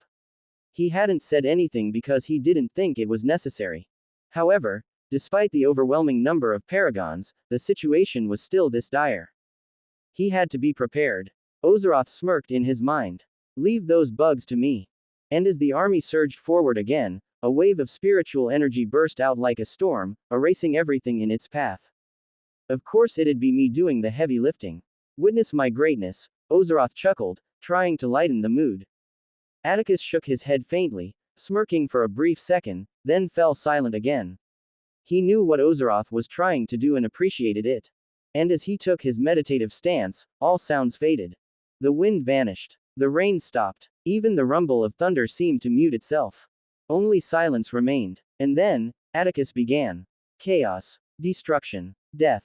Those were the only words capable of even remotely describing the scene unfolding.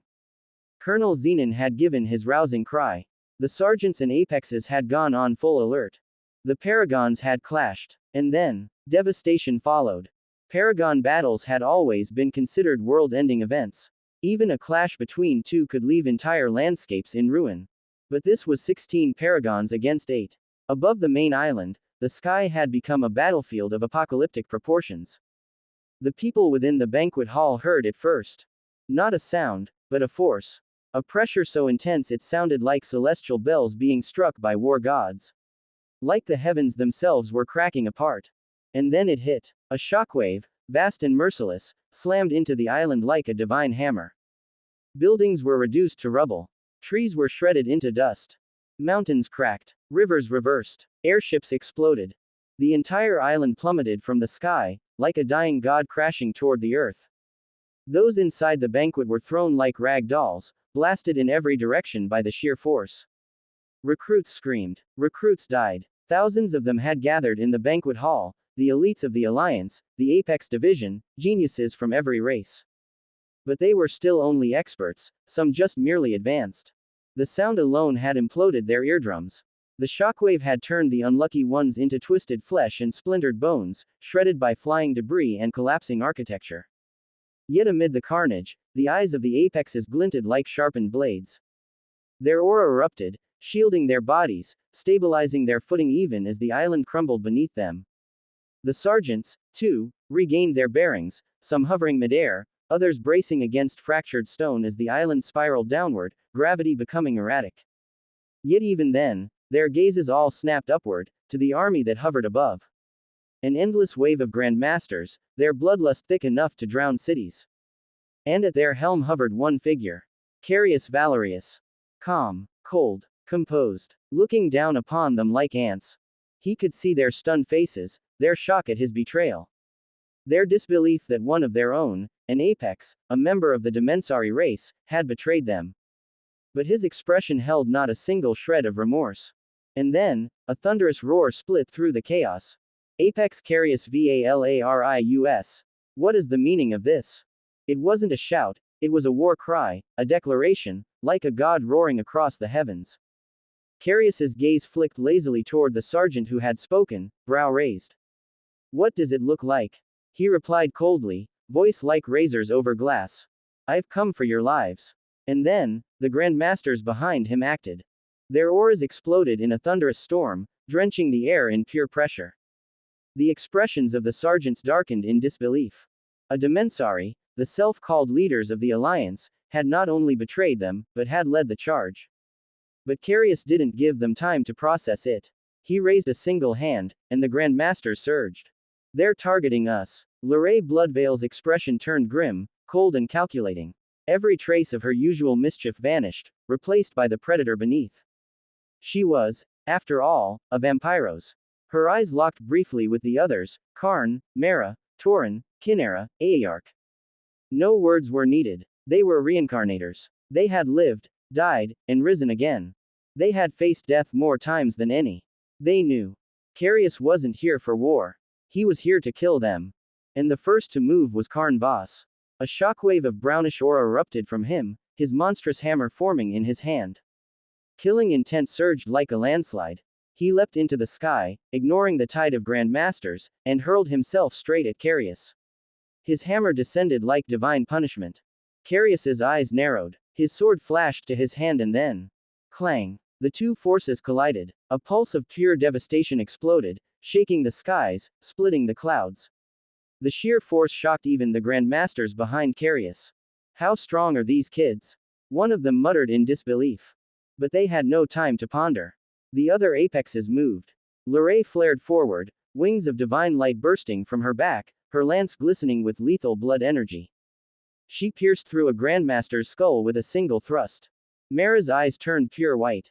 The air decayed around her, as black orbs formed, floating like cursed planets. They glowed, then fired, beams of withering energy vaporizing several grandmasters. Torin moved like a war god, like he knew no pain. Gone was his flirtatious grin. In place, his twin blades danced, slicing flesh, bone, armor. Any wound he took regenerated instantly, making him an unstoppable force. And then came Kinera of the Evelari. Her body had morphed to one best suited for large-scale battles, sleek, flexible armor like skin, glowing veins of energy, elongated limbs and spine that coiled like a whip. She lashed forward, a radiant whip glowing with lightning, snapping across the battlefield, coiling around 3 grandmasters, and crushing them in a flash of thunder and gore. The Obsidian Order's army was being torn apart, despite their numbers. The shock that surged through the sergeants at that moment was immense. Yet, their expressions soon darkened. Their duty flared in their hearts. They weren't going to watch from the sidelines while their apexes fought. Their auras surged, and they dove into the fray, roaring like thunder gods, turning the field into a war-torn hell. In the plummeting island of the military camp, there was only chaos. And above it all, Carius and Karn continued their clash. Each blow of Karn's hammer sent shockwaves through the fractured terrain, tearing open craters and pulsing out waves of pure negation. Each swing of Carius's blade danced like death, sharp, silent, devastating. His movements seemed to ripple through the air itself, his body warping and shifting in impossible ways. It was a battle of monsters. The ground crumbled. The sky thundered. Karn's negation waves surged outward, blanketing everything, suppressing mana, draining power. However, something was wrong. They simply passed through Carius, as if he wasn't there at all. Because he wasn't. This was the Dimensari way of battling the Nullite. Why they still stood as the top race. Carius had adapted. Carius's body didn't fully exist in the same spatial plane as the battlefield. To bypass a nullity's negation, one must not be within space, but beside it. Carius had split the fabric of his presence, half a step outside normal space, existing in a state where the nullite negation couldn't reach, because it had no space to suppress. His form shimmered subtly, reality bending around him like water disturbed by an invisible force. Each movement left faint spatial echoes. But regardless, Carius was still vulnerable against physical attacks. And Karn was nothing but physical might. Their clash continued, colossal and unrelenting. Each blow between them sent shockwaves strong enough to crumble what was left of the ruined island beneath. Yet Carius was nothing if not cunning. He knew the nullity's greatest strength was their ability to negate. And while the ambient mana limited his space manipulation, it didn't eliminate it. It just made him more creative. His eyes flashed. And then, 4 distinct spatial powers activated all at once. Dimensional explosion. Dimensional perception. Dimensional phasing. Dimensional duplication. The battlefield changed. Space ruptured, a dimensional burst erupting between Carius and Karn, momentarily destabilizing the terrain and forcing Karn back. Carius's gaze sharpened, his eyes peering into alternate realities, calculating every one of Karn's next moves before they happened.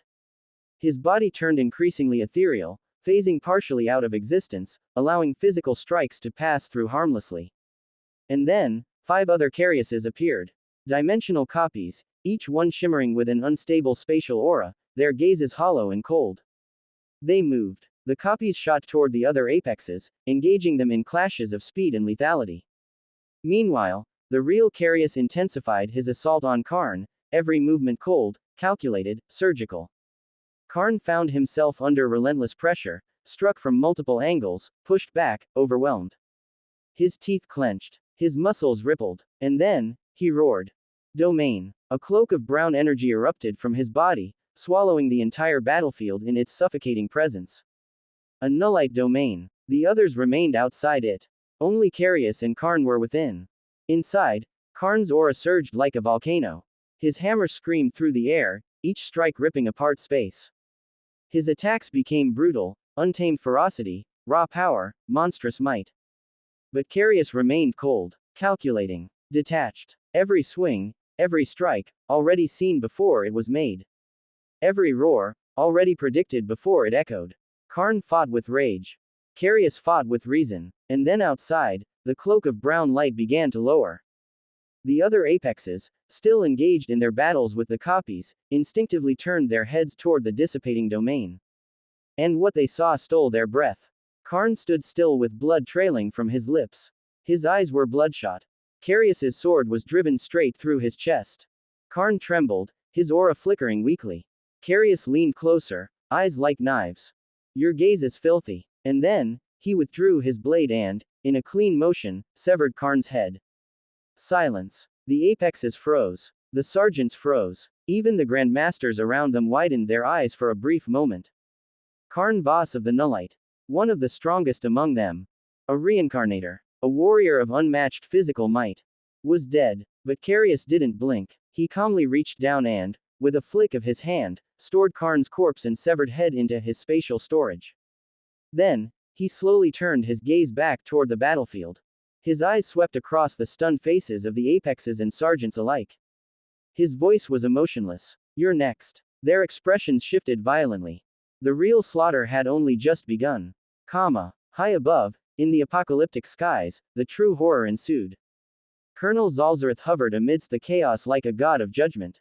Still, silent, calculating. His grotesque alien form remained motionless, and his countless black eyes observed everything. Zorvans were creatures of observation. Emotionless. Purposeful. They did not feel pride, nor pity. Only task. Only goal. Life meant nothing to them, less than insects. 5 minutes, 30 seconds, the Zorvan said, voice mechanical and devoid of emotion. He was dissatisfied. The paragons he had brought, 8 in total, were clashing with the Alliance's 16. Yet progress was slow. 2 against 1, the Alliance paragons were holding, but barely. Aside from Colonel Zenon, who raged in a death match against the traitorous Evelari Elder, the others were faltering.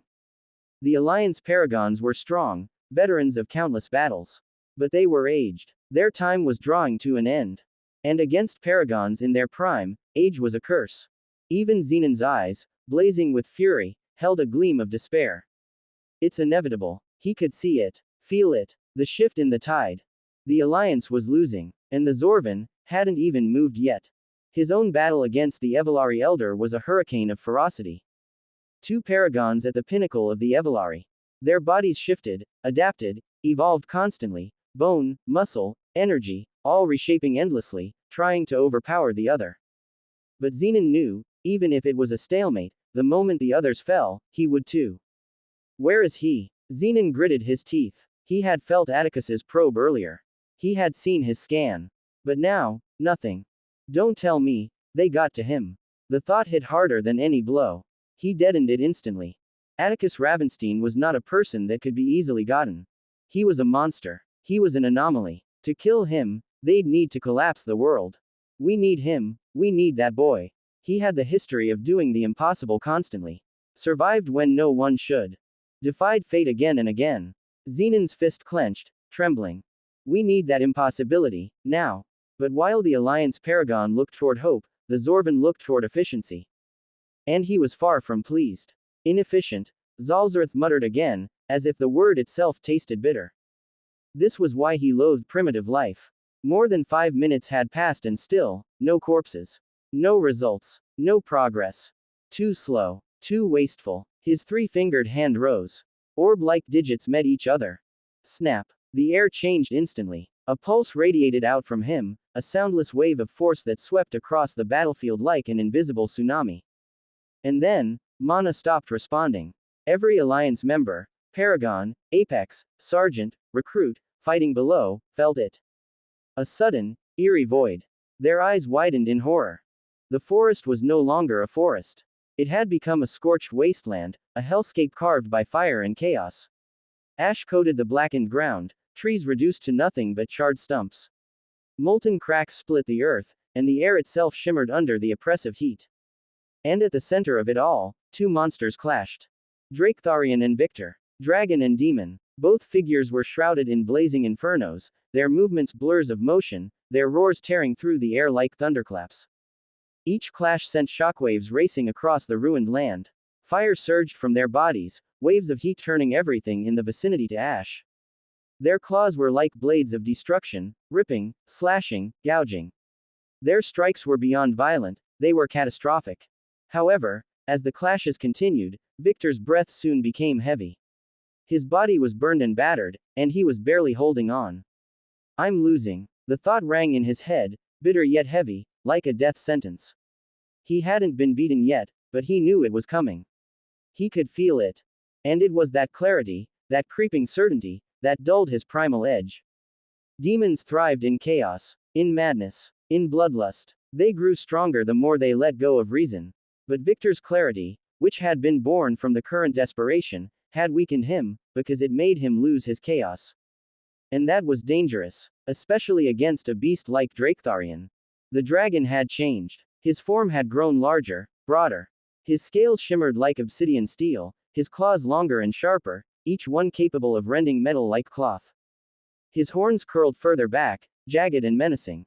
Even his jaw had begun to elongate, heat leaking from his maw with every breath. He was still mid-transformation. And yet his power had already soared beyond anything Victor had ever faced. Victor's arm was slashed open again, a deep, brutal gash that sprayed blackened blood, as Draketharian's claw passed him in a blur. He was sent hurtling into the distance, crashing into a pile of scorched stone. But he still stood, still ran back into the fight. I can't win, Victor thought again. And as he realized this, his gaze shifted, not toward Draketharian, but toward the orb. But I can still do what I came here for. Atticus. If he couldn't win, he would at least free the one who could. Victor changed his approach, his strikes angled, his movement slanted.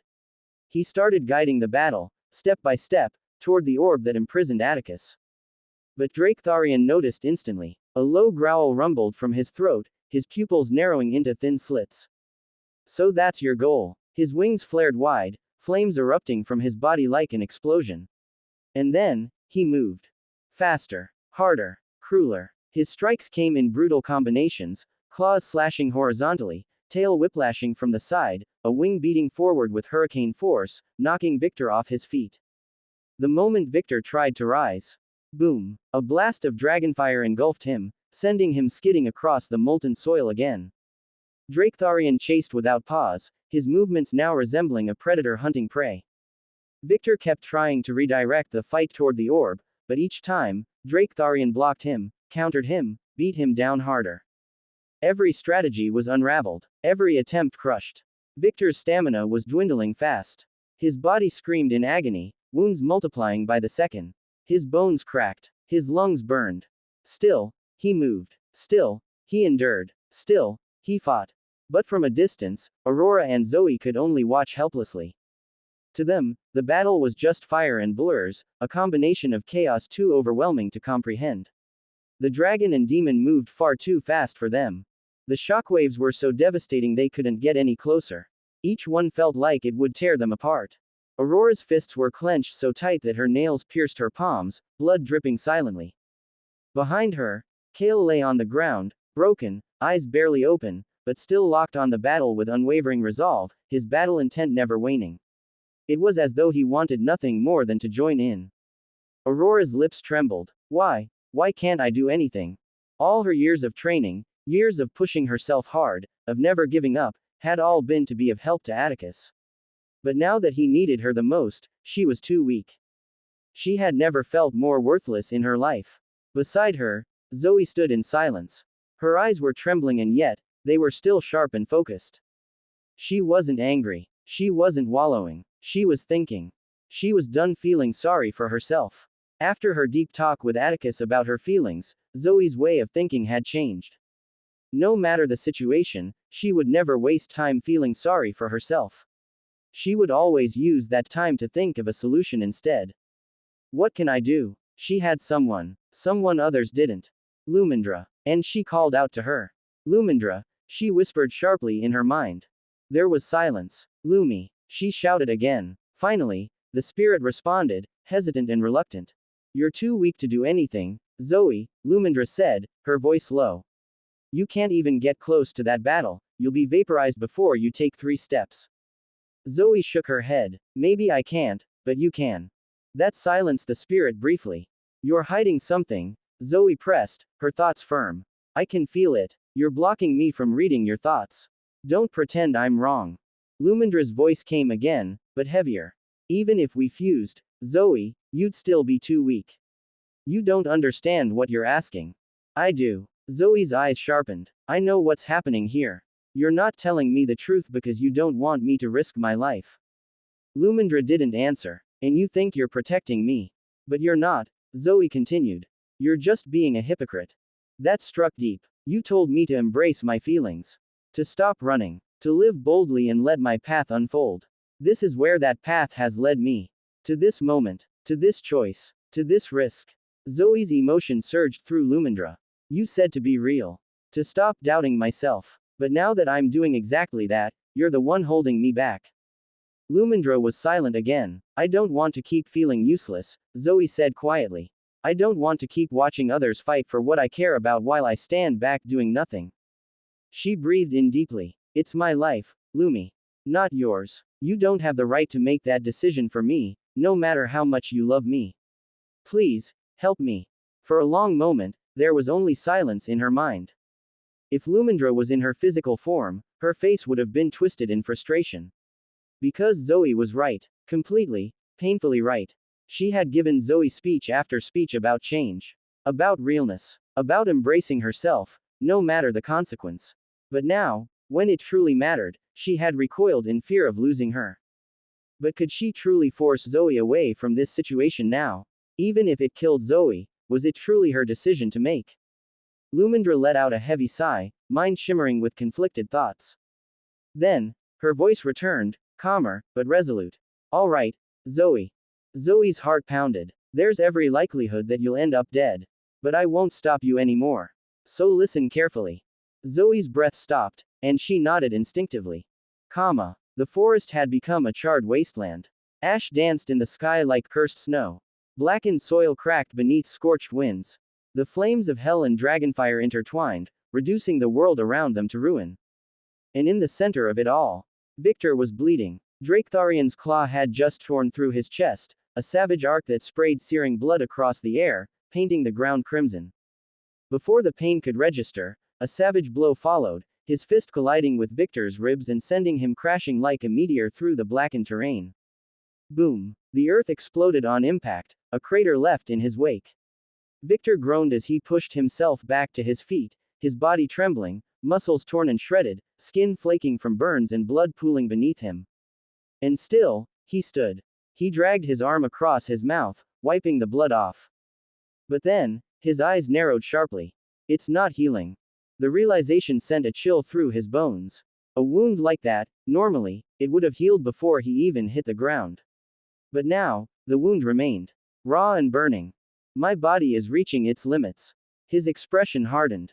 The battle was nearing its end. He could feel the thread of his strength leaving by the second. And then, Draketharian approached.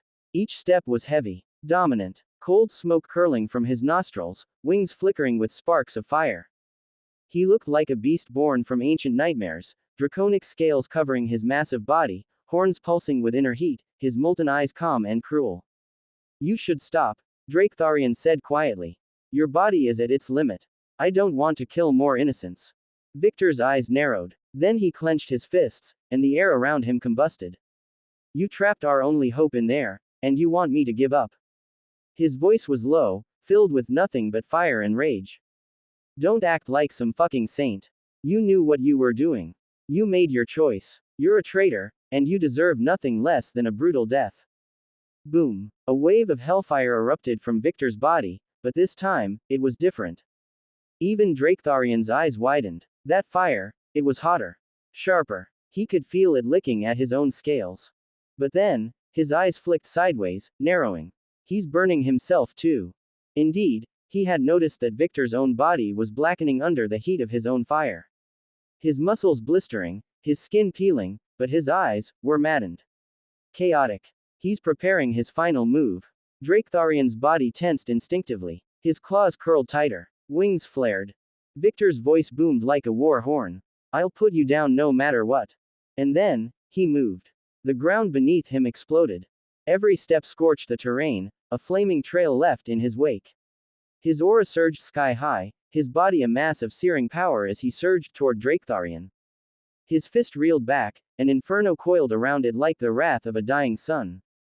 Draketharian roared, his claws lashing forward in counter. Claang. Their clash shook the world. Flames exploded outward, ripping trees from their roots, turning the sky into a swirling vortex of fire and wind. Draketharian's claws met Victor's punch head-on, and his eyes widened in disbelief.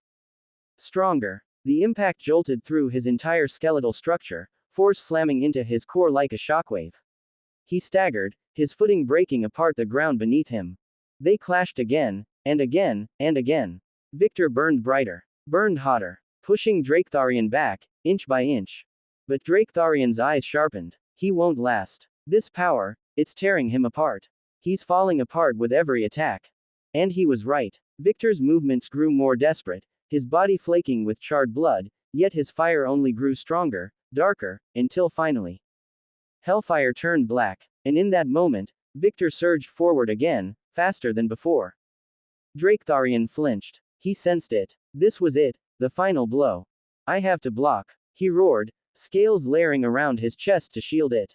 But then, at that moment, a chill struck him, a cold, bone-deep terror, something ancient, something primal.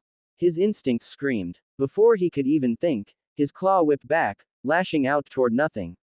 Then, he turned and saw it. A figure had appeared midair, just a few meters away from him. Purple-haired, glowing eyes, body crackling with radiant energy. Zoe. But it wasn't just Zoe anymore, she had fused with Lumindra. Her body had taken on a sleek, humanoid draconic form, plated in amethyst-toned scales that shimmered with spirit energy, claws now formed from Lumindra's essence, wings of translucent crystal light behind her back. Her irises burned with a power far beyond her rank, an ancient energy wrapped in a mortal shell. Draketharian's eyes widened. Master Plus rank. Despite her transformation, Zoe was still in the Master Plus rank. She hadn't gained any miraculous powers. No. What shocked him was the feeling she radiated, her eyes. They felt ancient, like the gaze of a being who had lived and been through it all. However, his instinctive attack met Zoe midair, sending her crashing into the trees, blood spraying from her mouth as she hit the ground hard. As he saw this, the implications slammed into his head. A distraction. Zoe had distracted him by making him think there was a stronger enemy behind him. She had timed it perfectly. Shit. Draketharian's head snapped back towards his front, but it was already too late. Victor's punch was already at his chest. His eyes widened. Too late. Boom. The impact detonated through his body. A blast wave followed, ripping through the forest as Draketharian was launched like a cannonball, crashing through multiple hills before slamming into a distant cliff, reducing it to rubble and flame.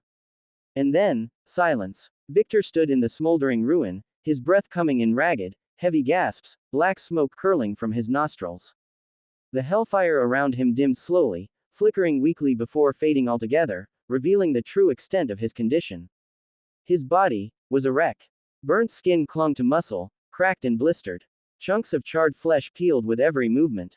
His once bulging muscles now looked scorched and torn.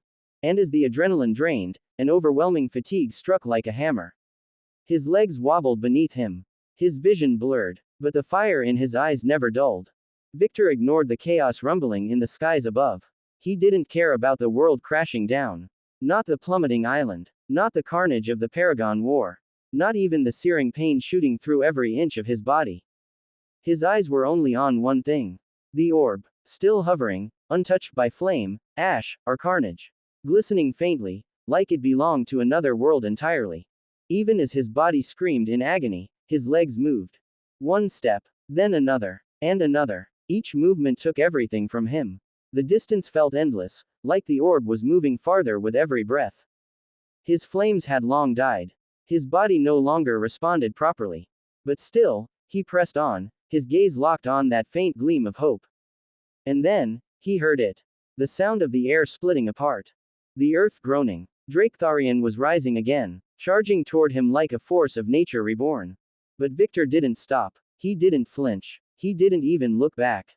He reached out his trembling, blood-soaked hand toward the core. And then, snap, a sound echoed across the world. A pulse surged from the skies. And mana vanished. The entire battlefield fell into a void of silence, a dead zone where no art, no aura, no energy could respond. And Victor felt it instantly.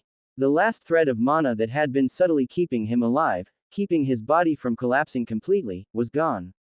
His legs buckled beneath him. Shit. But before he hit the ground, whoosh, his body turned weightless, lifted upward by an unseen force. He wasn't the only one. All across the battlefield, the same thing was happening. Everyone was forced into the air. Aurora, Zoe, Kale, the sergeants, the apexes, even the injured and unconscious. They hovered suspended in the skies, unable to move. And just behind the apexes, Carius had appeared, staring at them as though he wanted to tear them into pieces.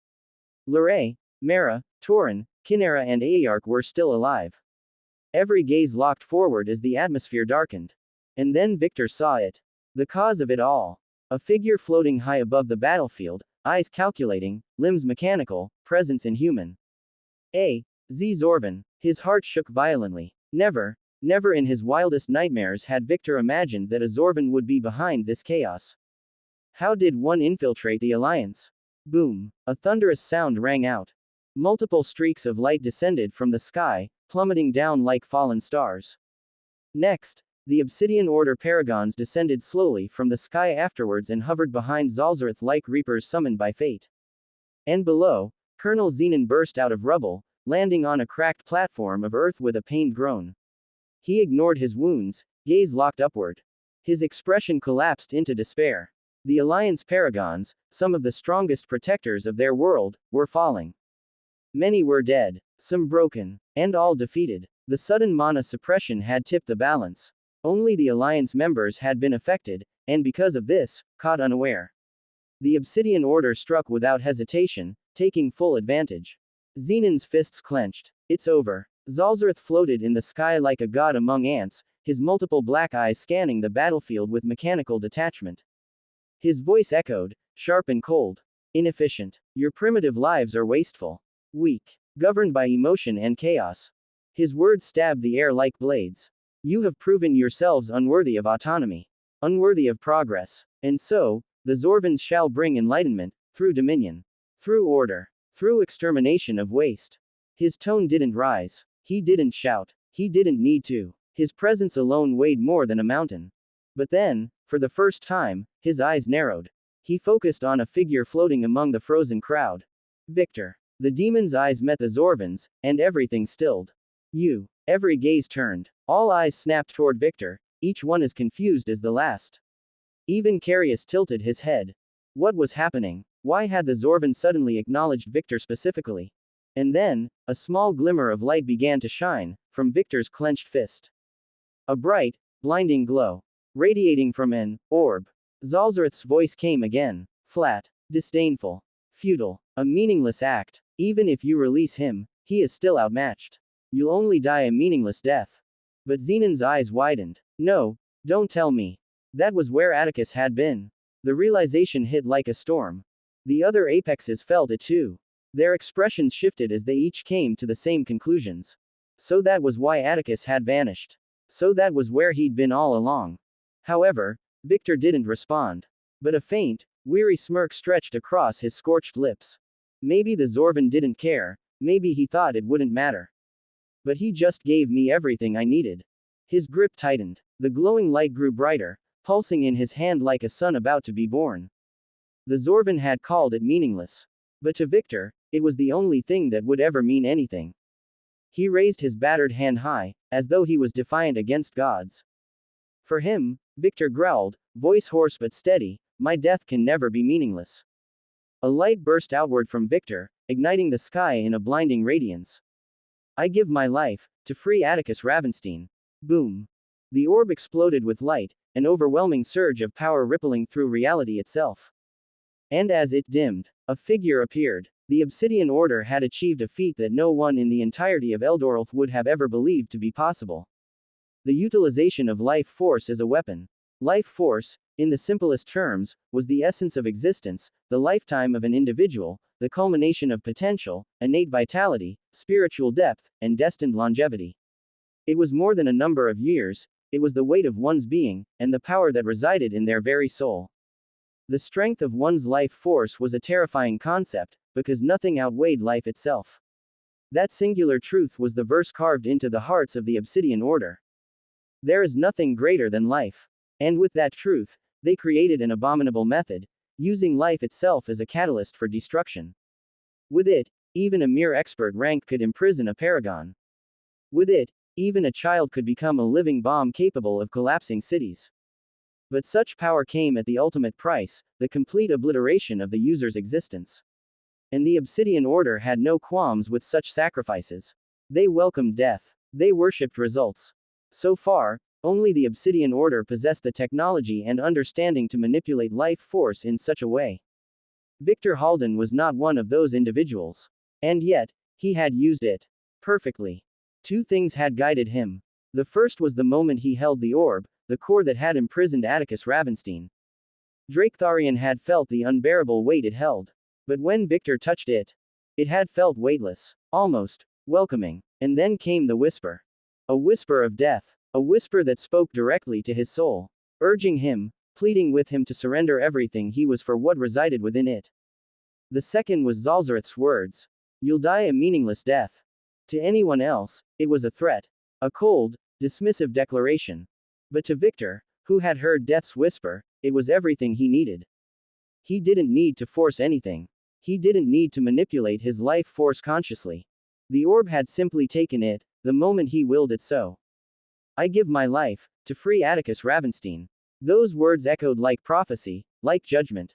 And their implications rippled across the sky. The moment he spoke, a blinding light erupted from the core, flaring so violently that it parted the very clouds above the dimensional world, casting away the gloom as if the heavens themselves made way for something greater. All heads snapped toward the light. Eyes winced. Auras trembled. Only 3 people in that moment were able to keep their eyes open. The first was Zalzareth, his array of abyssal black orbs watching every millisecond with unsettling calmness. The second was Xenon, who didn't care if his vision burned out, his eyes had adapted, tears streaming from their corners, fists clenched so tightly his knuckles cracked beneath the strain. And lastly, Victor himself. His body trembled, his eyes sizzled from the overwhelming glow, smoke rising from his sockets, but he didn't flinch. He stared directly into the radiance, face contorted not in pain, but in peace. A soft smile crept across his burnt lips. One of acceptance, of sacrifice, of hope. And as the figure began to form within the core of that celestial light, Victor's lips moved one last time. Please, save our world. And then, he turned to dust. Gone, like a flame in the wind. And as the light faded, the apexes, the sergeants, the recruits, the survivors, everyone opened their eyes. And what they saw froze their souls. He was there. Hovering midair. Draped in faint golden light. Cross-legged, unmoving. Eyes closed. Atticus Ravenstein. They had heard Victor's words and they knew that Atticus was coming. And while a faint glimmer of hope lit up in their eyes, as they saw him now, this wasn't what they had been expecting. Everyone present knew what kind of person Atticus was. A man of action. A man of coldness that could freeze worlds. As soon as he was freed, they had expected him to attack with the intent to kill. To decimate. They had expected his return to come like a storm. Like fire. Like wrath. They had expected explosions, violence, a massacre. Instead, he simply sat. Still. Silent. Detached from the world around him. The screams. The falling debris. The chaos. Even the plummeting island above seemed to lose its sound. The very air had gone mute. He didn't even look at them. His eyes remained closed, as though everything was beneath him. As though he was no longer part of the same reality. His presence was calm, yet oppressive. Quiet, yet louder than anything they had ever known. 1 second passed. Then 2. And Zalzareth narrowed his eyes. His array of abyssal eyes had analyzed every inch of Atticus, every molecule, every subtle fluctuation in the air around him. But what disturbed Zalzareth wasn't what Atticus was doing. It was what he wasn't. No energy radiated from him. No mana signature. No elemental fluctuation. No spiritual resonance. No will. Nothing. It was like he didn't exist. And yet, he clearly did. That contradiction, that impossibility, made Zalzareth's gaze sharpen like a blade. Zalzareth, like most Zorvans, loathed the unknown. Wildcards, variants, anything that could not be calculated, quantified, or programmed into an outcome. He despised unpredictability, not out of emotion, but out of logic. To a Zorvan, anything that couldn't be accounted for was a flaw, an inefficiency that needed elimination. That creed was their essence. Their religion. And in all their years of attacking Eldorolf, Atticus Ravenstein was the first anomaly. The Apexes were powerful, yes, brilliant monsters of their generation. But they were still within the realm of expectation. Predictable. Atticus was not. He had soared beyond every projected curve. Surpassed every limit. Shattered every ceiling they'd placed on him through their countless algorithms. Through their vast intelligence networks embedded within the Alliance, they had monitored him closely. That was why Zalzareth had taken special interest, why he had opted to deal with Atticus himself, using one of the Obsidian Order's life artifacts to trap him before the battle ever began. And by logic, Atticus should still be contained. This should have been pointless. He should have still been helpless, powerless, outmatched in this situation. That was what logic said. That was what the projections screamed. So why did something feel wrong? A slight twist stirred in Zalzareth's core, a sensation he had no name for, a defect he rarely experienced. Something was coming. Something beyond numbers. Beyond control. And he hated it. He stared harder at the boy floating midair. The unknown. And Zalzareth would have none of it. His three-fingered hand rose coldly, calmly. An orb of condensed mana flared into existence at his palm. It pulsed once, twice, then began to grow. A radiant sphere of devastating density, swirling with violent currents of energy, emitting a high-pitched whine as it charged. And then, it launched. It tore through the sky like a comet of death, searing a path of light as it screamed toward Atticus. The air warped around it, its force tearing clouds apart and splitting wind currents. The Apexes' eyes widened in shock. Xenon's voice caught in his throat. Why wasn't Atticus moving? Zalzareth's mana suppression field was still active. Atticus shouldn't even be able to use mana. And he didn't. Boom. The beam hit its mark, but stopped. A purple shield had exploded into existence around Atticus, intercepting the blast. The collision shattered the air with a thunderous detonation. Smoke and dust coiled like rising dragons around the impact zone. And when it cleared, he was still there. Unharmed, unmoved, unbothered. Zalzareth tilted his head slightly. Intriguing. His voice was soft, contemplative. A shield, not of mana. Not of life force. Something else. His black eyes glinted. So this is spiritual energy. It was an energy the Zorvans had long theorized ever since it appeared amongst humans, long tried to master, but never fully understood. To the Zorvans, it was still a primitive anomaly, something unrefined. Something uncategorized. Futile, Zalzareth said coldly. Even with spiritual energy, it's still bound by the limits of a primitive mind. His hand rose again. Another orb formed, but it was larger this time. Denser. Darker. Dread engulfed every single person watching. The Apexes' eyes narrowed, and Xenon's breath quickened. But before the second blast could be fired, the air changed. At first, it was faint. A flicker. Then, they saw them. 4 orbs of radiant color slowly circling around Atticus. Each one glowing with a different hue. They drifted lazily at first, orbiting him like celestial bodies. But then they began to accelerate. Their movements quickened, blurring in motion, each color streaking through the air like lightning. A vortex began to form, a luminous storm of spiraling hues. To most, it looked beautiful. But to others, it was the beginning of a dread that would never fade. Zalzareth's eyes narrowed. He launched the second blast. It struck. The spiritual shield cracked, warped, buckled, until it shattered like broken glass. Xenon's eyes flared. Atticus. Everyone in the area felt the dread. But before the second blast could consume him, the orbs merged. A burst of colorless energy spiraled outward. Then, a column of dark crimson aura erupted from Atticus, soaring into the heavens like a god's judgment. Boom. The mana beam was annihilated midair, disintegrated into motes of useless dust. The air exploded with pressure. The clouds above split in half. Zalzareth stared silently at the pillar of energy, scanning its composition. But there was nothing to scan. No data, no equations, no readings. Only a force that was unknown, unpredictable, and terrifying. An anomaly, he muttered again, voice low. Something about this energy wasn't just normal. It was something more. Something that did not belong to any category in Zorvan databases. Something unwritten, unbound. And for the first time in centuries, a single thought echoed in Zalzarth's mind, emotionless, yet undeniable. This is not supposed to exist. And then, the world began to react. The eruption of the dark crimson aura affected everything. The very laws of balance rippled from the core of Atticus's release. The elements answered his call. The heat of the atmosphere intensified to cataclysmic levels, causing the distant mountains to smolder and erupt into spontaneous flame. The nearby seas roared violently, tides rising to impossible heights. Rain fell upward, defying gravity, then spiraled in whirling torrents across the air like serpents of storm. Hurricanes were born in seconds.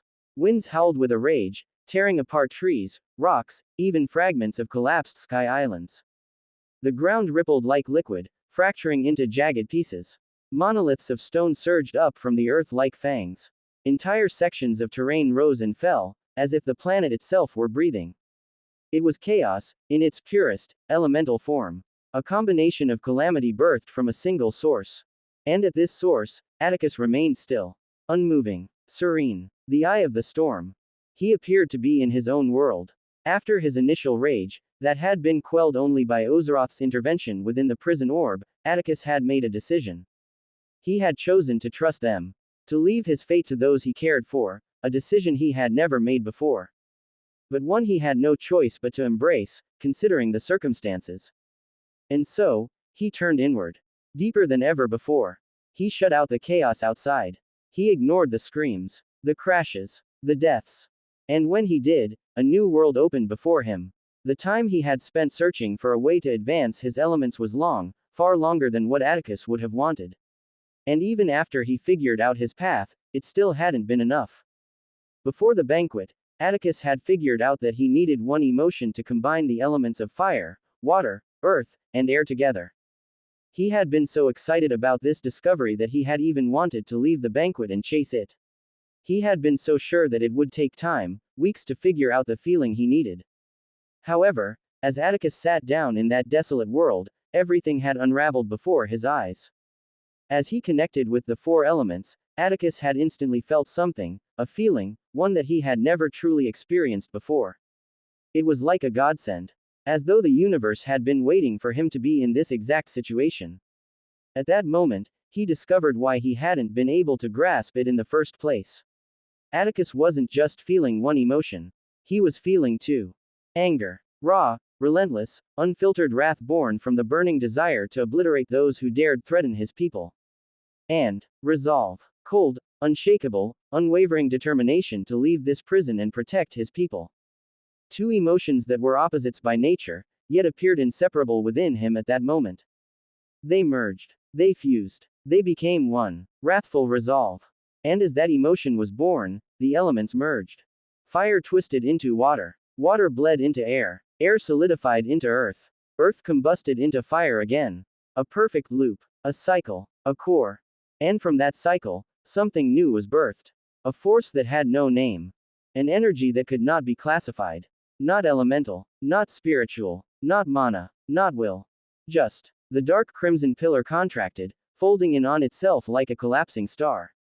Its energy coiled, twisted, and converged into the figure standing at its heart, and the world changed around him. Atticus. But it no longer felt like Atticus. His form stood still, unchanged in flesh, but utterly unrecognizable in presence. His body radiated a dark crimson aura laced with molten gold and void silver streaks, flickering like wildfire, like flowing magma, like a storm made solid.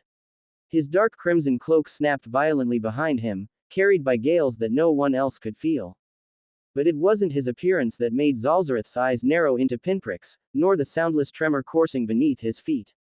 It was the aura, the power, the presence. An anomaly, Zalzareth said again, as though that would somehow stabilize the shifting reality around him. The air bent around Atticus like it feared him. The earth resonated, as if the very planet couldn't bear his existence. The flames nearby flickered once, then died, submitting to a superior flame. Water in the distance trembled, rose into the air like prayerful hands, then evaporated into nothingness under the pressure. Wind spiraled into cyclones, then scattered. Even the clouds above coiled, forming a colossal vortex, as if the sky itself was being devoured by his presence. The hearts of every being on the battlefield nearly burst from their ribcages. The sheer power this boy was radiating. The apexes, gazes shook, an intense pressure sinking into their bones. An unfamiliar emotion appeared in their hearts, not fear, not awe, but a confusing, almost desperate disbelief. They couldn't understand it. They had been reincarnated into Eldorolf together. They had been given the same privileges as him. And they had even lived longer in this world than Atticus. And yet, why did it seem as though he stood on another plane entirely? Zenon's fist cracked under his own pressure, blood dripping freely to the ground. His eyes shone like miniature suns, flickering with nothing but exhilaration. His expression had contorted, not in pain, but in rapture. He had thought it. He had said it. This fucking boy had a knack for pulling the impossible. To think he would bear witness to such raw greatness. His heartbeat thundered like war drums in his ears. But among them all, one expression was unlike the others. Carius Valerius. His face twisted into something foreign to him, pure disbelief. He clenched his sword tightly, his mind racing, threads of calculation weaving at impossible speed. He shouldn't be able to beat the Zorvan, but, just in case, I need contingencies. His gaze drifted toward the artifact strapped at his waist. I'll use it at any sight of danger. Zalzareth stared at the force of nature that was in front of him. Atticus didn't seem to be in a hurry. He hovered in the air, gaze resting not on the paragons, not even on Zalzareth, but on nothing, as though he was seeing a world far beyond theirs. The Zorvan wasn't offended. He was intrigued. Anomalies could be a threat. But they were also opportunities to understand new data. New power. He would control it, dissect it, archive it, kill him. 8 paragons surged. 8 eruptions of devastating power. 8 titans of destruction tearing across the sky, their momentum shaking the heavens as they descended like calamities. Arts, artifacts, physical assaults, everything aimed to rip Atticus apart bit by bit. But finally, Atticus moved. Not toward the attackers. Not to defend himself. He turned, slowly, and his eyes locked onto 2 figures. Carius Valerius. Draketharian Igniseth. The moment their eyes met his, their hearts skipped a beat. Carius's fingers wrapped around the artifact at his waist. But it was too late. The air froze. Their bodies locked in place, unable to move even an inch. Rocks surged upward, water coiled like serpents, fire danced in a spiraling embrace, wind howled, and then all 4 elements collapsed inward, imprisoning them in an elemental cocoon. Their bodies were restrained, and their powers suppressed. But despite their entrapment, Atticus's gaze still reached them. And at that moment, their minds understood one thing. He wasn't going to kill them quickly. He was going to take his time. Then, the paragons reached him. Cataclysmic attacks roared in from all directions. From above, from behind, from every angle possible. Atticus's last battle with a paragon had been with the Vampiros' Grand Elder, Yorwin. And during it, he had overwhelmed the Vampiros. The paragons that surged toward him had more or less Yorwin's strength. For the past Atticus, fighting all 8 would have surely been tough, and he should win at the end of the day. However, more than a year had passed. Atticus had advanced in power. And now, he had finally fused what he considered his main source of power, his elements. Atticus raised one hand. That was all. Just one hand, and the elements responded. Fire, water, earth, and air merged again as a singular pulse, into a spiraling sphere, then unfolded like a blooming lotus of annihilation. And then, a wave burst outward. It felt like reality twisting, a fundamental shift in elemental equilibrium, a phenomenon born from perfect harmony between fire, water, air, and earth. But then, the wave expanded. It wasn't defensive, nor was it an explosion. But as it reached their attacks, for a split second, it looked as though it would overwhelm him. But the instant the techniques touched it, they dissolved, pulled apart molecule by molecule. The wave reached the paragons. Their bodies didn't explode. They crumbled inward, consumed by a force that bypassed their defenses, rearranged the structure of their cells, and rendered them unable to exist. Fire ignited inside their cores, water flooded their lungs, wind scattered their thoughts, and earth compressed their very essence. It was like the world rejected them, atom by atom, piece by piece. And then, there was nothing. No corpses. No echoes. Only dust, and silence. 8 paragons, erased by one motion. The battlefield fell silent. The apexes stared. The sergeants froze. Zalzareth's head tilted again, slower this time. Impossible, he murmured. Yet, Atticus wasn't in the mood to listen. He took a single step forward, the air behind him shattered in a perfect ring. A blast of invisible pressure exploded outward, and for a brief moment, every man within miles felt it. The wrathful resolve to obliterate the alien in front of him. His katana exploded into his arms as the elements danced around him. Fire, water, air, earth. In the history of Eldoralth, even including the world of the Zorvans, the notion of combining the elements was such that no one had thought it possible. Till this day, that notion did not change. Although they were insanely rare, there had been elementalists who could wield multiple elements in history. But they had wielded them separately. Considering the fact that warriors were always searching for ways to progress in power, many had tried to fuse them together countless times. And the result had always been the same: fire and water created mist, wind and fire fueled the blaze, and so on.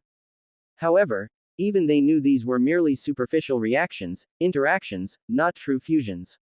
At best, they were elemental reactions occurring on the surface level, each element retaining its individual nature and simply colliding or cooperating at that moment. But what Atticus did was different. It wasn't just a combination, it was a synthesis. He didn't let the elements react, he made them resonate. At a fundamental level, down to their essence, their very molecular or energetic structure, he forced them to harmonize. Every bit of that realization raced through Zalzareth's mind with terrifying speed as he watched the paragons of the Obsidian Order disintegrate, reduced to nothing, not even ashes left to scatter in the wind. His array of black eyes sharpened as he replayed every frame of what he had just witnessed, frame by frame, second by second. But there was no respite. A sound tore through the battlefield. It felt like a rupture, a violent distortion of space and atmosphere. Zalzareth's brows furrowed, only to see that the one he had been analyzing was gone. The skies of the dimensional world imploded inward, a vacuum ripple folding space in a violent spiral.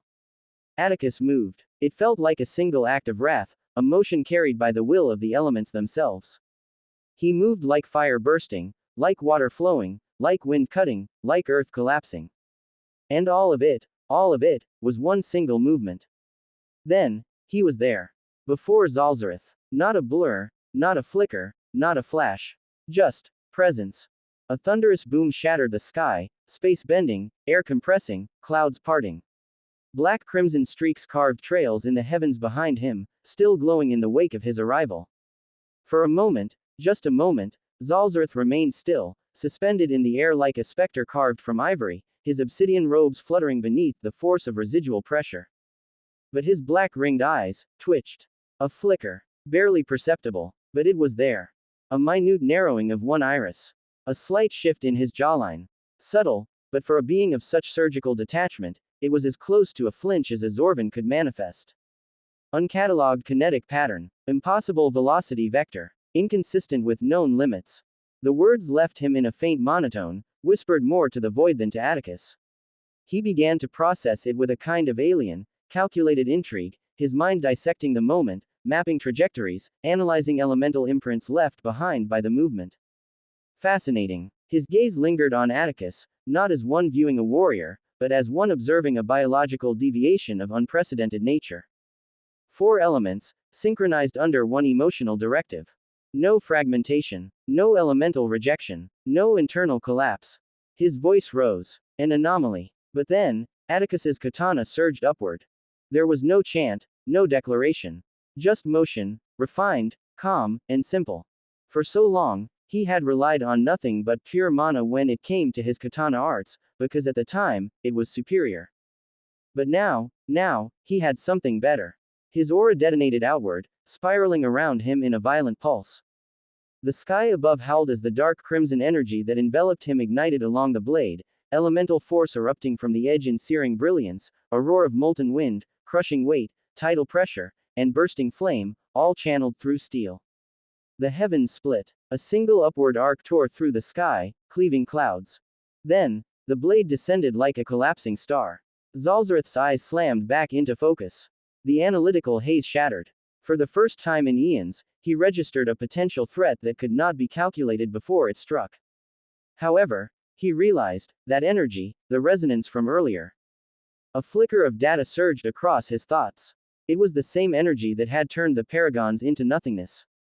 His face twitched again, this time, more pronounced. And then he spoke, his voice like glass over ice. A little surge of power, and suddenly you believe you're the sun. The mana around him began to bend, drawn toward him, folding into spirals of structured light. But fire always burns brightest before it collapses into smoke. He snapped his fingers. A pulse radiated from him, a wave of order cascading outward in concentric rings. The air stilled. The sky stilled. Mana twisted unnaturally. And then the world responded. The wind froze mid-motion. Fire burning in the distance snuffed out instantly. The trembling earth fell silent, still as stone. Water ceased to ripple, locked in unnatural calm. Mana control. By the Alliance, the Zorvans were known as the overlords of mana. Their power revolved around the ultimate control of mana and its every property. Aside from their overwhelming numbers, this was one of the reasons the war had lasted this long. Zalzareth had used this ability before, when he took control over the mana in the area. However, now, it was different. Stronger than before. And everyone felt it. It wasn't just the mana in the air that refused to listen to them, the mana within them had also gone stagnant. They couldn't even control their own energy anymore. It was the defining weapon of the Zorvans, the very proof of their superiority. The Zorvans knew everything about humans and their bloodlines. To manipulate the elements, a human was required to make a connection with mana and then elemental molecules in the air. Which meant, no mana, no resistance. No fight, no hope.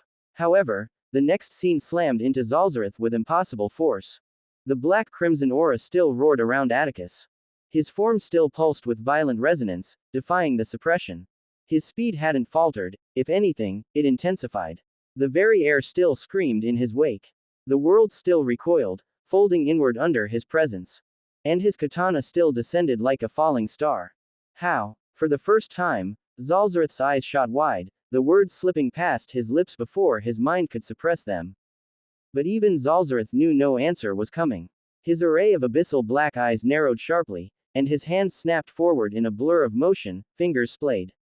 A radiant mana shield burst to life between him and Atticus, shaped by complex geometric layering, reinforced with encoded glyphs, one of the most advanced defensive matrices the Zorvans had ever developed.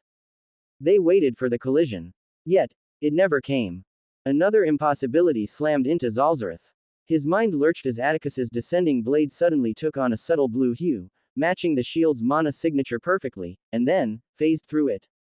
No clash, no resistance, no impact. Zalzareth's eyes trembled, as his brain was flooded with contradictory data, trying to calculate something that made no sense. He had mimicked the shield's mana signature. Too late. Mana suddenly enveloped his form, swallowing him as he teleported last second. The attack missed, but not without a trace. The air where he had stood ruptured, a vertical column of violent force ripping downward through the sky. Zalzareth reappeared in the distance, floating high above in the air, still, motionless. But this time, his face wasn't unreadable. It wasn't a subtle twitch or narrowed glance. It was unreal shock. His eyes were wide, trembling, his breath came in fast, and his posture tense.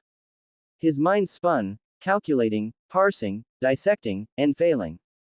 Then, softly, almost in disbelief, he said. He copied the mana signature of the shield. The words echoed hollowly in the silence that followed, a whisper of horror. It was like the world collapsed around him. It wasn't a feeling of superiority. He wasn't disdained by the idea that a mere human had pushed him this way. No. To Zalzareth, everything he was witnessing didn't make sense. He had seen it with his eyes, and yet, it didn't make sense. Zorvans were overlords of mana. They didn't just wield it, they existed within it, shaped by it, evolved around it.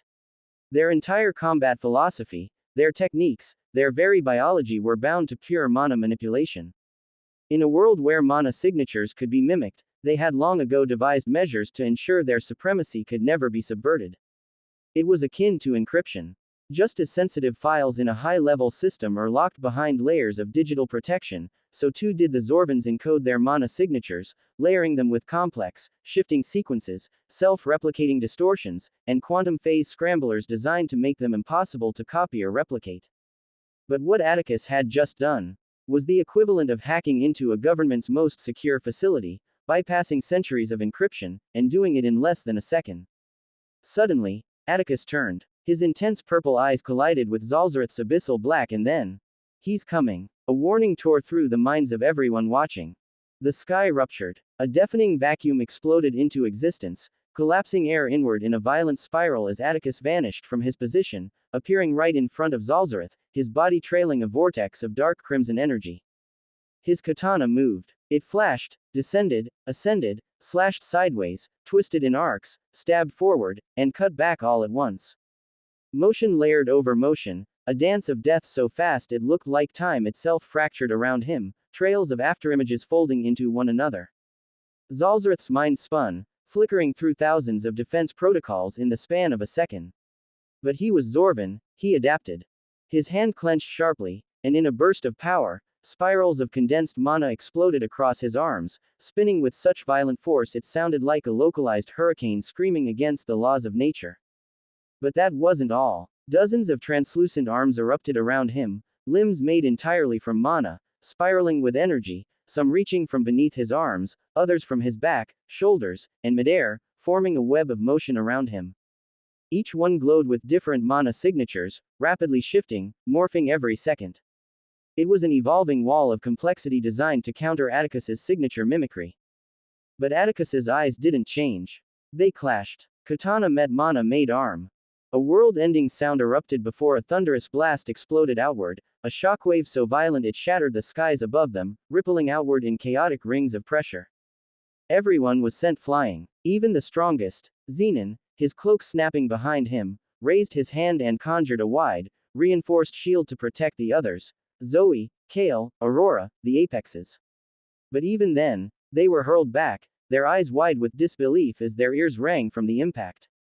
The sky had cracked. A visible rupture spiraled from the point of impact, jagged fractures cutting through the clouds like glass. But that wasn't the end. More shockwaves came. Not one, not two, dozens, hundreds. They came in rapid succession, each explosive, deep, and thunderous, like the constant pounding of a celestial war drum, echoing through the world like a chorus of violence. Boom, boom, boom, boom, boom, boom. Each impact launched another blast of force, scattering wind, splitting clouds, tearing into the earth below. Onlookers tumbled again and again, shielding themselves, staggering, choking on the air, barely able to stabilize between each wave. They watched with eyes filled with nothing but disbelief. And above it all, Atticus and Zalzareth remained locked in that storm, two titanic forces tearing the sky apart with every heartbeat. They clashed again, and again, and again. Blades and mana. Zalzareth moved like a machine. Minimalist. Efficient. Calculated. A step, perfectly placed. A blink, precisely timed. A punch, sharper than steel, faster than thought. Nothing wasted. Nothing left to chance. His mana arms erupted in a storm, bursting from every angle, some slamming down from above, others striking sideways like piercing spears. The spiraling mana coiled around each limb, condensed and volatile, moving with such ferocity that tornadoes formed around him, shredding the air with howling violence. But it did nothing. Nothing at all. Nothing to the force of nature standing before him. Atticus moved like the elements. Explosive like fire. Fluid like water. Free like air. Heavy like earth. Each movement was a fusion of all, a strike born of flame, a pivot like flowing current, a dodge with wind's grace, and a counter as unyielding as stone. There was no pattern, no rhythm to predict. He didn't fight, he surged. Every time Zalzareth's arms drilled forward, Atticus met them head-on, his katana flashing in arcs that twisted through the chaos, deflecting, severing, overpowering. Clang, whirl, crash, slash, boom. It felt as though the world was collapsing. A kernel of the Zorvan had a power level more or less equivalent to the level of the leaders of the Alliance. And then there was the force of nature that was currently matching him at every level. Atticus. The dimension world of the military alliance was made with the combined efforts of multiple paragons, leaders of their respective races. Its defense and structure was the best of the best, that if not for the life weapons of the Obsidian Order, none in Eldoralf would have been able to breach it. However, this meant one thing. It had its limits. It was meant to withstand external assault, not internal cataclysm. Xenon's eyes sharpened. It's collapsing. The battle between Atticus and the Zorvan colonel was world-ending. Each exchange between them unleashed concussive shockwaves that reverberated like the toll of a war drum echoing through a glass palace. Boom after boom erupted, shaking the dimensional world like a fragile cage. Then came the fractures. Hairline cracks spider-webbed across the skies that had turned crystalline. The protective runes that had held the dimensional world together began to flicker. Gravity warped. Time stuttered in irregular pulses. The recruits and sergeants across the dimensional world could feel it. The world was collapsing. And at the center of it all, Atticus and Zalzareth collided relentlessly, their attacks intensifying each nanosecond. Zalzareth's array of abyssal black eyes flickered, scanning data faster than any conscious mind could comprehend. Thousands of simulations ran in parallel, predictive algorithms forming and collapsing in microseconds. Error. Error. It appeared as though he were truly a supercomputer, one whose processing systems could not comprehend the ongoing events. This rate of escalation, illogical.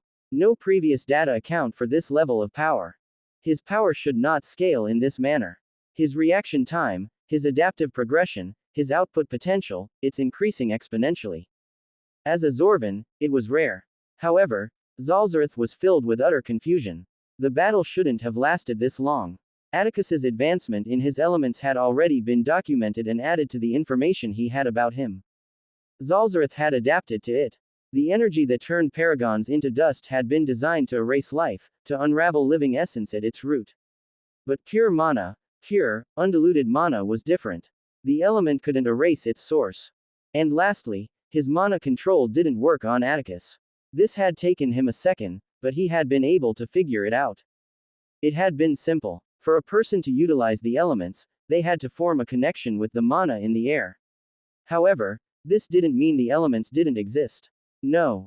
The elements were still very much present and able to function on their own. And right now, with his power up, Atticus embodied that in its entirety. He wasn't controlling the elements. No, he was the elements. And with that understanding, he had formed plans upon plans, scenarios upon scenarios, each a flawlessly calculated path that should have reduced Atticus to a corpse eons ago. But, I'm losing in a physical fight. It was illogical. They, the Zorvans, were beings of precision and control.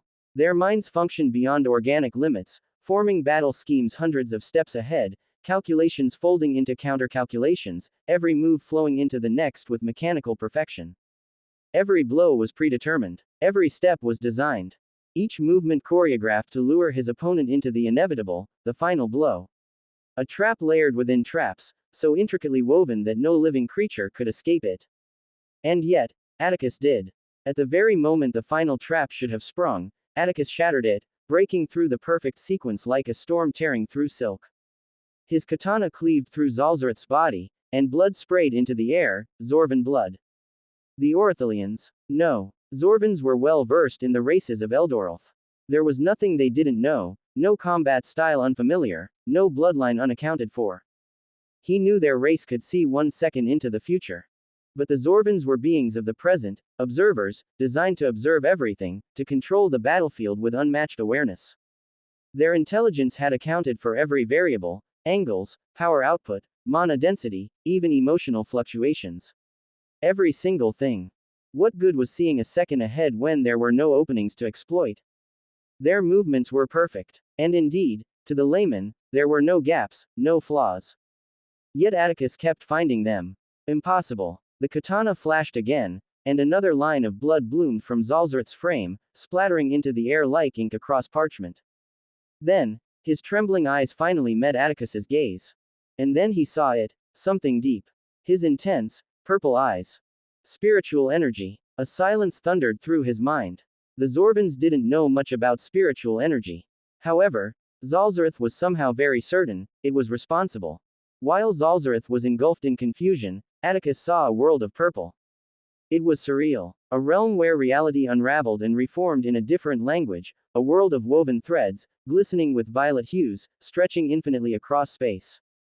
The people, The structures, the ground itself, all had become threads, intricately interwoven, spiraling into one another in a harmony. That was the simplest way to describe it. But to Atticus, it wasn't just threads. It was as if he were peering into the soul of existence itself. Every thread was a connection, a truth, a hidden essence. A life, a feeling, a presence. And in this world, he moved with purpose. His elements weren't the only thing that had broken through. That was simply what others could witness: the fire, the water, the earth, the air that tore through the dimensional world.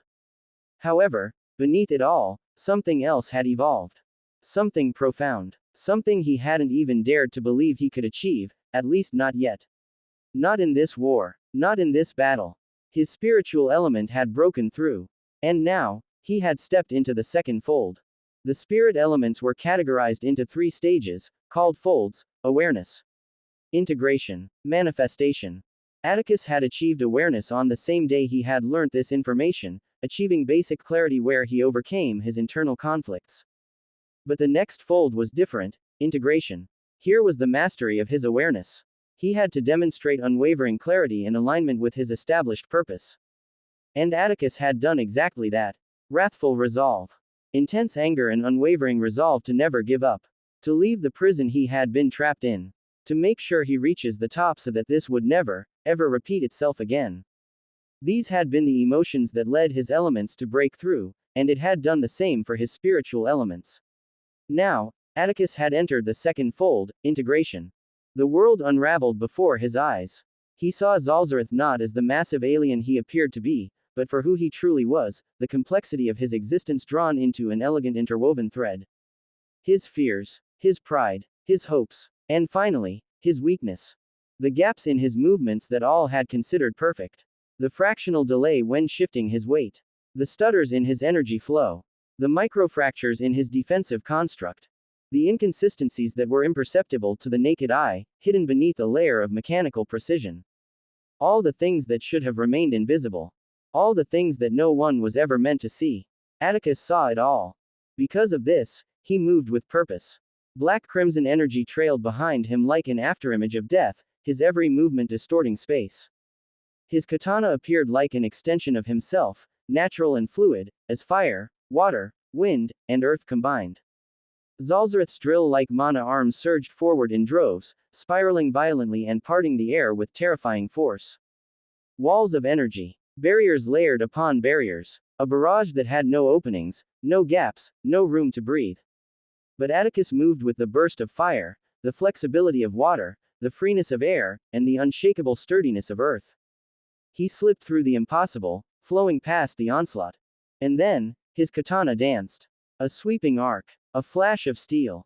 A line of blue blood sprayed into the air. Another cut.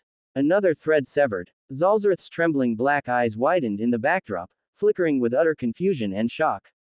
His arms lashed again, faster now, desperate.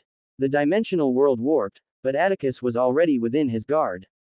His blade moved like lightning through fabric, weaving clean cuts through flesh and energy alike. Slashes carved into Zalzareth's frame, one after another, and bluish blood painted the collapsing world.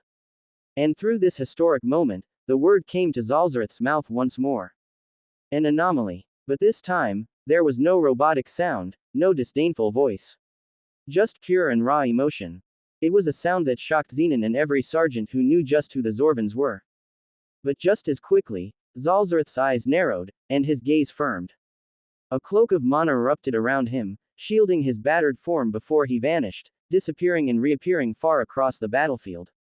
His voice thundered. A being like you is a threat to all the Zorvans stand for. You will be eliminated. His countless drill-like mana arms suddenly stopped, no longer spinning. Instead, each began writing glowing glyphs in the air with blurring speed.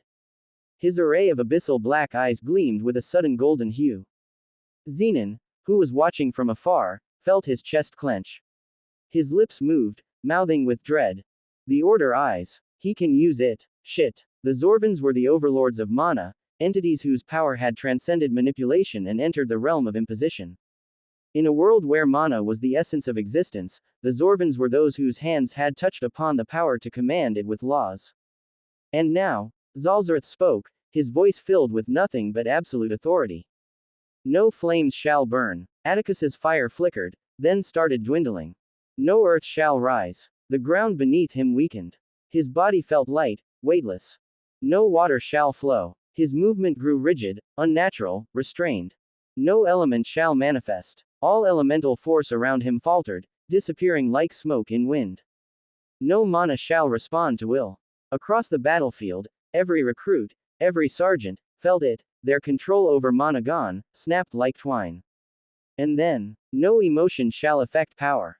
A quake surged through the world, a rippling force that collapsed around Atticus like a judgment. His body flickered. His form wavered. His elements started crumbling away, as if ripped from his soul. Zenon's expression darkened. His fist clenched hard. This is bad, he muttered. Laws were absolute. Atticus's newfound power came from his elements. Without it, how would he survive? But then, he saw it. Atticus's gaze hadn't even flickered. His twin purple eyes burned brighter than ever, piercing through the collapsing world, locking onto Zalzareth with the force of a storm held in silence. He made no moves. He simply stood. But he saw everything. Because one truth remained immutable. One could only impose law upon their inferior. And Atticus was inferior to none. A single thought, nothing more, and then, a crimson glow roared to life, wrapping around him like a cloak of vengeance. Every law Zalzareth had imposed shattered like brittle glass. The elements surged back to him like starving beasts to their master. Zalzareth's gaze trembled, but Atticus gave him no respite. He moved. A vacuum tore through the skies, a rift in sound, a distortion in space, and then, he stood before the baffled Zorvan, his voice calm, final, akin to a death judgment. Echo manipulation. Shadows split from him. Dozens. Hundreds. Thousands. Each one was an echo of himself, appearing behind, above, below, all wielding gleaming katanas. And then, as one, they moved. Their blades flashed, and the skies were filled with an uncountable number of slashes, each stroke parting the atmosphere around them. Atticus's purple eyes blazed, and with a single motion, all slashes converged, fusing into one colossal crescent arc of doom that screamed through the air toward Zalzareth like the hand of a god. Zalzareth's entire figure froze. Reality was unfolding before his eyes, yet it seemed unbelievable, inconceivable, even by his impossibly complex calculations. But disbelief didn't matter. He was a creature of logic. And logic dictated that whether something was possible or not, it did not change the fact that it was happening. This was the truth. And so, he accepted it. In that infinitesimal pause, his next plan of action formed, calculated, processed, executed. Zorvans were not perfect. Despite how they appeared, they knew this truth better than anyone. They were beings bound by precision and purpose. And to them, purpose outweighed pride. When confronted with failure, they did not retreat. They self-erased. To a Zorvan, nothing was more important than the mission. And if they failed, they would rather die than be remembered as a flaw. Zalzareth closed his eyes. A faint glow began to burn from within his chest.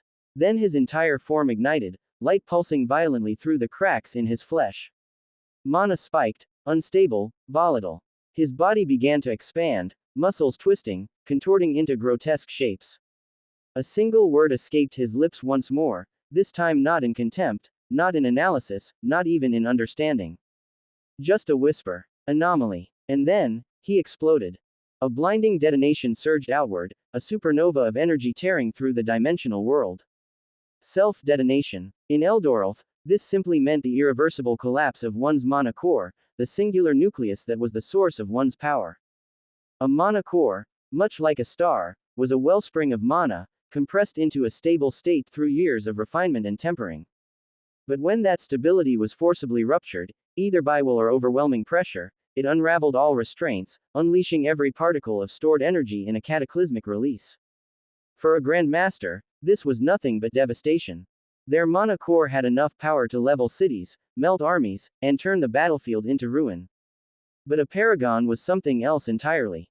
Paragons were not just powerhouses, they were living conduits of world essence, beings whose mana cores had transcended simple containment. A paragon's core was no longer an isolated vessel, it was tethered to the fabric of the world. When a paragon detonated, it wasn't destruction, it was calamity. And now, a calamity ensued. Zalzareth ignited in a shockwave of unbearable force that tore outward, its light swallowing everything. A supernova of volatile mana expanded in every direction, faster than sound, faster than thought. The dimensional world of the military camp began to crumble, chunks of space folding inward, disintegrating as pressure and chaos collided. Islands cracked. Buildings splintered. Runes failed. Mana circuits burned out as the very laws of existence screamed in protest. And as this occurred, Zenon's heart stopped.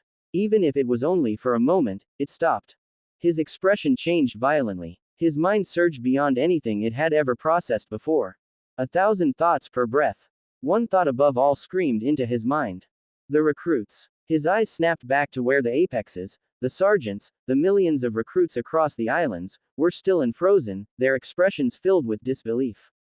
They were going to die. Not from enemy blades. Not from war. But from a god detonating his body. He had to act. Now. His aura erupted like a dam breaking, crashing across the entire military sector in a heartbeat. He spread it wide, encompassing the apexes and recruits, whose expressions had turned to pure dread.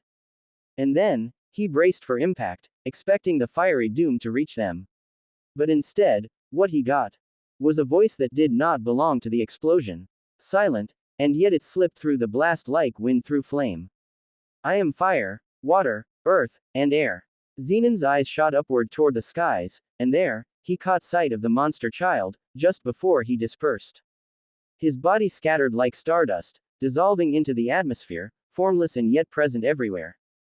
And from that position, as if drawn by will alone, a dark crimson wave surged outward from the skies, spreading in every direction.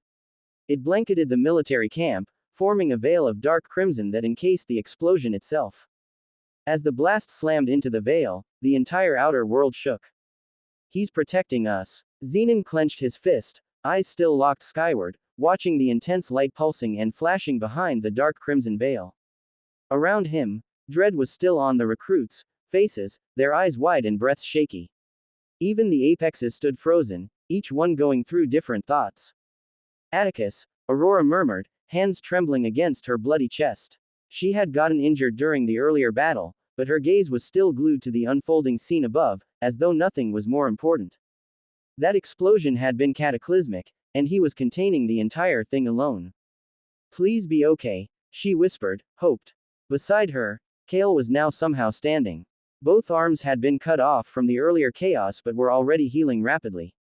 His berserk bloodline burned hot through his veins, accelerating his regeneration at an unnatural pace. But his fierce gaze remained in the skies, and if his fists were still intact, they would have been clenched hard. And then there was Zoe. A vicious claw gash was on her chest from Drake Thanyan's earlier strike, but her body was already healing. The vitality of spiritual energy wielders was unmatched.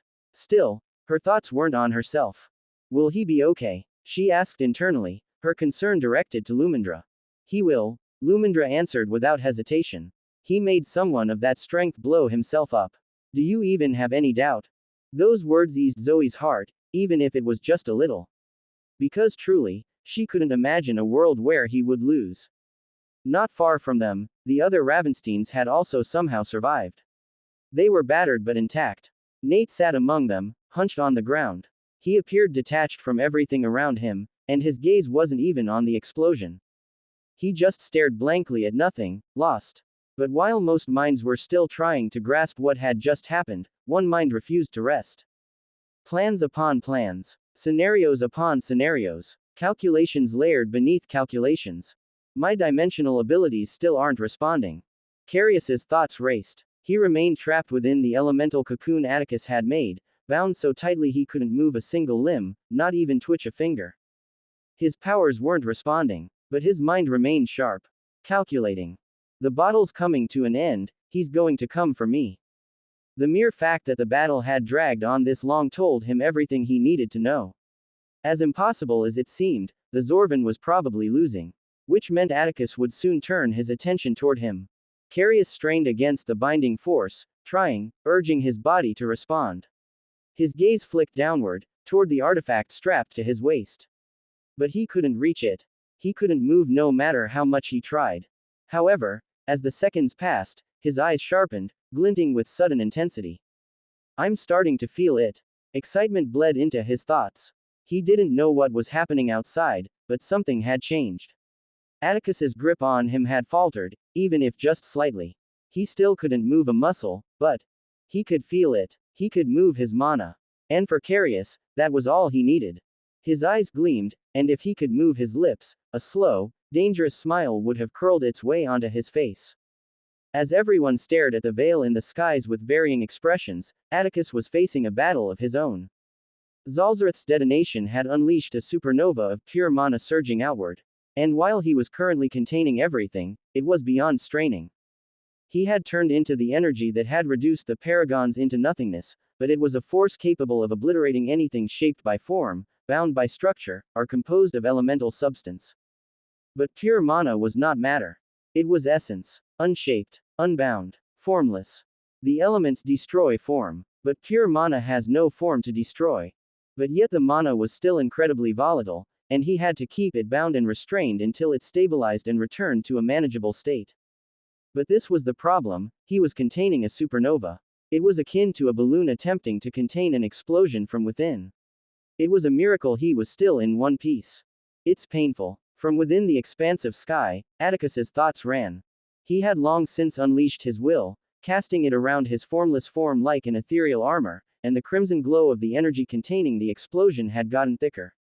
And yet, it was hell. The energy thrashed inside him like a caged god, unrelenting. Every second felt like his body was being torn apart from the inside. His powers had always been centered around action and overwhelming force. And while his defensive abilities were far from weak, they were never designed to contain something like this. A single crack, a single slip in control, and the energy would consume him, detonate outward, not just destroying him, but everything around him in a wave of annihilation. But still, he endured. I'll help you, Bond. As Ozaroth's voice came, a pulse of deep violet spread outward, like a curtain being drawn across the veil. The explosion, the chaotic thrashing from within, began to slow. The energy dwindled, and the once wild containment began to settle. Bit by bit, it shrank. Soon enough, the supernova collapsed inward, folding into itself until it became nothing more than a small, stable core of seething light, trapped within the veil.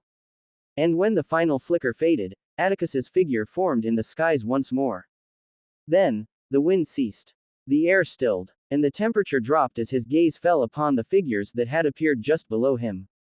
In the brief instant that Zalzareth had detonated, before Atticus could fully contain the blast, the remnants of the dimensional world that held the military camp had crumbled. The wish imbued by the life artifact, to prevent any outside interference, had been anchored to that very dimensional plane. And as the dimension shattered, so too did the wish. Instantly, the leaders of the Alliance were alerted. But even with their immense capabilities and means, not even they could arrive in mere moments. They would still need at least a few seconds. But it seemed someone else had a different means in mind.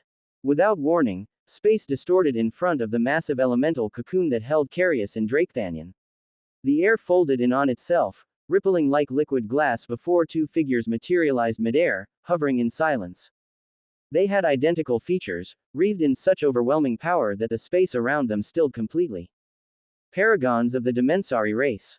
The first figure's eyes flared. Carius. Azrakan's voice resounded through the ruin as his gaze swept across the devastated remains of the camp, the shattered earth, dead recruits, and scattered survivors. But he paid them no mind. His focus was only on one thing, his son. The artifact they had given Carius had teleported them here.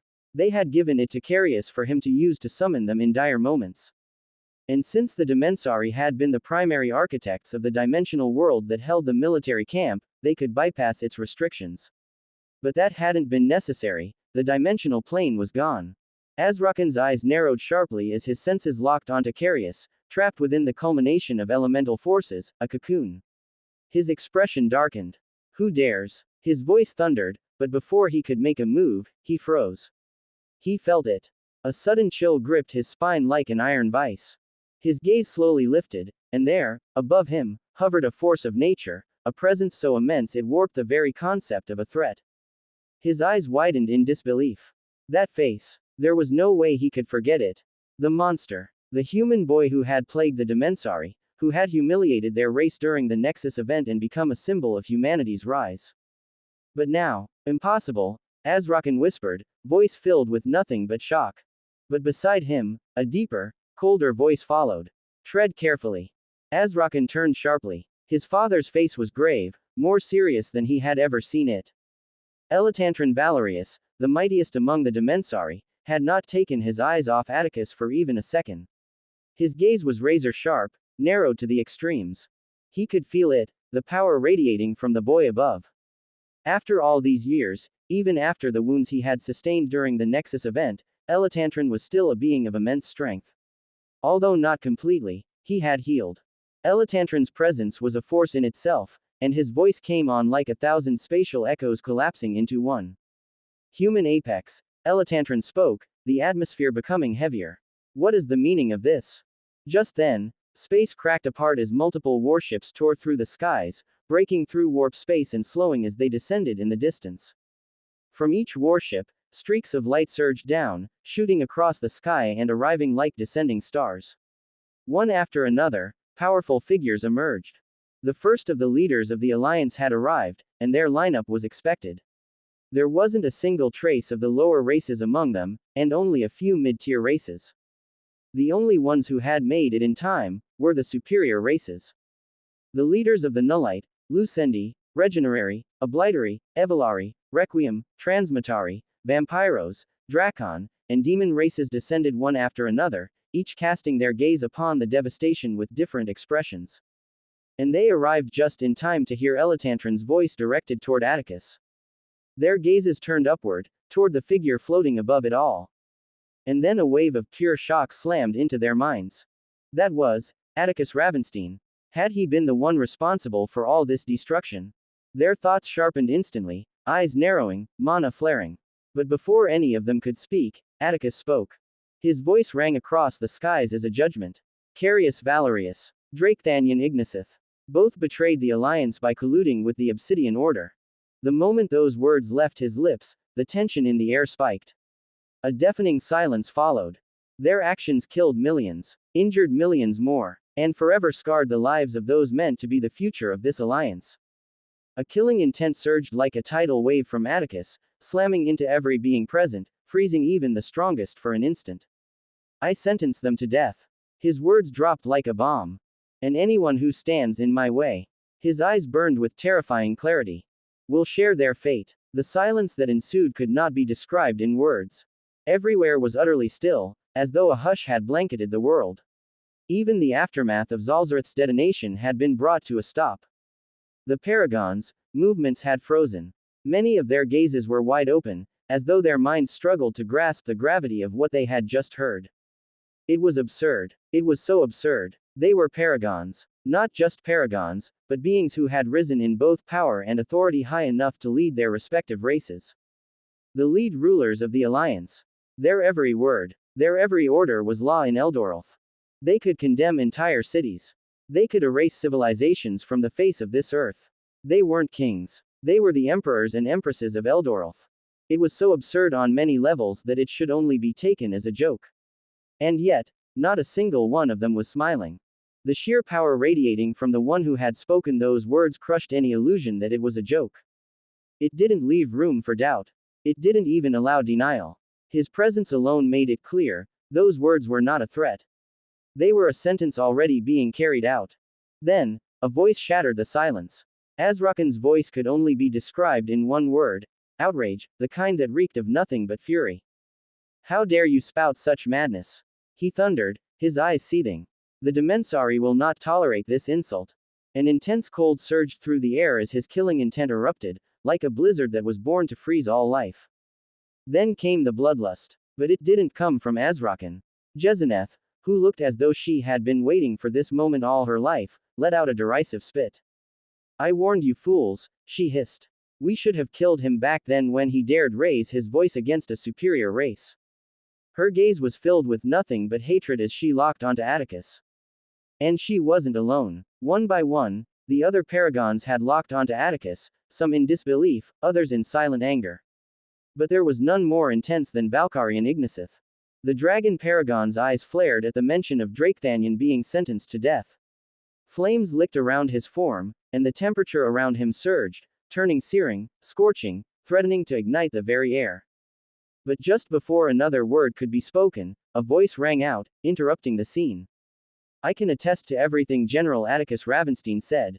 Heads turned instantly, and then they saw Zenon floating up into the sky. His form was battered, and blood still clung to his tattered uniform, but his eyes were steady. Janara, the Evolari paragon, turned sharply, her expression turning relieved as she saw Zenon was still alive. He was amongst the strongest of the Evolari race. It would be a humongous loss to the Evolari race should he have died. Elder Zenon, it's good you're still alive. But before she could finish, Orin, the regenerary paragon, cut her off with a curt tone. Now's not the time for pleasantries, Janara.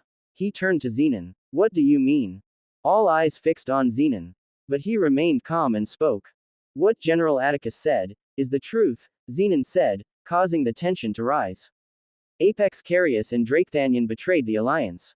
They somehow brought the Obsidian Order, along with a Zorvan colonel, into the camp. A collective gasp rippled through the paragons. Their gazes shot up in disbelief. A Zorvan colonel. That was no ordinary rank. A colonel was a force on par with them. One of them would annihilate everyone in the camp in seconds. Not even Zenon could hope to match one. Janara's voice shook. Wait, then how did you survive? But her words trailed off, eyes widening as the realization finally hit her, and hit all of them. The sheer power radiating from Atticus. He had killed a Zorvan colonel. And he hadn't even fucking joined the war yet. A wave of disbelief surged through the paragons like a crashing tide. Some looked shaken, others pale. For a brief moment, it was as though they were facing an existential crisis. They realized the human apex was as strong as them. Then suddenly, Azrakan's aura exploded outward, turning the atmosphere oppressive. The very space around him distorted under the sheer weight of his aura. Bullshit, he roared. Colonel Zenon, is this some ploy by the Evolari? Are you allying with the humans now? His gaze snapped to Janara, venom dripping from his words. You expressed interest in him at the last council. How do we know this isn't all orchestrated? Janara's eyes narrowed to slits, her voice low. Those are serious allegations, Azrakan. But then every paragon's gaze had turned toward her, many suspicious. It's the truth. Every sergeant, every apex who survived, they can all attest to it. Zenon quickly spoke again. But just as he began to glance toward the apexes below, a cold, blunt voice cut in. Where's Karn Voss? All eyes turned. The one who had spoken was Yun, the Nullite paragon. His gaze was wide, scanning the ruined world, his tone unnervingly calm. But no matter where he looked, he couldn't find his grandson. A second passed. Carius killed him. The voice didn't come from Zenon. Heads snapped toward the speaker, Luray Bloodveil. Luray. Jezaneth snapped, but her granddaughter didn't even flinch. Luray's expression was composed. She ignored Jezaneth. He led an army of Obsidian Order Grandmasters toward the banquet hall. They began slaughtering everyone, but his true target was the apexes. She looked at Yun, then at Atticus, then straight ahead. And Karn Voss, Carius had stabbed him straight in his chest and cut off his head. The paragons' gazes turned to their respective apex, and as they saw them nod their heads and express their agreement with Luray's words, a silence more intense than before descended onto the area. Yun Voss's gaze turned lost. The gazes of Elitantron and Azrakan darkened. This was getting out of hand, far too out of hand. After the apexes had expressed their agreement, they could instantly feel it. The cold gazes of the paragons were directly fixed on them. Are you sure that child is yours? Azrakan's head snapped to his father to see the darkened look on his face. Words could not begin to describe the disappointment in those eyes. Azrakan bit his lip hard, fists clenching at his sides. Father, Carius did something foolish. But I promise he's still your son. Foolish. Elitantron's voice rose sharply, his expression twisting into fury. Foolish. You call this foolish? He gestured around them, to the ruined camp, to the ashes of the dead. Look around you. Millions are dead, entire divisions gone, entire futures erased. Foolish. Foolish. He stepped closer, voice seething. Are you even sure that whore you married didn't carry another man's child? Azrakan's eyes darkened. His lips bled slightly from how hard he bit them. Father. But Elitantron exhaled sharply, trying to suppress the fury bubbling in his voice. Allying with the Obsidian Order. To think one of his kin could be so stupid. He closed his eyes for a moment, gathering himself. Then after some seconds, Composed, he turned to face the paragons once more, who were now watching with cold, unreadable expressions. His voice, when he spoke again, was calm. It would seem Carius has indeed committed a grave crime. I propose we discuss his punishment at the next Alliance Council meeting. Then, slowly, his gaze shifted toward Atticus, who had watched the unfolding scene in silence, not making any moves. As for now, Elatantron continued, voice colder, Carius and Drakethanion will be held in captivity until the council convenes. Immediately, the gazes of Xenon and several apexes changed, hardening, darkening. They understood exactly what was happening. This wasn't justice. It was politics. If Carius and Drakethanion were taken into custody under Elatantron's jurisdiction, the Valarius Patriarch would have time to maneuver. With his tightened grip on the Alliance, he would sway opinions. And eventually, Carius would at most get out with a mana contract binding him to the Alliance. Elatantron turned back to the Paragons, watching them one by one. Some were already deep in contemplation, others visibly hesitating. Do you all accept? He asked smoothly. The Paragons glanced at one another. Then slowly, one by one, they began to nod. It was the pragmatic choice. They needed to stabilize the situation first, recover from the devastating losses, and deal with the traitors later. And most importantly, they needed answers, how the Obsidian Order had infiltrated the most secure place on Eldorolf. Good, Elatantron thought, satisfied with how the events were going. The only problem now is the Nullite. His eyes shifted to Yun. The Nullite Paragon hovered silently, his gaze distant, almost dazed. He hadn't spoken a word since Karn's death had been revealed. It was odd. Nullites were supposed to be cold, blunt, always clear-headed and decisive. But Yun looked broken. Still, Elatantron's thought continued, it shouldn't matter. The others have already agreed. But before he could seal his thoughts with certainty, he froze. A sudden spike in bloodlust bled into the atmosphere. Elatantron's head snapped upward. Atticus hadn't moved. His lips hadn't parted. His eyes hadn't changed from the moment he first spoke. And yet, his presence now burned, sharp and violent, like a blade pressed to every throat. Elatantron's brows furrowed. That's right, he thought grimly.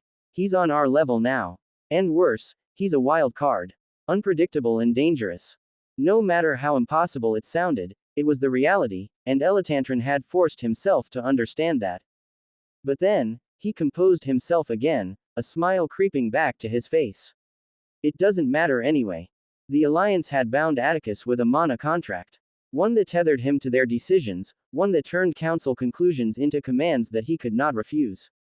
This is the decision of the council, Elatantron said as he met Atticus's gaze, eyes gleaming.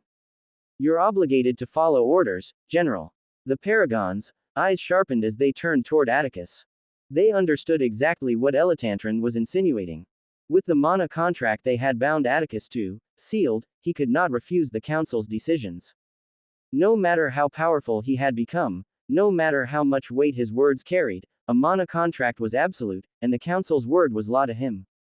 And Elatantron knew it, but even in the thickening silence, Atticus did not move. His expression hadn't shifted, his posture hadn't changed.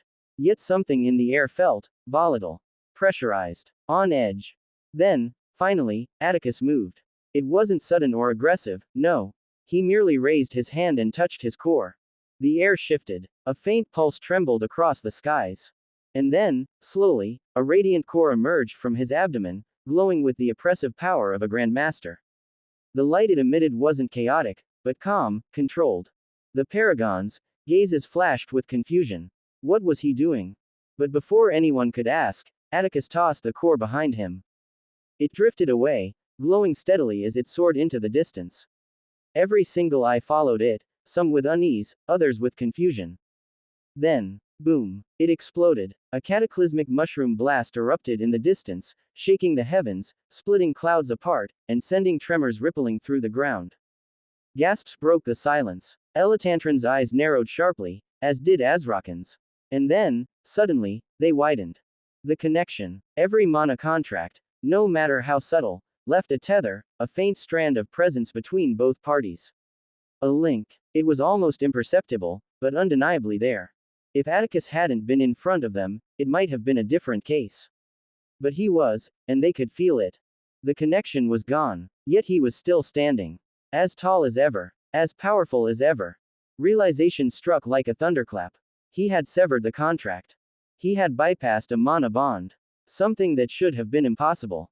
Unthinkable. That had never happened in the history of Eldorolf. Elatantron's gaze trembled as he realized the consequences of this. Atticus wasn't obligated to follow their orders. He was free, and dangerous.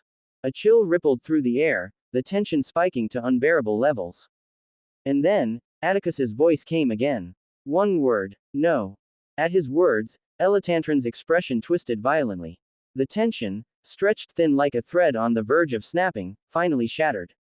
His aura detonated like a nuclear blast, an explosion of black energy that surged across the battlefield, swallowing the land in oppressive pressure. The skies dimmed. The air groaned. You dare deceive the Alliance? Elatantron's voice thundered. I'll show you the consequences of your defiance. The air warped around him. Space trembled. And then, millions of spatial blades tore into existence, black and jagged, each one humming with reality-severing intent. They blotted out the sun, forming a dome of death above Atticus. With a single gesture, Elatantron unleashed them. Blades screamed through the air like razors carving the wind, velocity so sharp it tore through sound. The Paragons, eyes widened, expressions contorting in disbelief. To think Elatantron would suddenly attack Atticus. But as they turned to him, they saw it. Atticus's eyes remained calm, like still water before a tempest. A single thought, and then, a pulse. Black crimson energy erupted from him like a wave of annihilation, meeting the oncoming storm. The instant they touched, the spatial blades disintegrated, erased utterly, atom by atom, as if they had never existed at all. Elatantron's pupils contracted. Shock slammed into him like a hammer. His spatial blades had been disintegrated by a single pulse. His gaze dropped, to see Atticus unsheathing his katana slowly, the sharp scrape of metal against scabbard echoing across the battlefield that had turned as silent as a grave. His exosuit jutted out from his chest, snapping outward in segments that surged across his body, locking into place. A crimson-purple shroud flared over his face, flickering like living flame. And then came the killing intent. Dense, suffocating, monstrous. It crashed onto the battlefield, drowning everything beneath its weight. Atticus spoke no words. He didn't need to. He already had. His earlier words had been a warning. A gift. A chance for survival for the Paragons. But they'd chosen to ignore it. Now, there would be no more words. Only action. Atticus moved. A blur. A crack. A sonic boom. In an instant, he was upon Elatantron. His katana descended. Nay, it collapsed. Like a star imploding into a blade, dragging the world's breath with it. Pressure spiked. Gravity twisted. And for a heartbeat, the battlefield felt hollow, like everything had been pulled into the edge of that strike, into something too vast, too final to resist. Elatantron's eyes exploded wide, an enormous cloud of fear slamming into him. His hands shot upward, freezing the space in front of him in a culmination of spatial barriers stacked upon each other, thick enough to block Paragons. Dark crimson met black. The collision birthed an explosion of titanic proportions. Light erupted, blinding, scorching the sky and shaking the land. Xenon's eyes widened, along with the other Paragons. In an instant, they sprang into action, throwing up barriers, shielding their apexes and recruits from the devastating shockwave. But while chaos rippled across the field, Elatantron faced something worse. Inside the blinding blast, inside that storm of force, he was fighting another battle entirely. His barriers were collapsing. Layer after layer shattered, space itself fleeing under the weight of Atticus's swing. His katana kept descending, cutting through every defense Elatantron summoned. In a flicker, it was there, in front of his bulging eyes, a katana falling like judgment itself. Time slowed to a crawl. His mind raced. He couldn't believe it, couldn't grasp it. His reality warped under the sheer pressure of it all. Death had never felt so close before, so final. But then, reality slammed into him like the weight of a planet. He didn't want to die. Elatantron's eyes sharpened. A cloak of space wrapped around him, twisting, snapping, and then, he vanished, the blade missing by a hair's breadth. He reappeared in the distance, gasping, only to witness the aftermath. The ground had been split open, a jagged chasm carved deep into the earth, molten energy bubbling at its core. The sky above had been ripped apart, light and shadow swirling in chaotic halos. The air still screamed from the strike, echoes of destruction vibrating in the bones of everyone present. The glow of it, the raw, seething shadow crimson light, reflected on the faces of the recruits and paragons, each of them frozen in place, eyes wide, jaws slack. Silence. Silence, before it shattered. You. Azrakan's voice thundered across the battlefield, snapping every single person out of their reverie.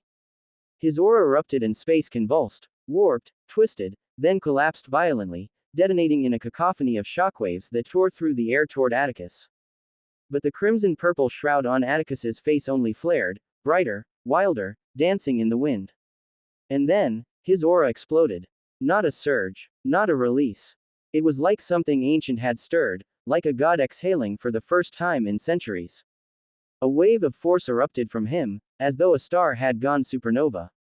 The paragons felt it instantly. All of them. Their hearts skipped. Their heads recoiled.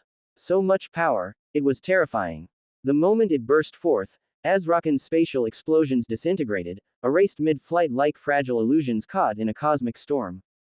Then, Atticus's voice came. Endless blade. A flash of dark crimson, and then the sky cracked. There was no source. No motion. No form. Just slashes. As though the heavens themselves had been split open, cracks tearing across the sky, each one birthing a blade. Countless dark crimson slashes. Uncountable. Unrelenting. Millions. They descended like death incarnate, blotting out the sky, a rain of devastation that twisted the wind and warped space with every swing. Azrakan's heart thundered in his chest. Panic surged through him. His arms moved in a blur, spatial shields layered upon spatial shields, air compressed into diamond-hard barriers. But the slashes came, and they tore through everything. Shields shattered. Layers disintegrated. Defenses melted like a hot knife through tofu. Nothing held. As the final layer collapsed, a spatial cloak enveloped Azrakan and he vanished just in time. He reappeared far off in the distance, gasping, his body tense, heart pounding in his ears. Behind him was the aftermath. The ground had been carved beyond recognition, a landscape of scorched scars and shattered terrain. Chasms stretched for miles, debris still falling from the sky. The clouds had vanished, cut clean from the sky, like someone had erased a piece of the world. And then, silence. A silence so heavy, so oppressive, it was like inception, buried in the marrow of every soul present. Tension snapped tight, drawn to the extremes. Paragons, eyes locked, minds swirled, auras erupted. And then, chaos erupted. The alliance of Eldorolf consisted of all the races on the planet. The alliance was ruled by the superior races, and while it meant they made every decision that influenced the planet as a whole, it didn't mean they were unified. Far from it. Currently, there was brewing tension amongst the superior and other races, especially after discovering the presence of vampiros and Dimensari spies in their midst. The allied races, especially their leaders, each had different goals and aspirations. Different thoughts. Ways of thinking. This was why, as Atticus Ravenstein, an 18-year-old boy who should just be finishing his basic training in the Alliance military camp, had almost killed two of the strongest beings on the planet, the reactions of the Paragons varied wildly. The Nullite race Paragon remained still and lost. The Lucendi, Regenerari, Obliteri, Evolari, Requiem, Transmutari, and demon races made no moves and instead, their eyes were fixed closely on the unfolding scene. If they could, they would have. However, stopping a being of that power was an impossibility. This matter did not concern them, and thus, they decided to stay out of it. However, the Dragon race Paragon and, not surprisingly, the Vampiros race Paragon had no such reservations. For the former, his grandson, Drakethanion's life was currently at stake. And for the Dragon race, there was nothing greater than kin. In an instant, scales like obsidian hardened around his body, spreading like armor. A jagged horn burst from his forehead, curving skyward. Molten flames surged around him, coiling like serpents. The temperature soared as the Paragon of Dragons took form, his molten eyes cutting through the chaos and landing on Atticus. By then, a radiant blackened armor had already enveloped Jezaneth. She stood poised, spear in hand, the bloodlust radiating from her enough to make armies falter. She looked feral, almost wild, with a gleam in her eyes, as though she was happy, as though this was exactly what she'd been waiting for. Her orders from that man had been clear: do not start anything with Atticus or the human domain. But she hadn't started anything now. He had, and she was simply retaliating. Neither Jezeneth nor the dragon Paragon locked eyes. Neither even moved. But the moment their transformations completed, they vanished. Just a single crack, as though space itself fractured, then they tore through the distance. In a blink, they were in front of Atticus, spear thrusting, piercing the air like a missile, claws swiping down with the force of a cataclysm. But they weren't the only ones. Azrakan and Elitantron had snapped out of their reverie, and with it came an intense surge of rage that ignited their veins. Their auras erupted, power peaking in a flash. Then, dimensional blades formed in their hands, humming with enough force to crack reality itself.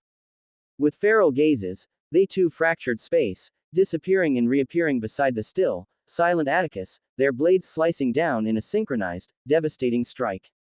The expressions of Xenon and the other paragons shot wide.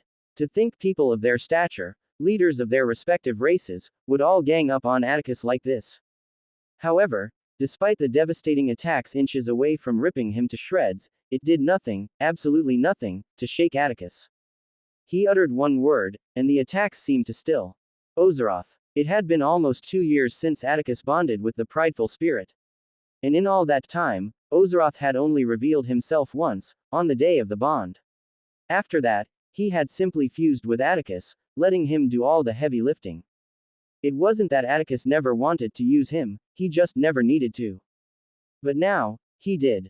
A pillar of blinding purple burst from his body, erupting into the sky with a roar, the sheer force releasing a shockwave that sent paragons hurtling backward, eyes wide, mouths agape, power cracking around them. Then came a voice, booming, theatrical, dripping with so much pride it bordered on divine arrogance. Yes, yes, it's high time the world witnesses the magnificence of Ozeroth. The pillar collapsed inward, condensing, molding, and from it emerged a figure that made the air itself tremble.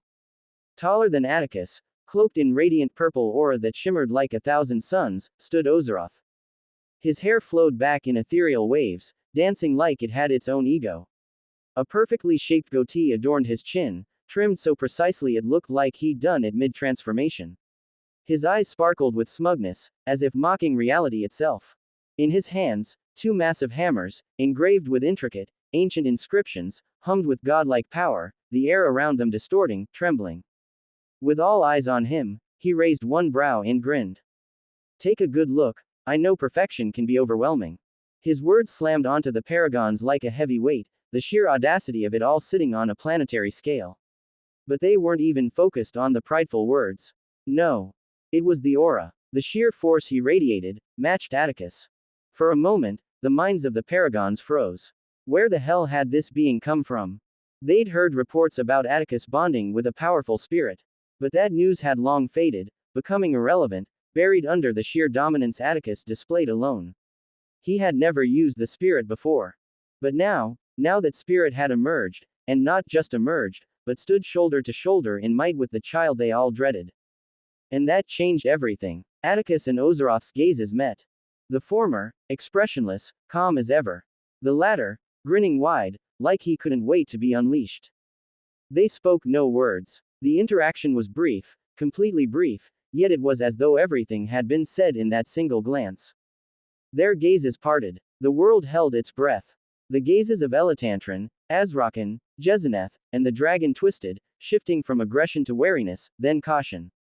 Time resumed. And then, an eruption of aura so vast, so violently divine, it would dwarf a supernova, blasted from Atticus and Ozeroth at once. The ground cracked. Space shuddered. One brandished his katana, the other raised his twin hammers. They moved. Atticus erased the distance, his body trailing streaks of black-crimson light. His exosuit surged, siphoning mana and spiritual energy from the very air, feeding his every motion, every breath. His speed peaked, blurring into pure motion. His katana flashed, millions of slashes appeared in an instant, dancing across the battlefield, converging mercilessly on Elitantron and Azrakan. Their expressions darkened, turning grim as their eyes narrowed into pinpricks. But they weren't the only ones under siege. A cataclysmic boom shattered the air as Ozeroth collided with the dragon Paragon, the sky itself rippling in concentric shockwaves.